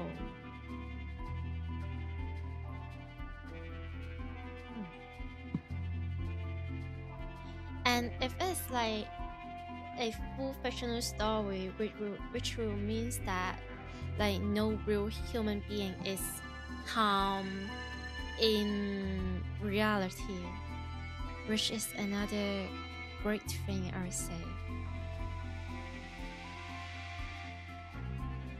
If he wanders around with the lights on, he will be broadcasting his exact location. That will give the advantage to Fuminori, who is properly lying in wait for him right now. He holds the light before him in his left hand, and his finger poised on the switch. In his right hand, he raised the revolver, keeping point in the same direction. There's... Oh, thank you for telling me. I feel like after the stream or like after some time, some days ago, maybe after I wake up, I need to mark the games that you guys have been saying and the TV shows. Now ready to fire when he turns on the light, Koji stepped quietly into the dark room. I mean, I play and stream the game that I find curious or the story that I like.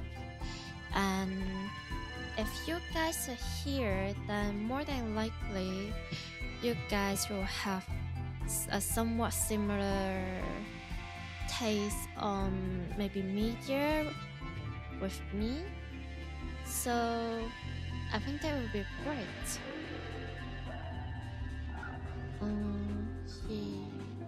It takes a while for his eyes to adjust, but even when they do, he has only moonlight streaming through empty windows to guide him. Everything appears grey and indistinct. However, Fuminori has to deal with the same condition if he's hiding here. This is a battle of nerves, exhausting and deadly. Were the first to make a sound and give away his position will lose. Ooh. The room on both sides of the hallway are all open. Some are even missing their doors. Koji creeps up to each entrance, checks to make sure no one is inside, then carefully puts it in. The sink that he noticed in the gardens has changed. Now it smells more organic, like rotten meat. It's the exact same smell that filled Fuminori's house. The organism's flesh freely expands in a manner that renders piercing damage meaningless.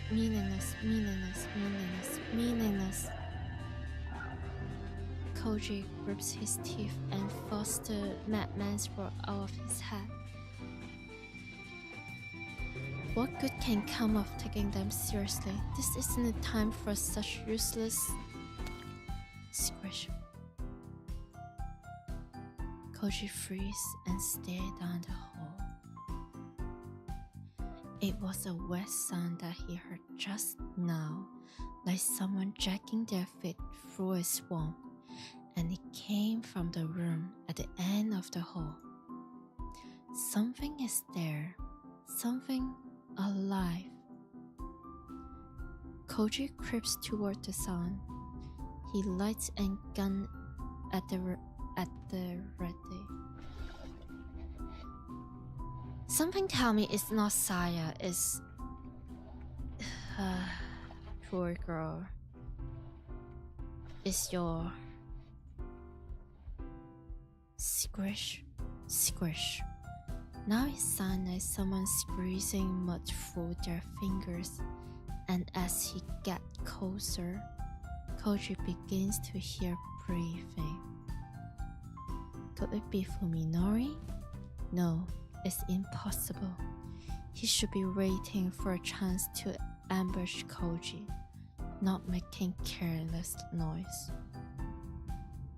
As he puts it, the strange sound coming through the crack in the concrete wall grows clear.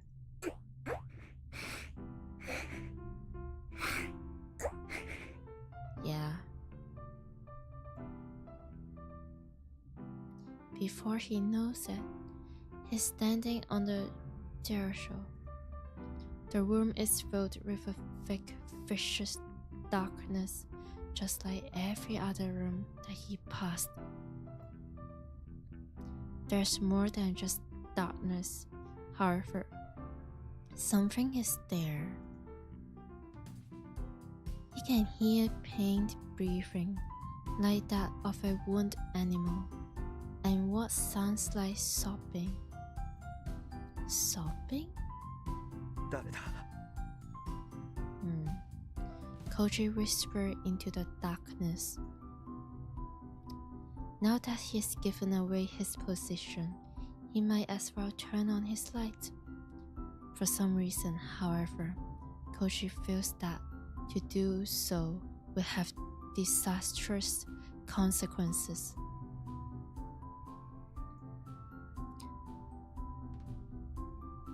The last time I heard her voice on the phone, she was sobbing. The whistle suddenly stops. And then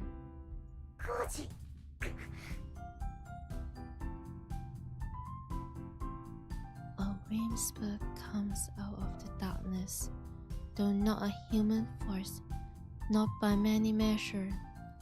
It speaks more blasphemous semblance of human words. A nightmarish flash of insight connect the dot in Koji's mind. つくば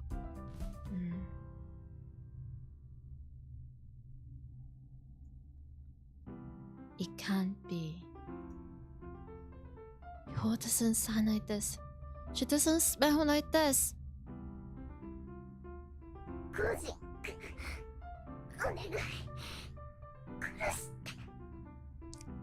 So Yo has regained her consciousness as a human being. Okay.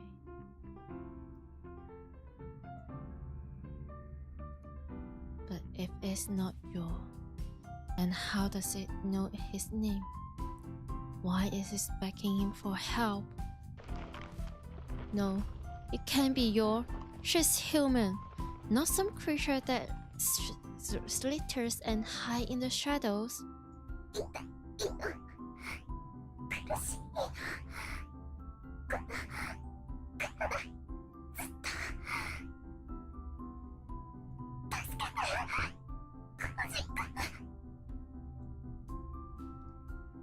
The finger goes closer.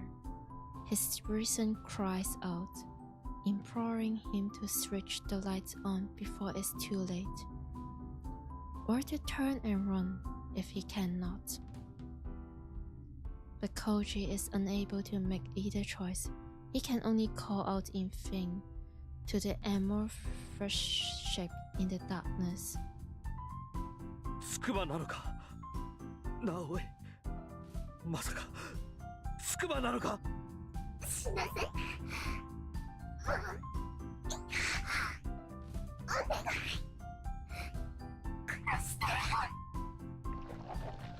Something soft and slimy slide over Koji's toes. Instant overrides his will, forcing him to turn on his light and shine at his feet. The white beam reveals everything, the merciless truth that finally shatters Koji's sanity.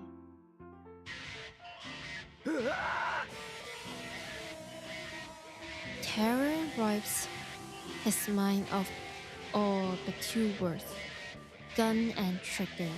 His finger responds with instant obedience.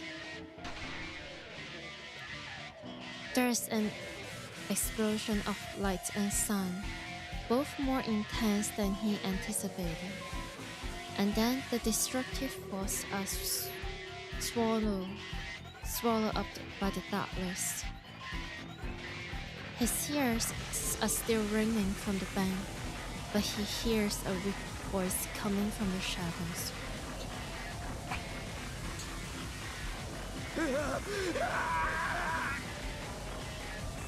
Koji screams and pulls the trigger again and again, certain that salvation can come only from the power of his gun. The thing is, Koji only has 4 bullets left. If he keeps shooting and shooting, then yeah, he has no weapon. Light and darkness, explosion and silence. They dance before him 3 more times. Koji doesn't need to aim. The horrible creature is right at his feet, far too close to miss. Roku warned him how many bullets were left in the gun, but that information has already been driven from his mind.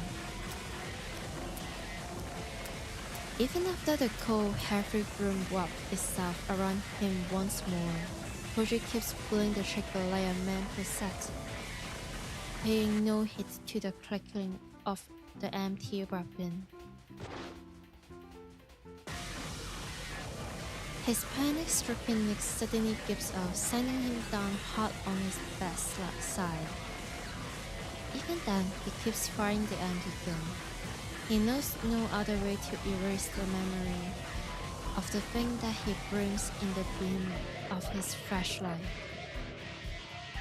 The light, which fell from his hand during the attack, is now pointing in a different direction. And though all 4 bullets must have hit their target, they were Koji's last card to play, which leaves him alone in the darkness with no way to defend himself. And just as he's realized this, a mass of rotting flesh rolled over him like a theta wave.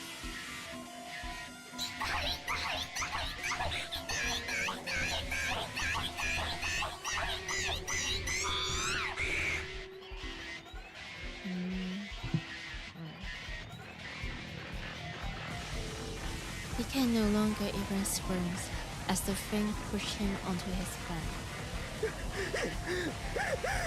With fear seizing his throat, in an iron grip, Koji struggled desperately against the monster as it crawls up his body towards his face.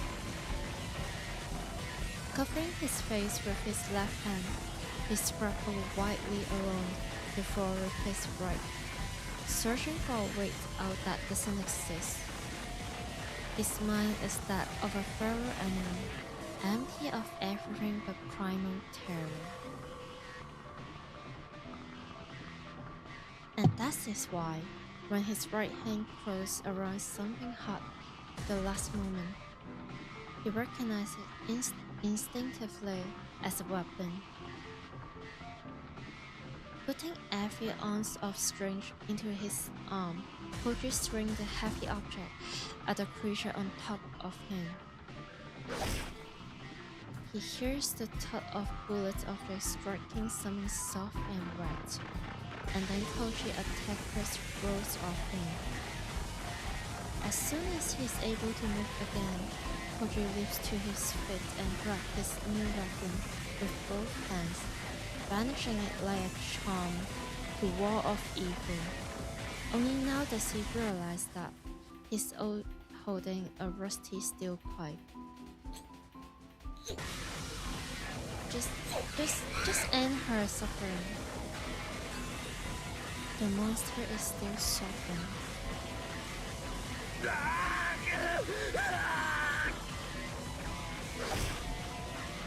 With a cry that past scream, Pat roared.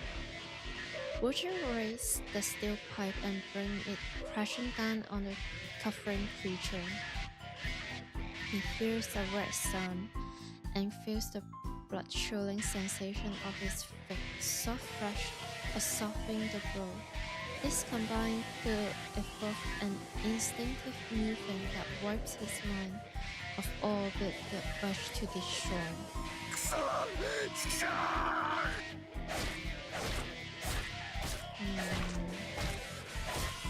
Interesting. And the Japanese voice acting here, what he's saying is not die and are going to die is, from my understanding, it's more like calling that creature, calling you as you animals or you non-humans. No, I know my English is and my English and Japanese skills is limited, but I just find it interesting. Like every time I find the difference between like the localization and the translation with like For example, Japanese and English. Anyway.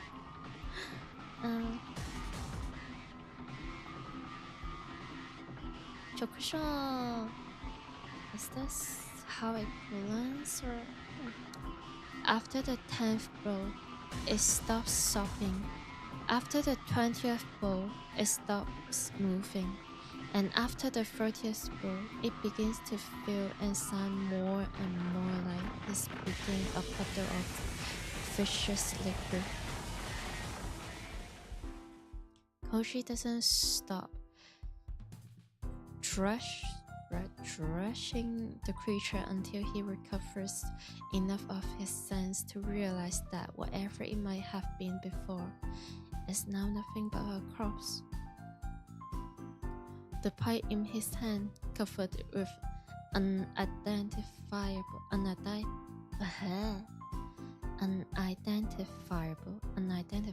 fluid and filth, suddenly feels unbearably heavy. 君はまだ一番致命的なものまでは見ていない。 Ruka's voice plays back in his head, and at last he knows how merciful her warning was. Yeah, now you know. Now that his eyes are as open as hers, he is able to laugh in contempt of his own foolishness. 20 years of memories in the light of the sun. If they were indeed precious to him, then he should never have come to this place. The black flame of despair rise within him, consuming fear and revulsion and pity. Only rage and hate remain. Every core in his body cries out of vengeance for the blood of the man who poisoned him with truth and tore him from the womb of innocence. And then Koji, slave to hate, heard the sound of someone slipping up behind him. Koji wails, swinging his pipe with all the force he can muster. His enemy hastily leaps back to avoid the strike, surprised by his failure to catch Koji's off guard. Twist shadow dance in the beam of the night on the floor. Readying his pipe for the next blow, Koji faced off against his second attacker.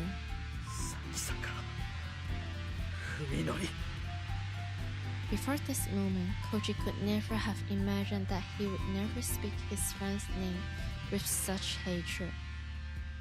おいおい、今の一 This 振り bastard. まるっきり手加減抜きかよ。His mind is so punchable.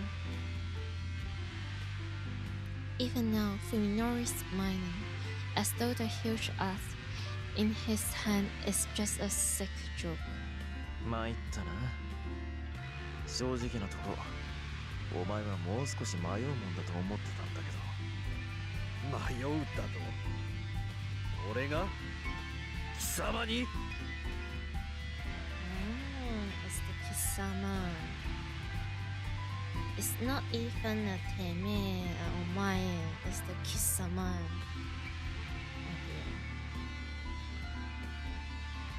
Koji sneers too, unable to contain his contempt for the notion. 貴様近江をどうした？筑波に一体何をした？それを考えてもまだ俺が貴様を殺すのに迷うだと。そいつは言いがかりのつけ方が逆だろ、コージ。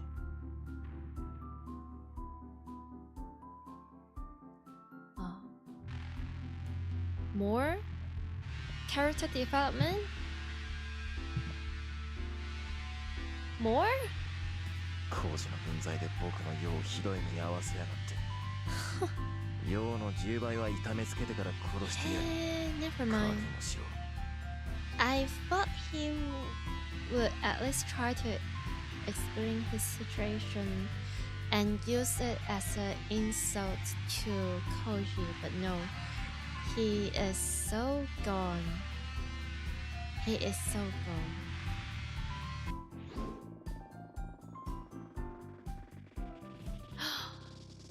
Oh. Sheesh. This BGM is sheesh. The blade of Minori's ass craves a murderous arc through the darkness, glittering menacingly in the flame light coming from the floor.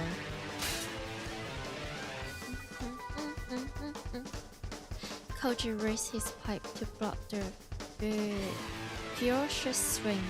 The heavy impact numbs his arm, but his large frame takes the blow without giving any ground. Fuminori pressed the attack, delivering a second blow and a third. His axe, designed for chopping down trees, is deadlier and more durable than the piece of pipe Koji found discarded on the floor. It struck Koji Bros, sends chunks of brass flying from his makeshift weapon. He can't win as long as he's on the defensive. He needs to create an opportunity to attack. Come on!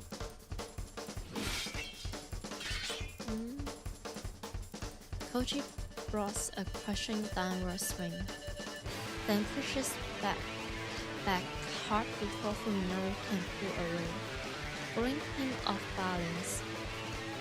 Fuminori stumbles backward, then plants his feet to steady himself. Taking advantage of his opponent's temporary immobility, Koji delivers a punishing low kick to Fuminori's outer thigh. Just kick his penis and balls. Sorry. Fuminori grunts and retreats, swinging his axe wildly to prevent Koji from following up with another attack. Koji, however, does not press his advantage. He just stands where he is, calmly sparing Fuminori with his stare.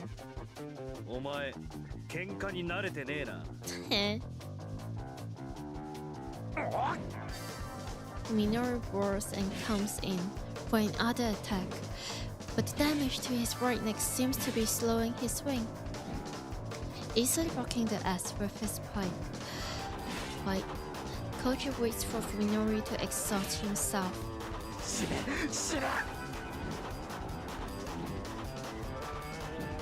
Yes, this time it's free, meaning die and go to die.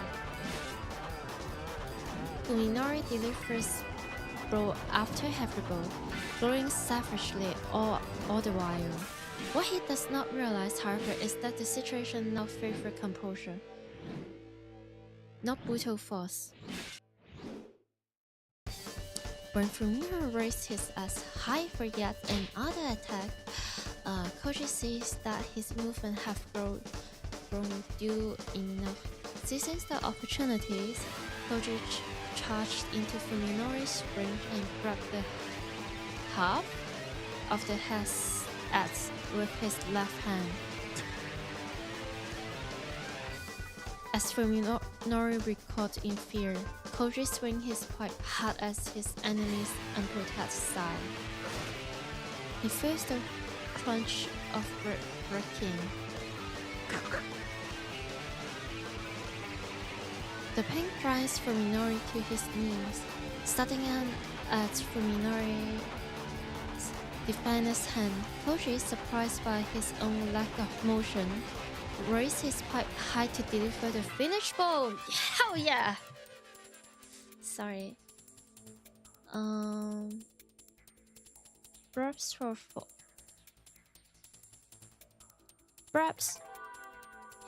You are so silly. You are very silly. Which is when something wrapped itself around his left ankle.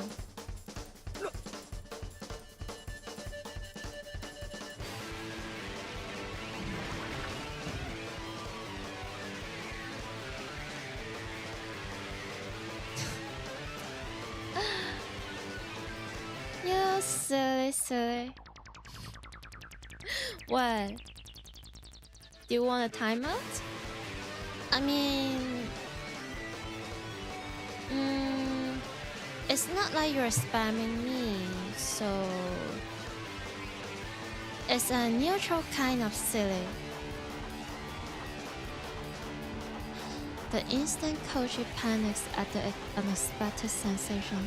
Something soft yet strong winds itself around his right leg and just drags him to the floor before he can resist. He twists his body and tries to swing the pipe at the unseen enemy behind him, but his right hand too is seized by the same flexible force.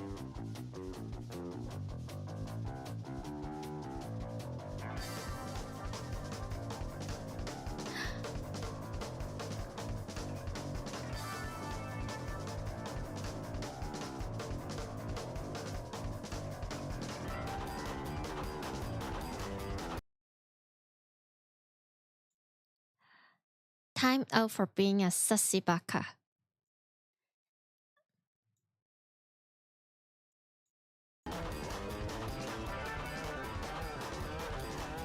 That monster is still alive?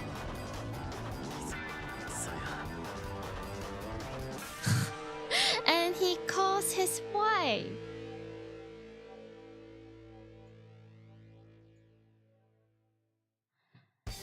Fuminori says encouragingly, even while kneeling on the floor, his face twists in pain. He managed a terrible, victorious grin.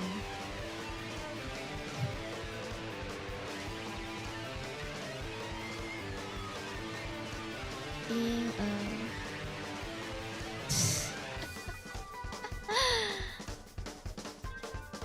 I mean, you're not wrong. Saya. This monster is Saya. Koji struggled desperately to free his limbs from the creature's slimy grip.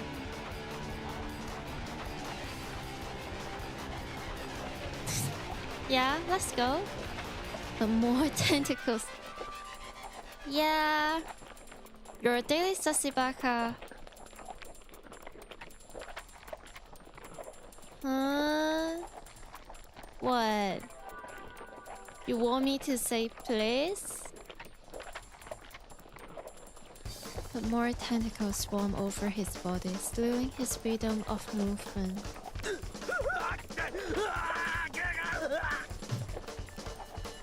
Oh dear.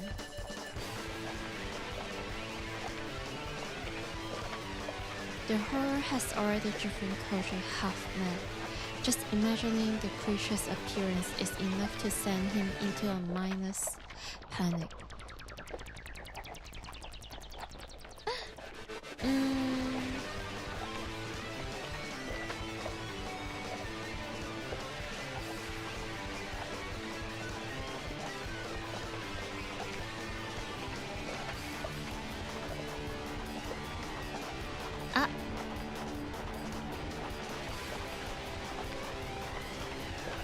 I mean, if you like this content, I will be more than grateful and appreciate if you follow, if you like the content, or yeah.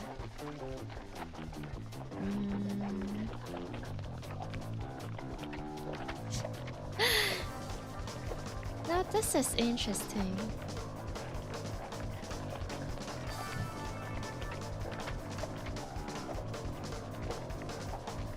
The horror has already driven Koji half mad. Just imagining the creature's appearance is enough to send him into a minus planet. His scream is suddenly cut off as a slimy appendage seizes his throat. Oh, so they're fighting as a couple. Let's go. Okay, this most deadly tentacle isn't just cutting off his wine pipe. It's trying to slap his neck and it's getting tighter. Yep. I guess I would say I'm very surprised that some games are banned from Twitch, but Saya is very safe for now. And it still is very safe for Twitch at least.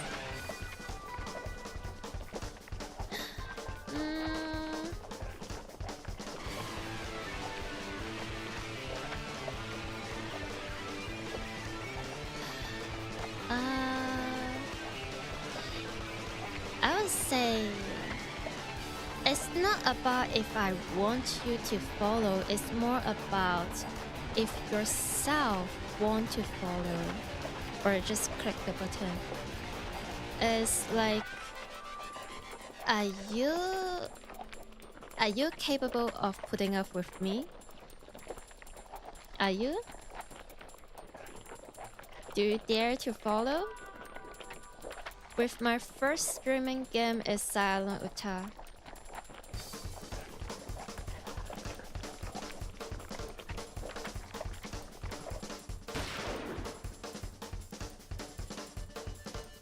Koji is certain that this is the end. But just as his vision begins to dim, an explosion brings him back to his sense.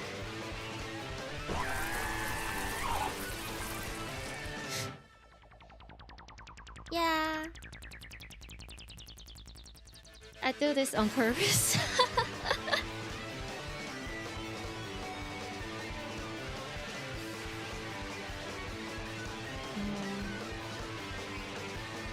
With a horrifying inhuman scream, the creature released Koji and retrieved its tentacles.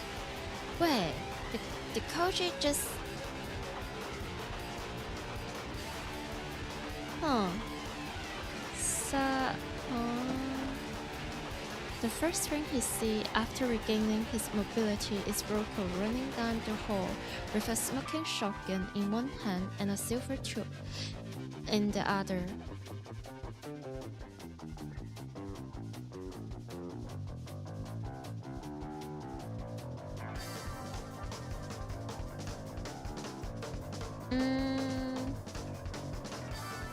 Well, now we are very closing to the ending, so you're either dodging a bullet or either you're missing something you really love. It's either one of those. There's no in between. Like the first, I feel like at least this is also the first time I'm playing this game, so I'm not entirely sure, but I know some of the endings and I know the summarize of the plot.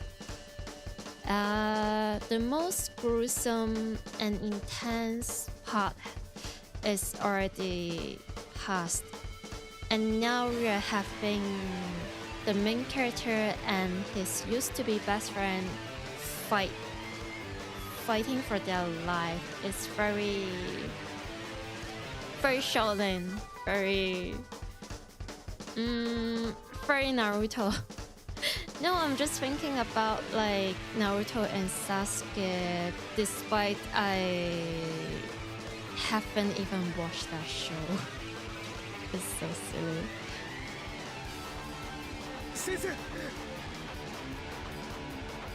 Yes. Best character, best girl. Yes. Ruka responds by tossing him the tube. Though still lying on the floor, he managed to snatch it out of the air. It's the thermal she showed him at the restaurant, the one she called her secret weapon. そいつの中身を奴にぶちまけろ Yes!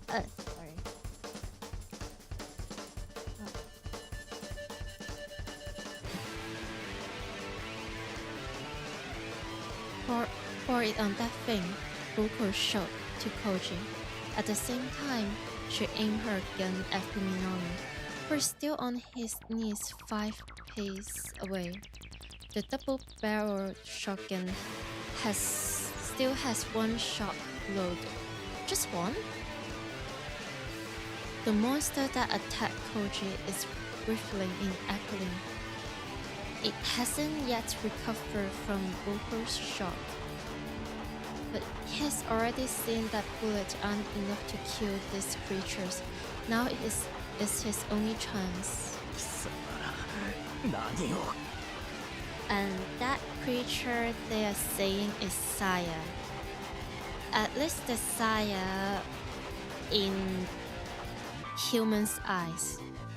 But not Fuminori. In Fuminori, the main character's eyes, Saya is a really, really pretty girl. Fuminori grows, gritting his teeth against the pain of his broken ribs. Forcing himself to be calm, Koji stands and carefully unscrews the lid of the thermal. There's no question in his mind that something extremely potent is inside. As soon as it is unsealed, a thick white mist pours out of the thermos and the surrounding air turns freezing cold. Instantly guessing what's inside, Koji lobs the thermos at the pile of flesh convulsing on the floor. The thermos sails through the air, spilling white foam, and like a baptismal from the shower. Oh, so the holy water thing. Its liquid contains upon the hellish creature.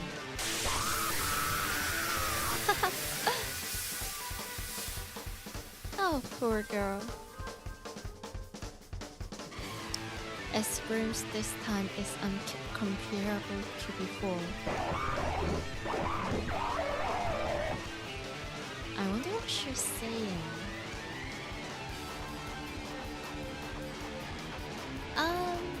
I'm supposed to feel bad because at the same time I like Saya very, very much, but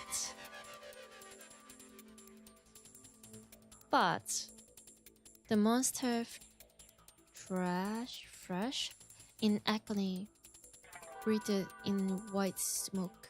It screams and joined by Roko's crackling.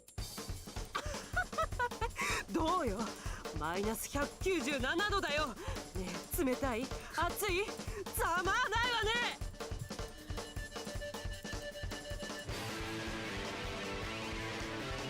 Oh.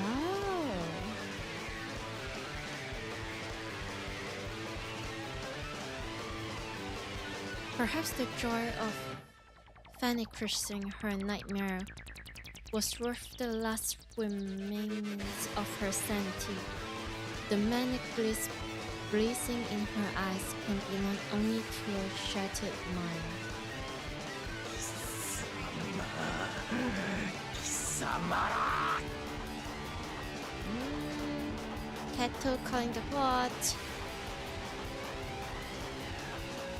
Fuminori staggers to his feet, roaring back black curse. His rage seems to have drawn out of the pain of his broken bones. Roko is not one to underestimate the threat posed by his ass. Her mad laughter fades away, leaving only a cold smile as she pulls the trigger. With a sharp burst of dark flame, Roko's gun spouted and dies. Roko is not an expert on firearms.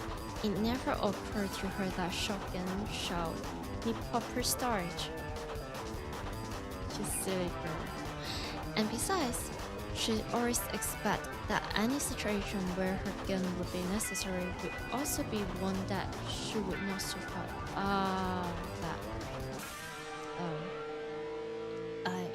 I'm very sorry. Cursing in anger and dismay, Roko breaks the shotgun open and awkwardly pulls the dust out. Meanwhile, Fuminori starts towards her like a vengeful demon, the head of his ass surging as he dragged along the floor. Oh. I have to stop him! Koji tries to charge Fuminori, but only succeeds at sending himself spiraling. One of his shoes is stuck to the floor, frozen by the liquid nitrogen. As Roko fumbles in her pocket for a new shower, Fuminori crossed the distance and rides his ass in both hands. Koji cursed and ripped his shoes free of the frozen concrete, but he knows that he will never make it in time. Roko thrusts a new shell into the chamber of her shotgun and snaps it closed, then looks up to find her target. Fuminori is right before her, too close to evade, and his ass is already crashing down with the wind howling in his wake. The sound of bones shattering, tendons snapping, and flesh tearing blend together in harmony.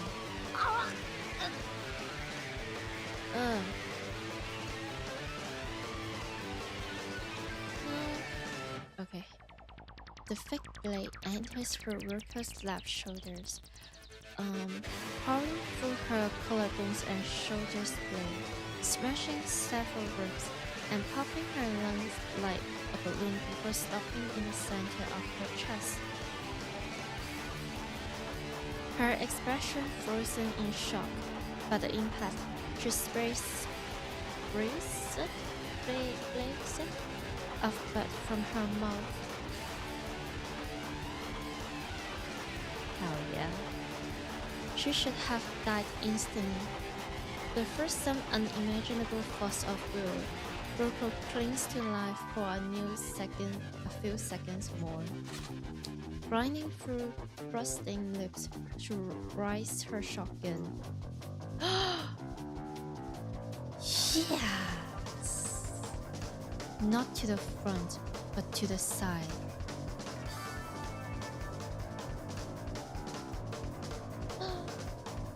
Beyond the barrel of her gun, wearing the 77-degree Kelvin mist like a white cloth of death, is the wiggling Saya.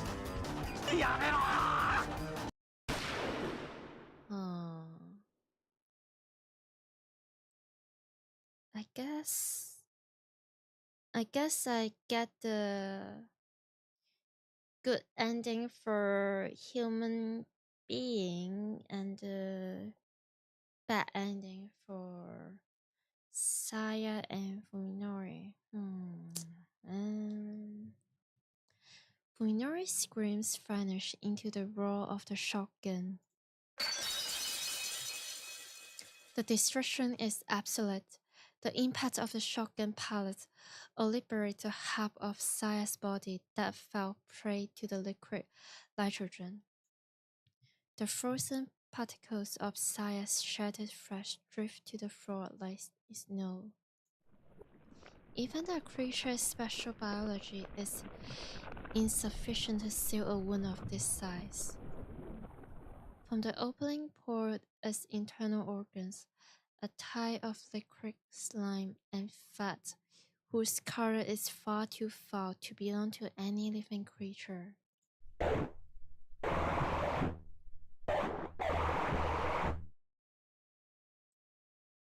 Now, so far, every force that got altered in this game, got changed in this game, we can still very likely understand some of the sentence. But this one, even though we have the subtitles, it it sounds like Animal Crossing. It, are you going for all endings? I am thinking about it, but the thing is, I streamed for 8 hours yesterday for the part 2 of Sayano Uta, and I was so tired today. I don't think I'm used to streaming yet, considering this is only my third one, right? So I'm thinking about we finish this one, this ending here, and maybe trying for another ending for tomorrow, or the next time I decided to play this game, Sano Uta. At least for now, my goal is to try my best to finish this game before or at least within 1.5 hours, because I feel like that would be like my limit at least for the time being. Or maybe I will get used to streaming for maybe after a period of time. I'm not sure for the future.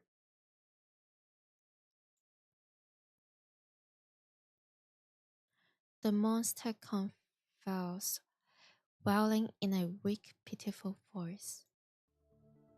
Saya.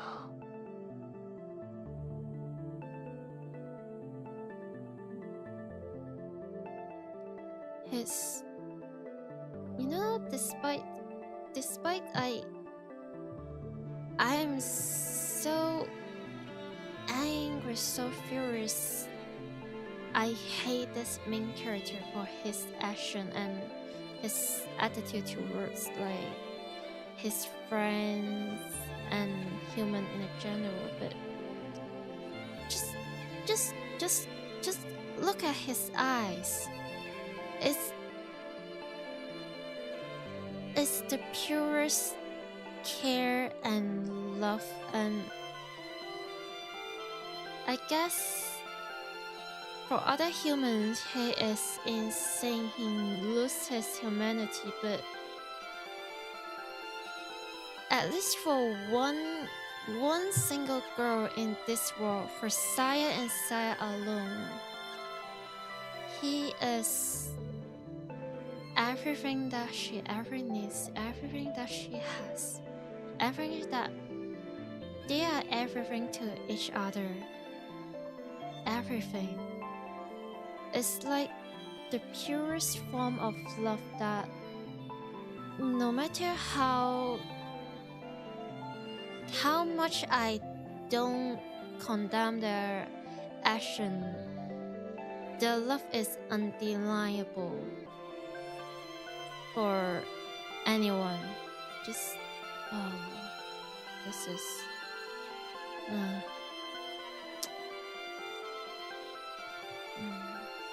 with his ass still buried in Roko's body, Fuminori stares at the dying creature, his expression utterly devoid of emotion. Koji grabs his pipe and prepares to attack Fuminori from behind. But faced when he sees the antlers on the face of the man he hates, and at the end of the day, he is still a human. So as the Saya in his eyes. And Saya, in her own way, is also trying her best to be a human that can be accepted in a society, but just for better or for worse, it's not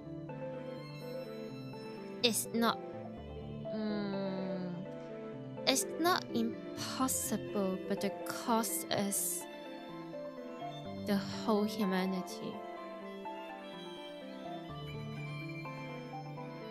Fuminori pulls his asses out of Roko's crops, then look at Koji with glazed eyes. There's no recognition in them, nor hate, nor rage. When Koji meets Fuminori's blank state, he knows there's nothing left in him to kill. Initially, even after Fuminori's 5 sense is all altered and can see nothing sane beside of Saya, he never ever tries to deliberately, physically harm another human being, even though he finds it really hard to see them as human, or even communicates or just sympathize with them at all, but he never really attempt to do anything that is too devilish or out of the moral. It just, after Saya is assaulted by a human being, because Saya alter their brain and make them see the same scenery as our main character, that human has gone insane and murdered his family. And when he sees Saya, that human instantly try to assault Saya, and Fuminori saves Saya from it. Whether Saya is actually capable of defeating that terrible human, terrible but also very pitiful human, is for audience to question, but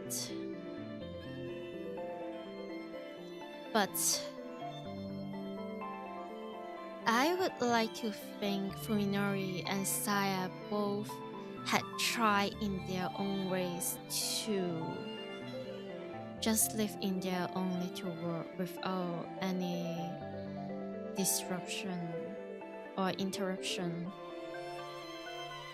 until that incident happened and they decided they are no longer able to ever trust or put any faith in the rest of the human being, and that's the time where everything is going way too far for them.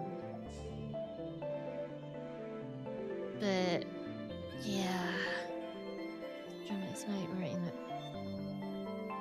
it's not making it feel like we're in a romance novel. We are in a romance novel. It's just a very extreme and very triste one, so to speak.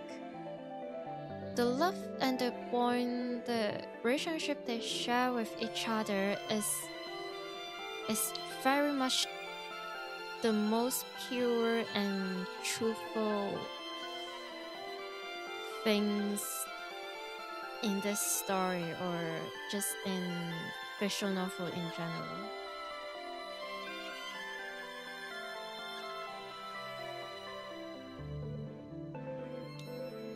If it's not for his and Saya's quiet and peaceful life, Fuminori will be very annoyed and disgusted and feeling hatred like towards other human beings, but he is not.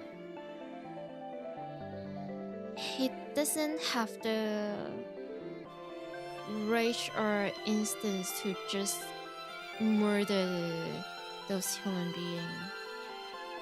But yeah, that seems like a very distant past. Fuminori brings the axe closer to his head and right side, the blade toward his face.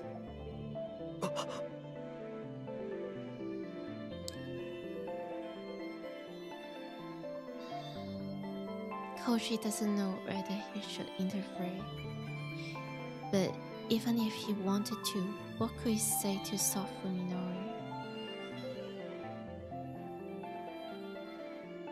Fuminori pulls his head back slowly, then drives his face into the blade of the axe like a spring-load toy.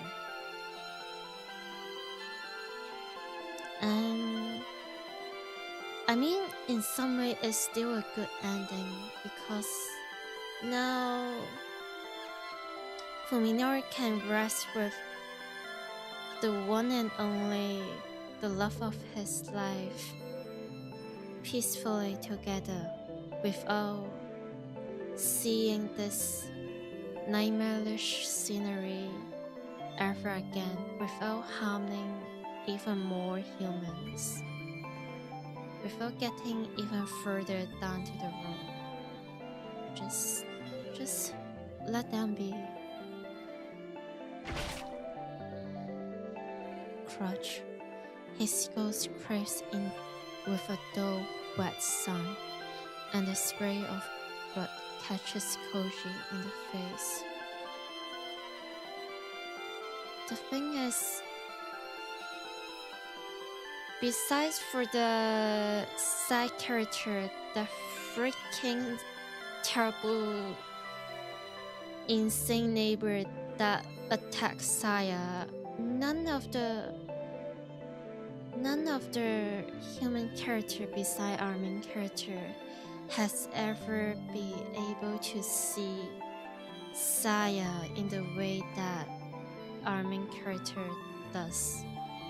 All they can see is just this creature that they are not able to understand, and it's very threatening to their safety and the rest of human beings, judging from what Saya needs to consume in order to stay alive and what she has done in the name of love.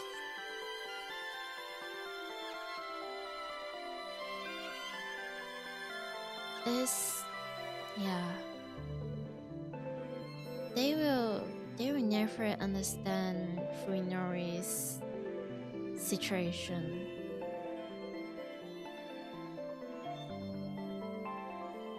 I find it just interesting and poetic in a way that, like, for most of the visual novel, we're presented with both of like several different perspectives, but the main difference is we can see the perspective in Fuminori, the main character's eyes. We can see the horror in his eyes, but we can also see the rest of the human being, be it the daughter like Roko, or Koji, like the main character's past best friend, or Omi, Koji's girlfriend, or your, like, the poor girl in the fan group. It's always giving us such a separate feelings for their perspective when it is so visual.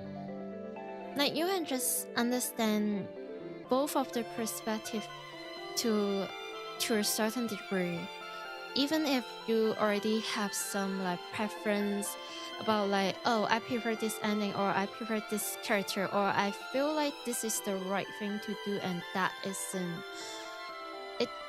But in this final moment, the only thing we can see so far is Koji's perspective. We are not able to see the for Fuminori's final moment, in his final time, what he sees about your dead body as a human in his eyes, and what the doctor and Koji is doing as a monster in his very own eyes. Also, the harm that the wounds, the pain that Saya suffered in her final moment, we're not able to see that in Fuminori's perspective. I feel like it's almost like telling us that we are not meant to be able to see that. It's not meant to be understood in the first place. Because it's just the two of them and the rest of the human being. We are not supposed to feeling sympathy or empathy for them.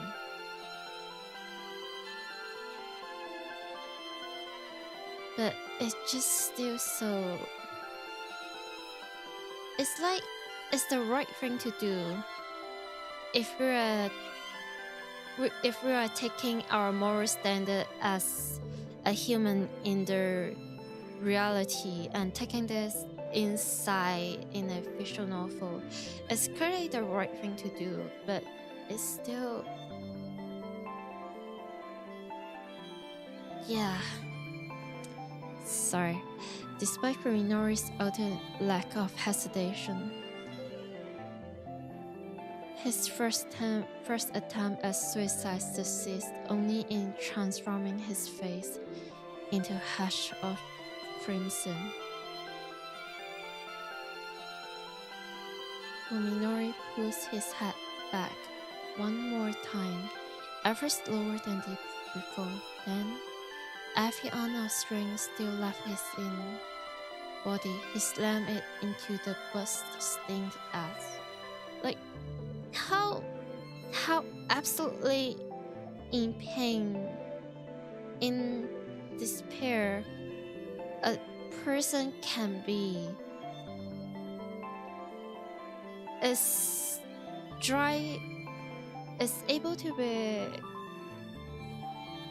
to drive themselves using this way to end their own life.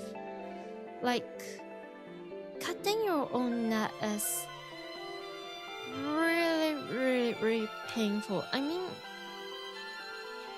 to be honest, there is no such a way as a peaceful way to end your own life, but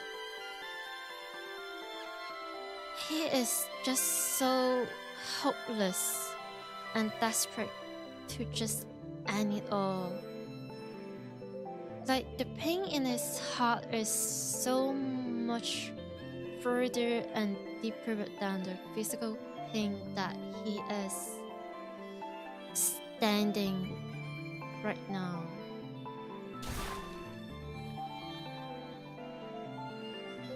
The sun is wetter than before. Fuminori's body goes limp, then tumbles face first to the floor. Koji stares at the two mangled corpses for a while. He feels completely left behind, like he can't remember why he's standing in this place with a steel pipe in his hand. The stale air filling the ruined building becomes shot with the stench of blood, and the crimson puddles gradually spread across the snow-covered door. Yet, tranquility of the scenes make it seem like a painting.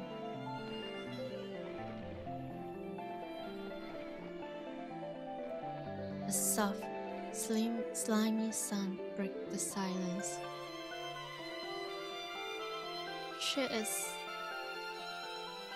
She's still. Koji looks at the mortally wounded monster. The creature is on death's door, but even so, it moves slowly, feebly. It drags its broken body through the sea of blood. It's coming for Fuminori. Koji had forgotten his anger, but now it comes surging back at full force. しねえよ。 He grows and stabs the monster with the end of his pipe.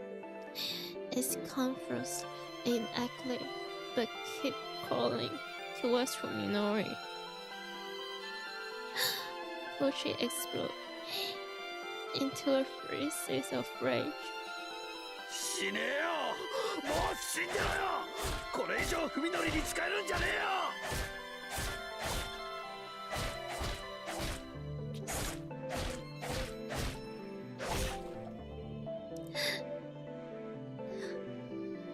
Even after all this,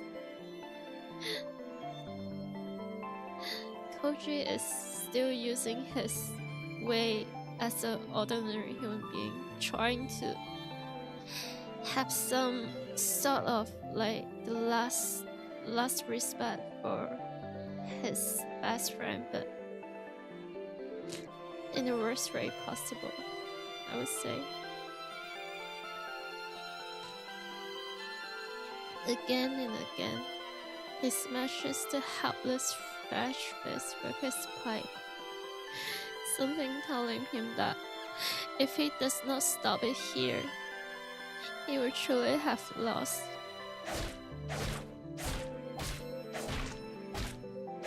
The monster, however, never succumbs. It struggles on beneath his bow until finally it reaches Fuminori's props. 触るな。踏み乗りに触るな。てめえは何様だってんだよ。ああ。 Just stop. But then, just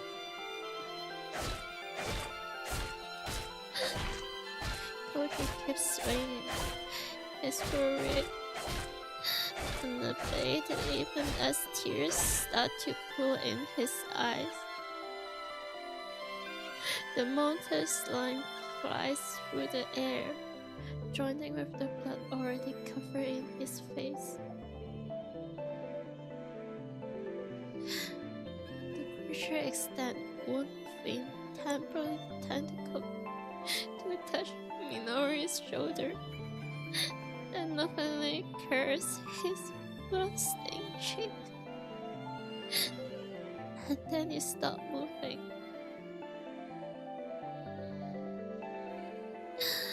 Even in its final moments, the monster would not let Fuminori go. It died joined with him.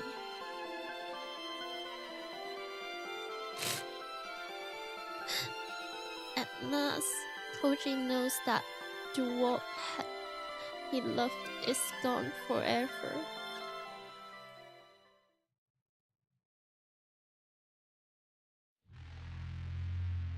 ねえねえ、今度のスキーだけどさ、今年はどっかスケートも遊べるところにしない？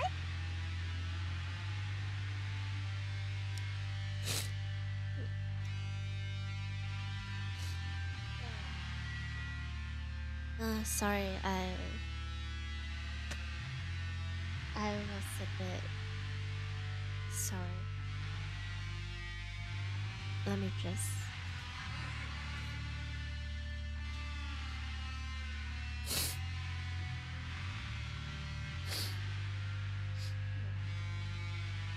Okay. Sorry. Omi sat if first to sleep. Yeah, Even in such a depressed day, I still can't pronounce English nice. Aphoristic. Forget. It's too much for me right now. Omi says excitedly, happily, the exposed bone of her face shattered.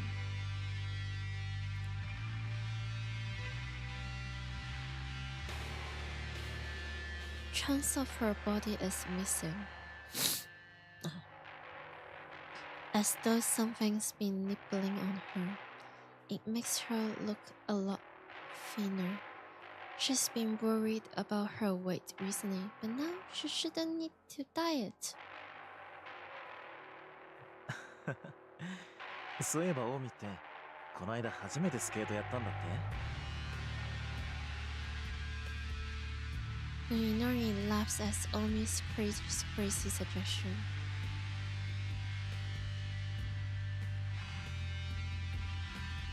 He sounds amused, but it's hard to tell from his expression, since his face has been buffered into by an arch. 20歳になって初体験ってのは興味早々いないんじゃないかな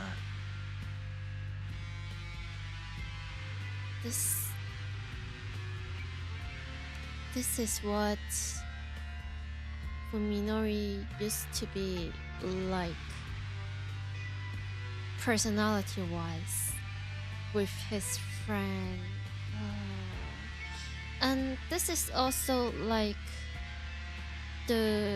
almost the very first scenes for this visual novel is about like the friend group discussing about are we going to skiing or skating? No, just the 子供の頃はなんとなく怖かったのよ。あの靴なんだか刃物みたいでさ。It's exactly the same. わかるあの靴で顔を蹴られたらきっと僕みたいになっちゃうよね And I speak way too soon. It's like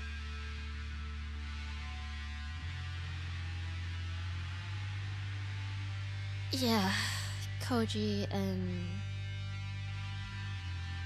now the insanity that he has to face.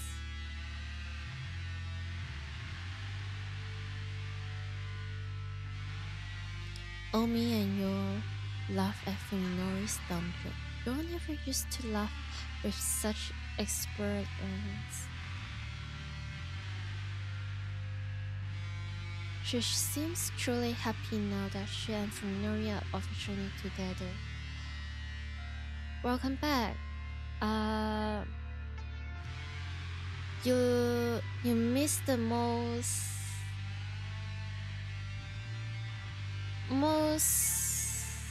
I don't know. It broke me into tears. Tragic and romantic, but also, oh dear.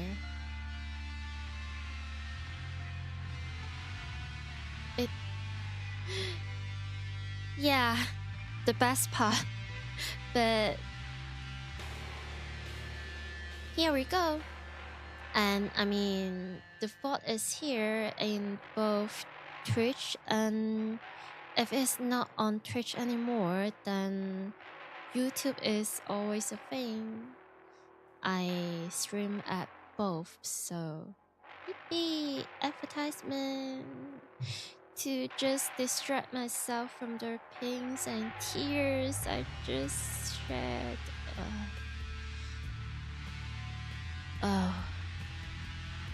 Omi and Yor laughs at Fuminori's dumb joke. Yor never used to laugh with such exuberance. She seems truly happy now that she and Fuminori are officially together. でもいきなり蹴って殺せたの？オウミちゃんすごくない？ But this is so twist. But you were able to kill him on first. 容量はバットとそう変わるもんじゃないからな。思い切り振り回して斧頭の重さに任せて叩きつける感覚とか。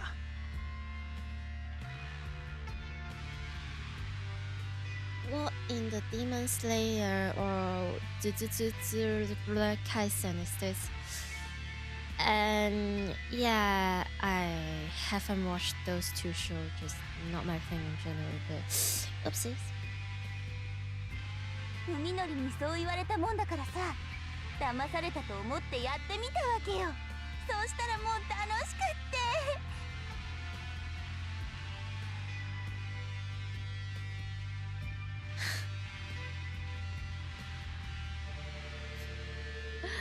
I guess it's a nice Easter egg if that's the case. If it's always baseball. What is this feeling? Something is wrong. Though Koji can't put his finger on what. 私も見てみたいな。大見ちゃんが食べられるところ。Ah, that's it. When he see yours envious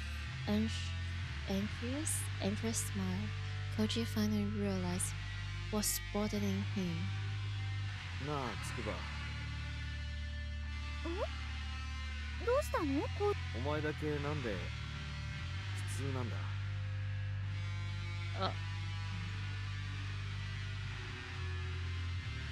Yo tilts her head quizzically, like she doesn't understand what he means. 普通って私はいつも普通だけど。 Have you ever played visual novels in Japanese?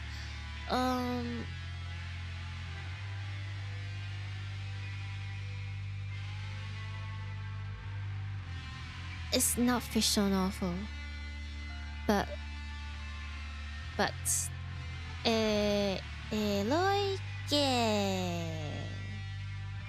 Yes, the sushi games. I also like those. It just I don't think it's safe to stream. So yes and no, and also if it's like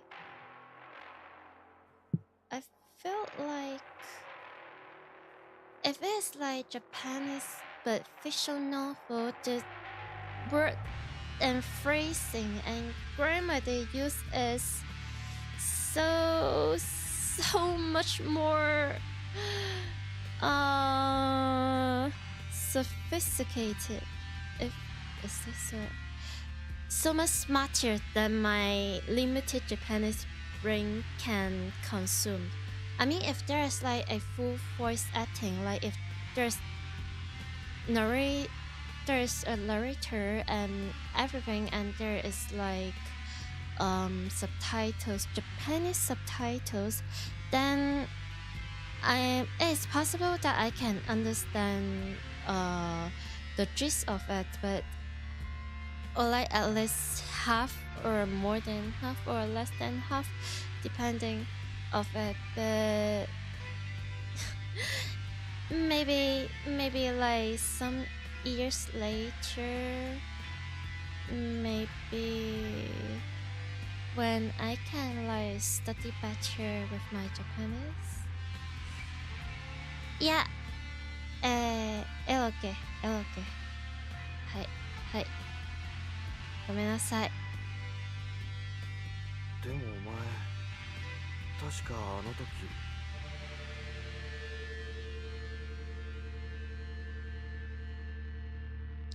But back then you are... ああ、Man, Koji really is going for it, but he's still seeing his friends. He just like all he ever want is just having lovely time with his best friend his girlfriend and his other friend. It's such a simple desire and wish, but even that is なんだ、私がコウジ君と違う姿になってた頃のこと？ずいぶん昔の話じゃない。I wonder if it is possible for Koji in this state to see Saya. 昔なのか。そうだよ。She replies, deflecting Koji's confusion with that uncannily cheerful smile. だってコウジ君も今じゃ私たちの仲間じゃない。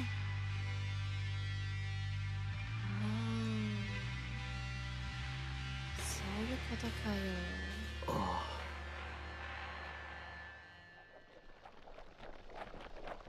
Oh, of course. Koji looks stunned and satisfied to see wiggling tentacles where his arm and legs should be.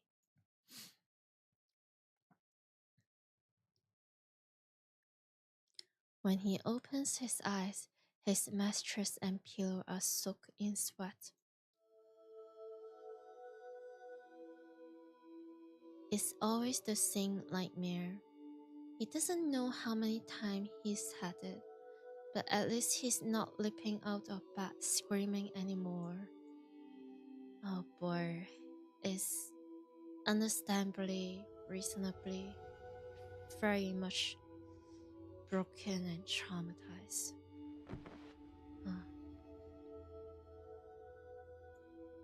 He sits up, crunching his throbbing head. It's 4 in the morning. He hasn't had nearly enough rest, but he probably wouldn't be able to get back to sleep tonight. Time for a smoke. What a time. Hey. A full pack will last him until dawn. Now, right he put the pack he bought yesterday. Koji wanders sleepily into the den, where yet another old friend is waiting for him. ひどいありさまだね。まったく。At least my favorite lady is alive. At least. There's this, there's that.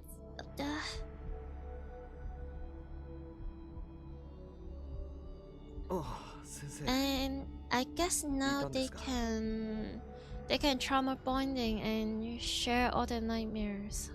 Yay.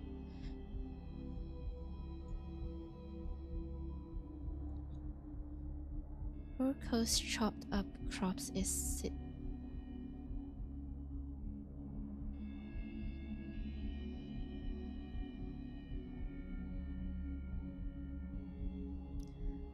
Once again, I spoke too soon. Urko's chopped up crops is sitting at his dining table, looking as deathly pale as ever as he sipped coffee from a mug. 毎晩ずいぶんと辛そうじゃないか。ろくに眠れてないんだろ？そうでもないですよ。薬を飲めば割となんとかなります。まだ。So is this like, yes, Ruko, the doctor is still alive, but Koji is so broken to the point that is that psychosis? Is psychosis the correct word? Like, it means that he sees everything or a lot of things in hallucination and twist delusions. Koji says ambiguously, as he sits down across from her. Yeah, remember to take your pills.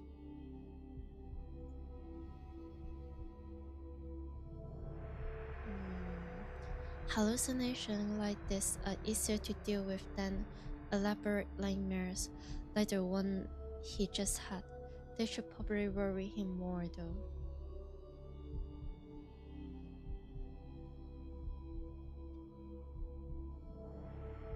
Ah. You mean he got banned? You got banned or the streamer got banned? It can be very, very different.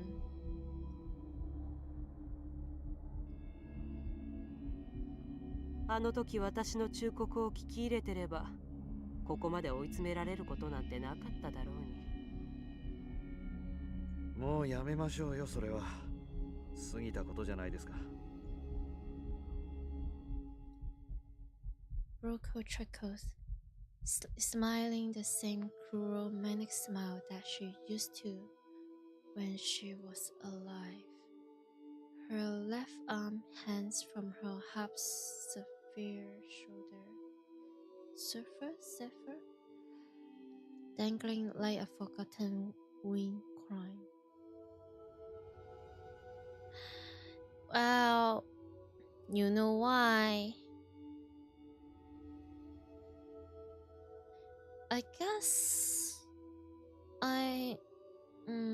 but it is Twitch. Isn't Twitch has warning for like sexual or stuff like that? Like for example, this stream right now, I flag it as like violence and gore, or yeah, it should be possible to just censor it.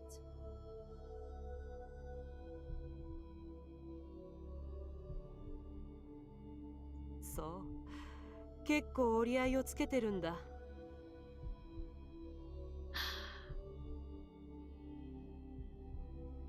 School days. Wait. It's hey, let me cook. What if? But oh dear, my wallet is so thin and so maybe is this possible for me to get school days and stream it?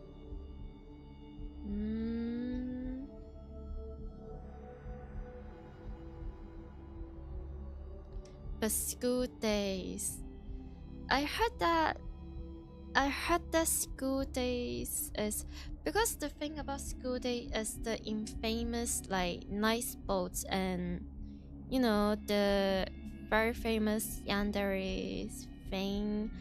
But I have heard that another thing about school days in game is there's different endings and choices to make, and you can decide if the main character is still a piece of poo-poo.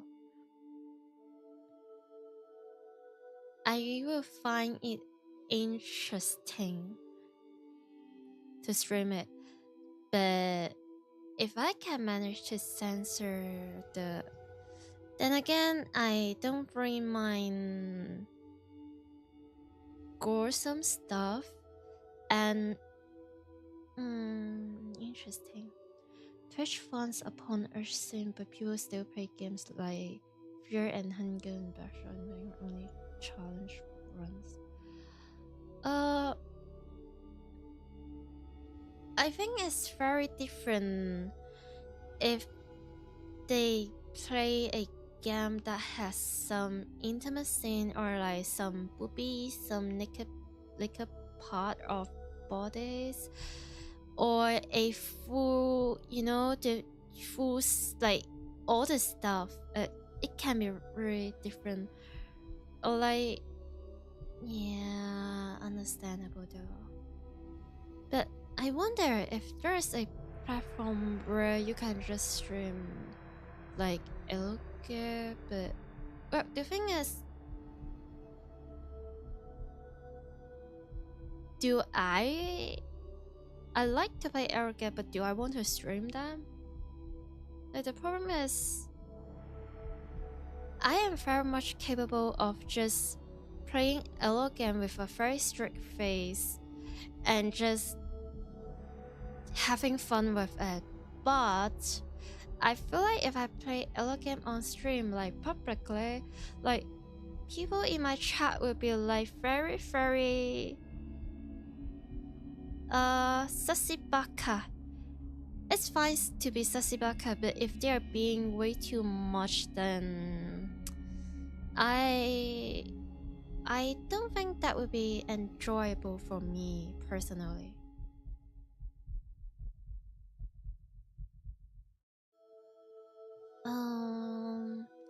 As horrorfish known for in secret disguise as happy romance, I create another. Oh.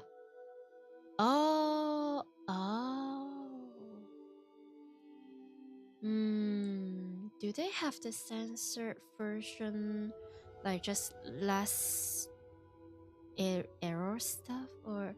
But then if you skip, I would imagine for a game like School Day, if you skip all the sassy stuff, it will just become much less. Like, the story will be much less convincing.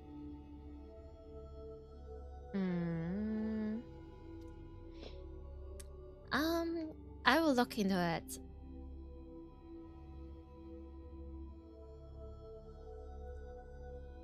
Sensei だってそうだったんでしょう。普段は優秀な脳外科医で通用してたんだから。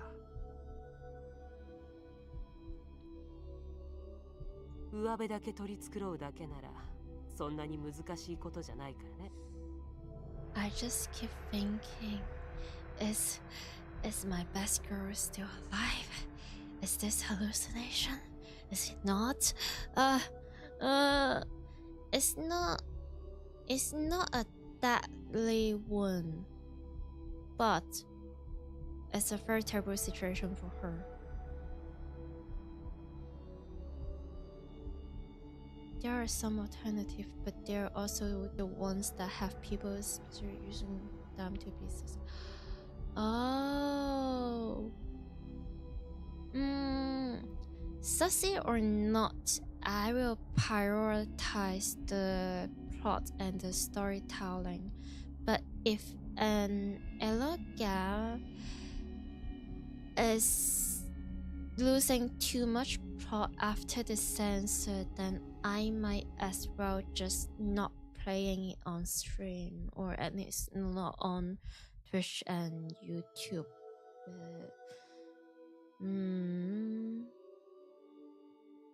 It really depends.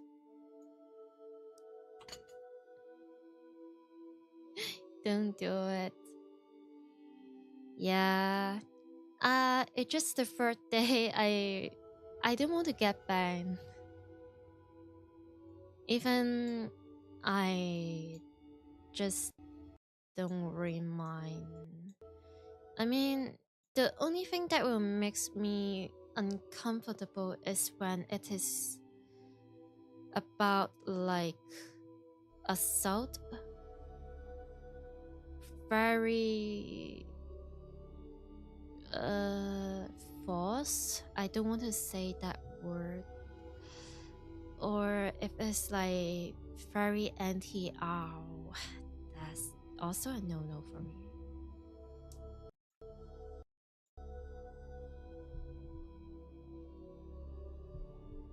Yeah, that could do. I don't know, maybe on April Fools, or if I'm feeling really silly, or if I'm in some celebration, if yeah. Anyway, let's get through it. The crop strokes her intact right shoulder and grimaces in disgust as she takes another sip of her でも coffee. ね、多分この先はもっと悪くなるよ。心の傷は時間が癒してくれるけど、君はまあ言ってみれば毒に感染したようなものだから。Man.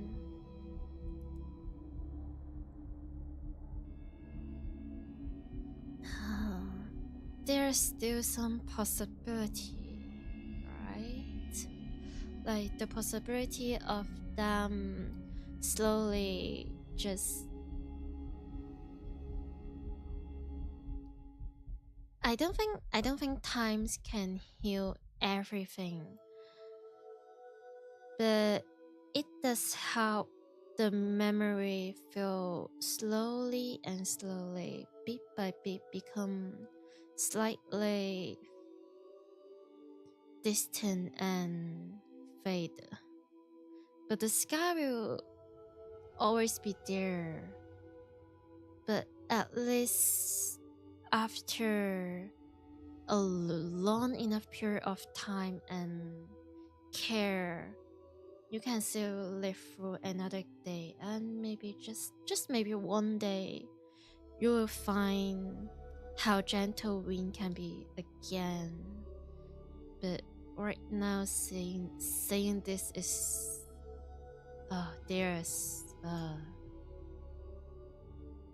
she's probably right.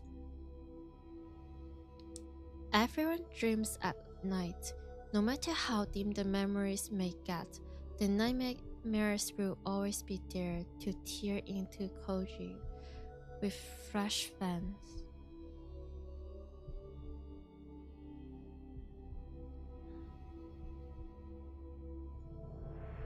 The insanity that has taken root in his heart will grow, eventually consuming everything that's left inside of him. 俺の場合、先生っていう前例を見て学んでますからね。抜かりはありませんよ。If this worker is not the hallucination, then at least at the very least, they can still have each other's company. I mean, don't get me wrong, I do not ship them at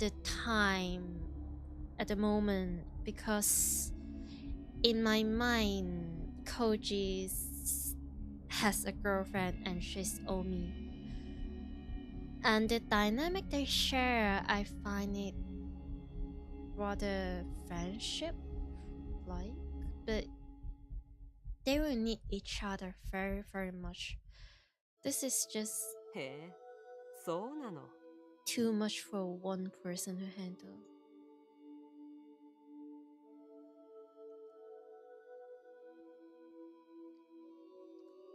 Koji nods, smiling confidently, then stands and walks to the bathroom, where he retrieves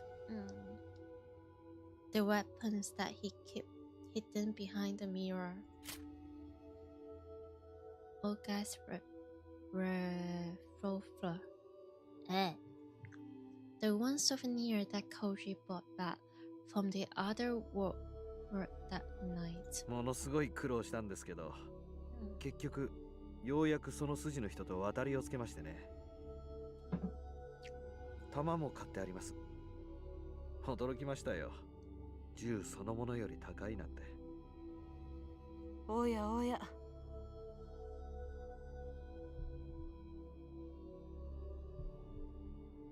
In the mirror, Koji sees Roko with her as-inflicted gash reversed.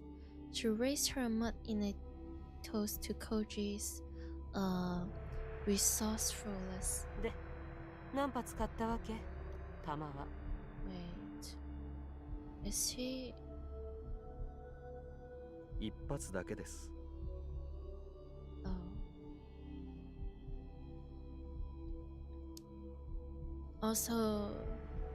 Also understandable.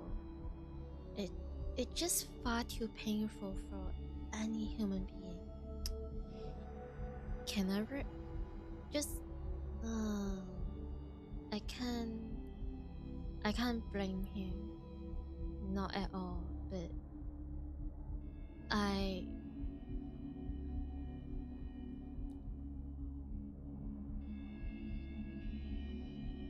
The thing about this scam is, you know it is nearly impossible, but it just, in my foolish mind, maybe it's naive to say that, but I do wish there's some sort of like, it won't be happiness, but at least some peace for this character. But this time, it's Koji who shrugged his shoulders. He used both, exercising his privilege as the survivor. それ以上必要になるような状況は俺は願い下げなんで。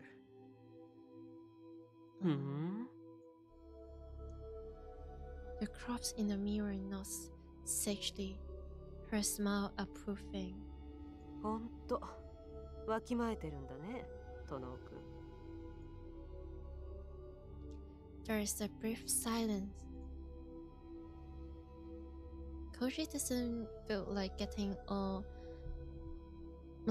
melancholy with that woman. ねえ先生、いい加減ファミレスのコーヒーはやめましょうよ。なんなら新しいの入れますから。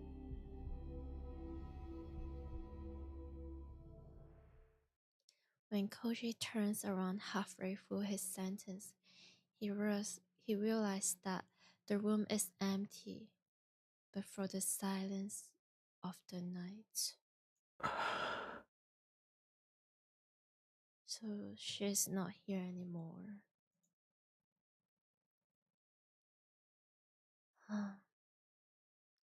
And so Koji returns to the world of the sane.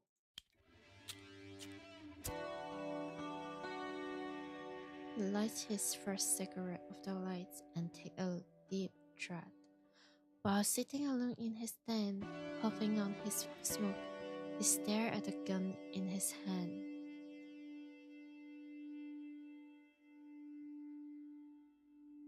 He knows just how precocious a cliff he is standing on. The final line of each Roko's book is now one step behind him.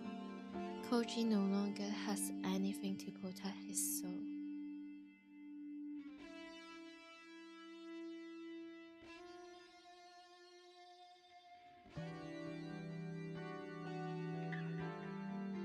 Now that Okai Masahino's fantasies and Tanbo Roko's delusion have all become tangible horrors, he knows what insanity and despair truly are.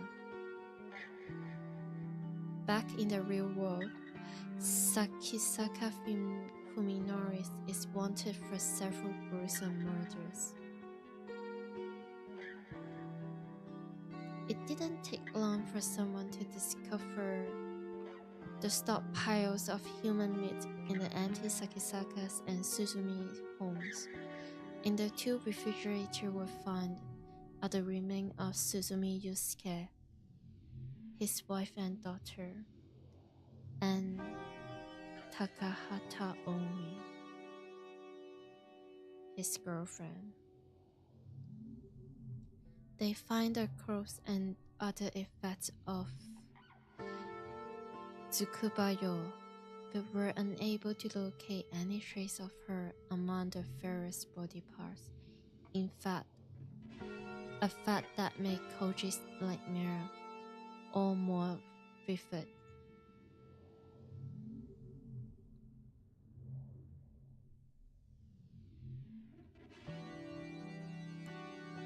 Dr. Tamburoko of the T University Hospital vanished mysteriously around the same time. Because she was Minori's chef's physician, the police have been investigating her connection to his crime. Is she missing on the newspaper, or is she missing as in she is dead?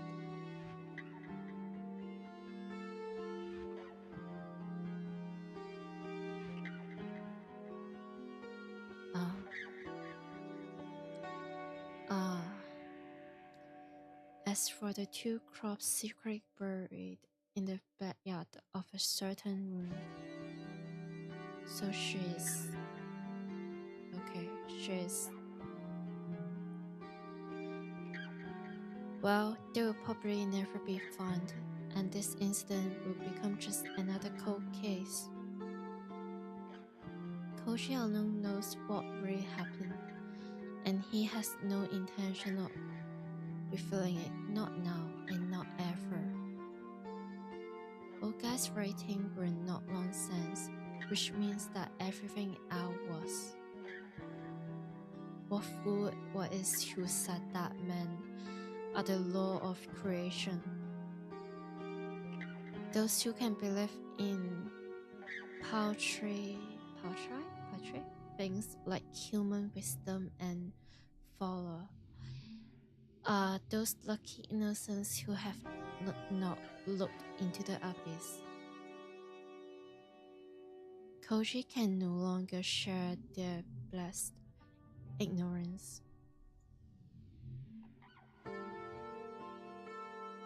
He knows he has been defiled by the insanity called truth, and he will never believe again.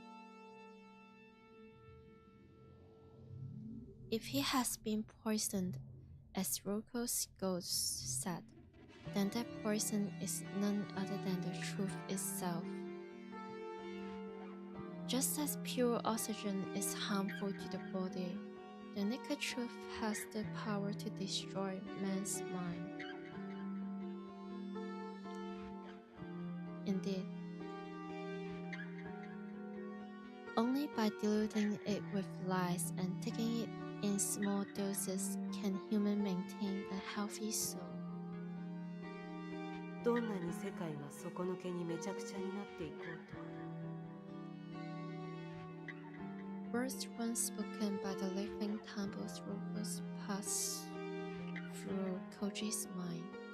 悲鳴を上げて逃げ回る以外の選択肢が自分にはある I still has some power against the madness. That, without a doubt, was the comfort that she kept hidden in her bosom, the only thing that allowed her to face her dreams each night.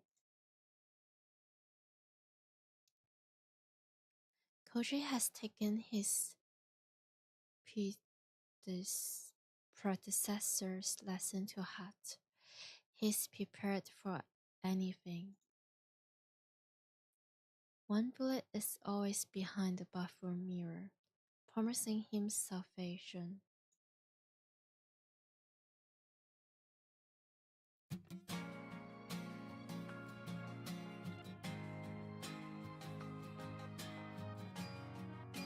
I guess there it is. We finished!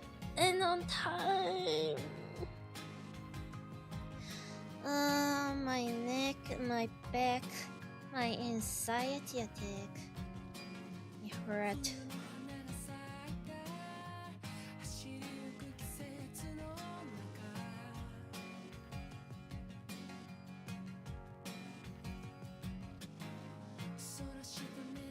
Wait, is this music?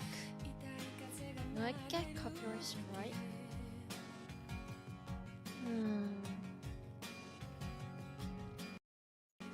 Okay, just to be safe.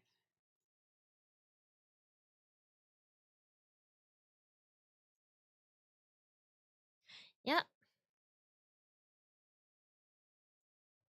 It is. Like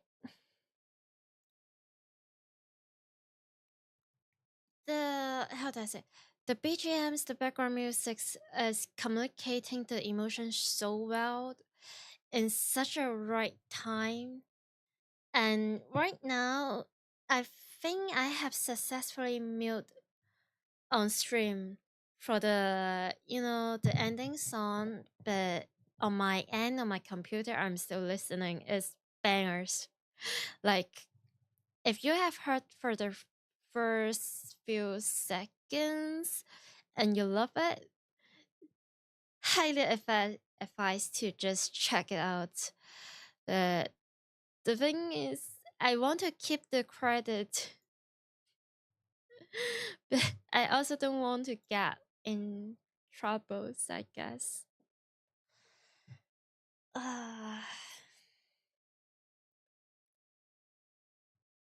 Man, absolute detailed and in nice story writing, good storytelling, good characters. I'm just thinking about the adjectives, like absolutely gorgeous, beautiful, pretty art, and just peak. This is peak. It's good. Okay. Now, yeah, finish. Okay. I haven't really decided what I'm going to stream tomorrow, or will it be a rest? I'm not even sure. Oh, but maybe this stream is sponsored by me, I, and myself, and you can just see my nonsense on my Twitter under the same name, and also both YouTube and Twitch. And at that, I guess I'm not really good at marketing myself. But anyway, I know that I have said that in yesterday and also on my first stream, and I guess it sounds a bit silly if I just keep repeating myself, but just the fact that anyone, including you guys, is willing to just drop by and say hi to me, just even just for a minute or just for 10 seconds or 1 second, just a brief of the moment, you're willing to chat me out and willing to say something to me, I am already really grateful about that.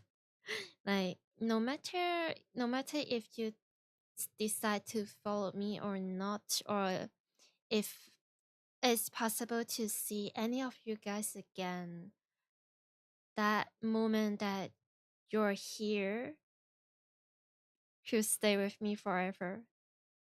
Just of course it will like make me really happy, really silly to say that, hey, someone actually like uh putting up with me or like my content enough to follow me, but just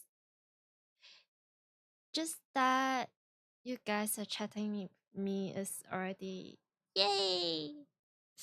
I am repeating myself again and getting awkward. But thank you. Just yeah, maybe if the star align, maybe we can meet for the next time, which I'm not sure, but I feel like it will be tomorrow.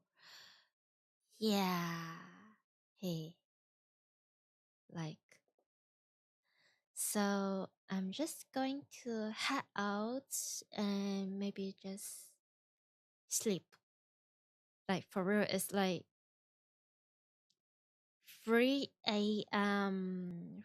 3 a.m. and 31 in my time zone. The freak is wrong with me. at least I'll try to stay consistent with the schedule at least until September. Like, I mean, for the timing, like 9 p.m. BST, whatever it is.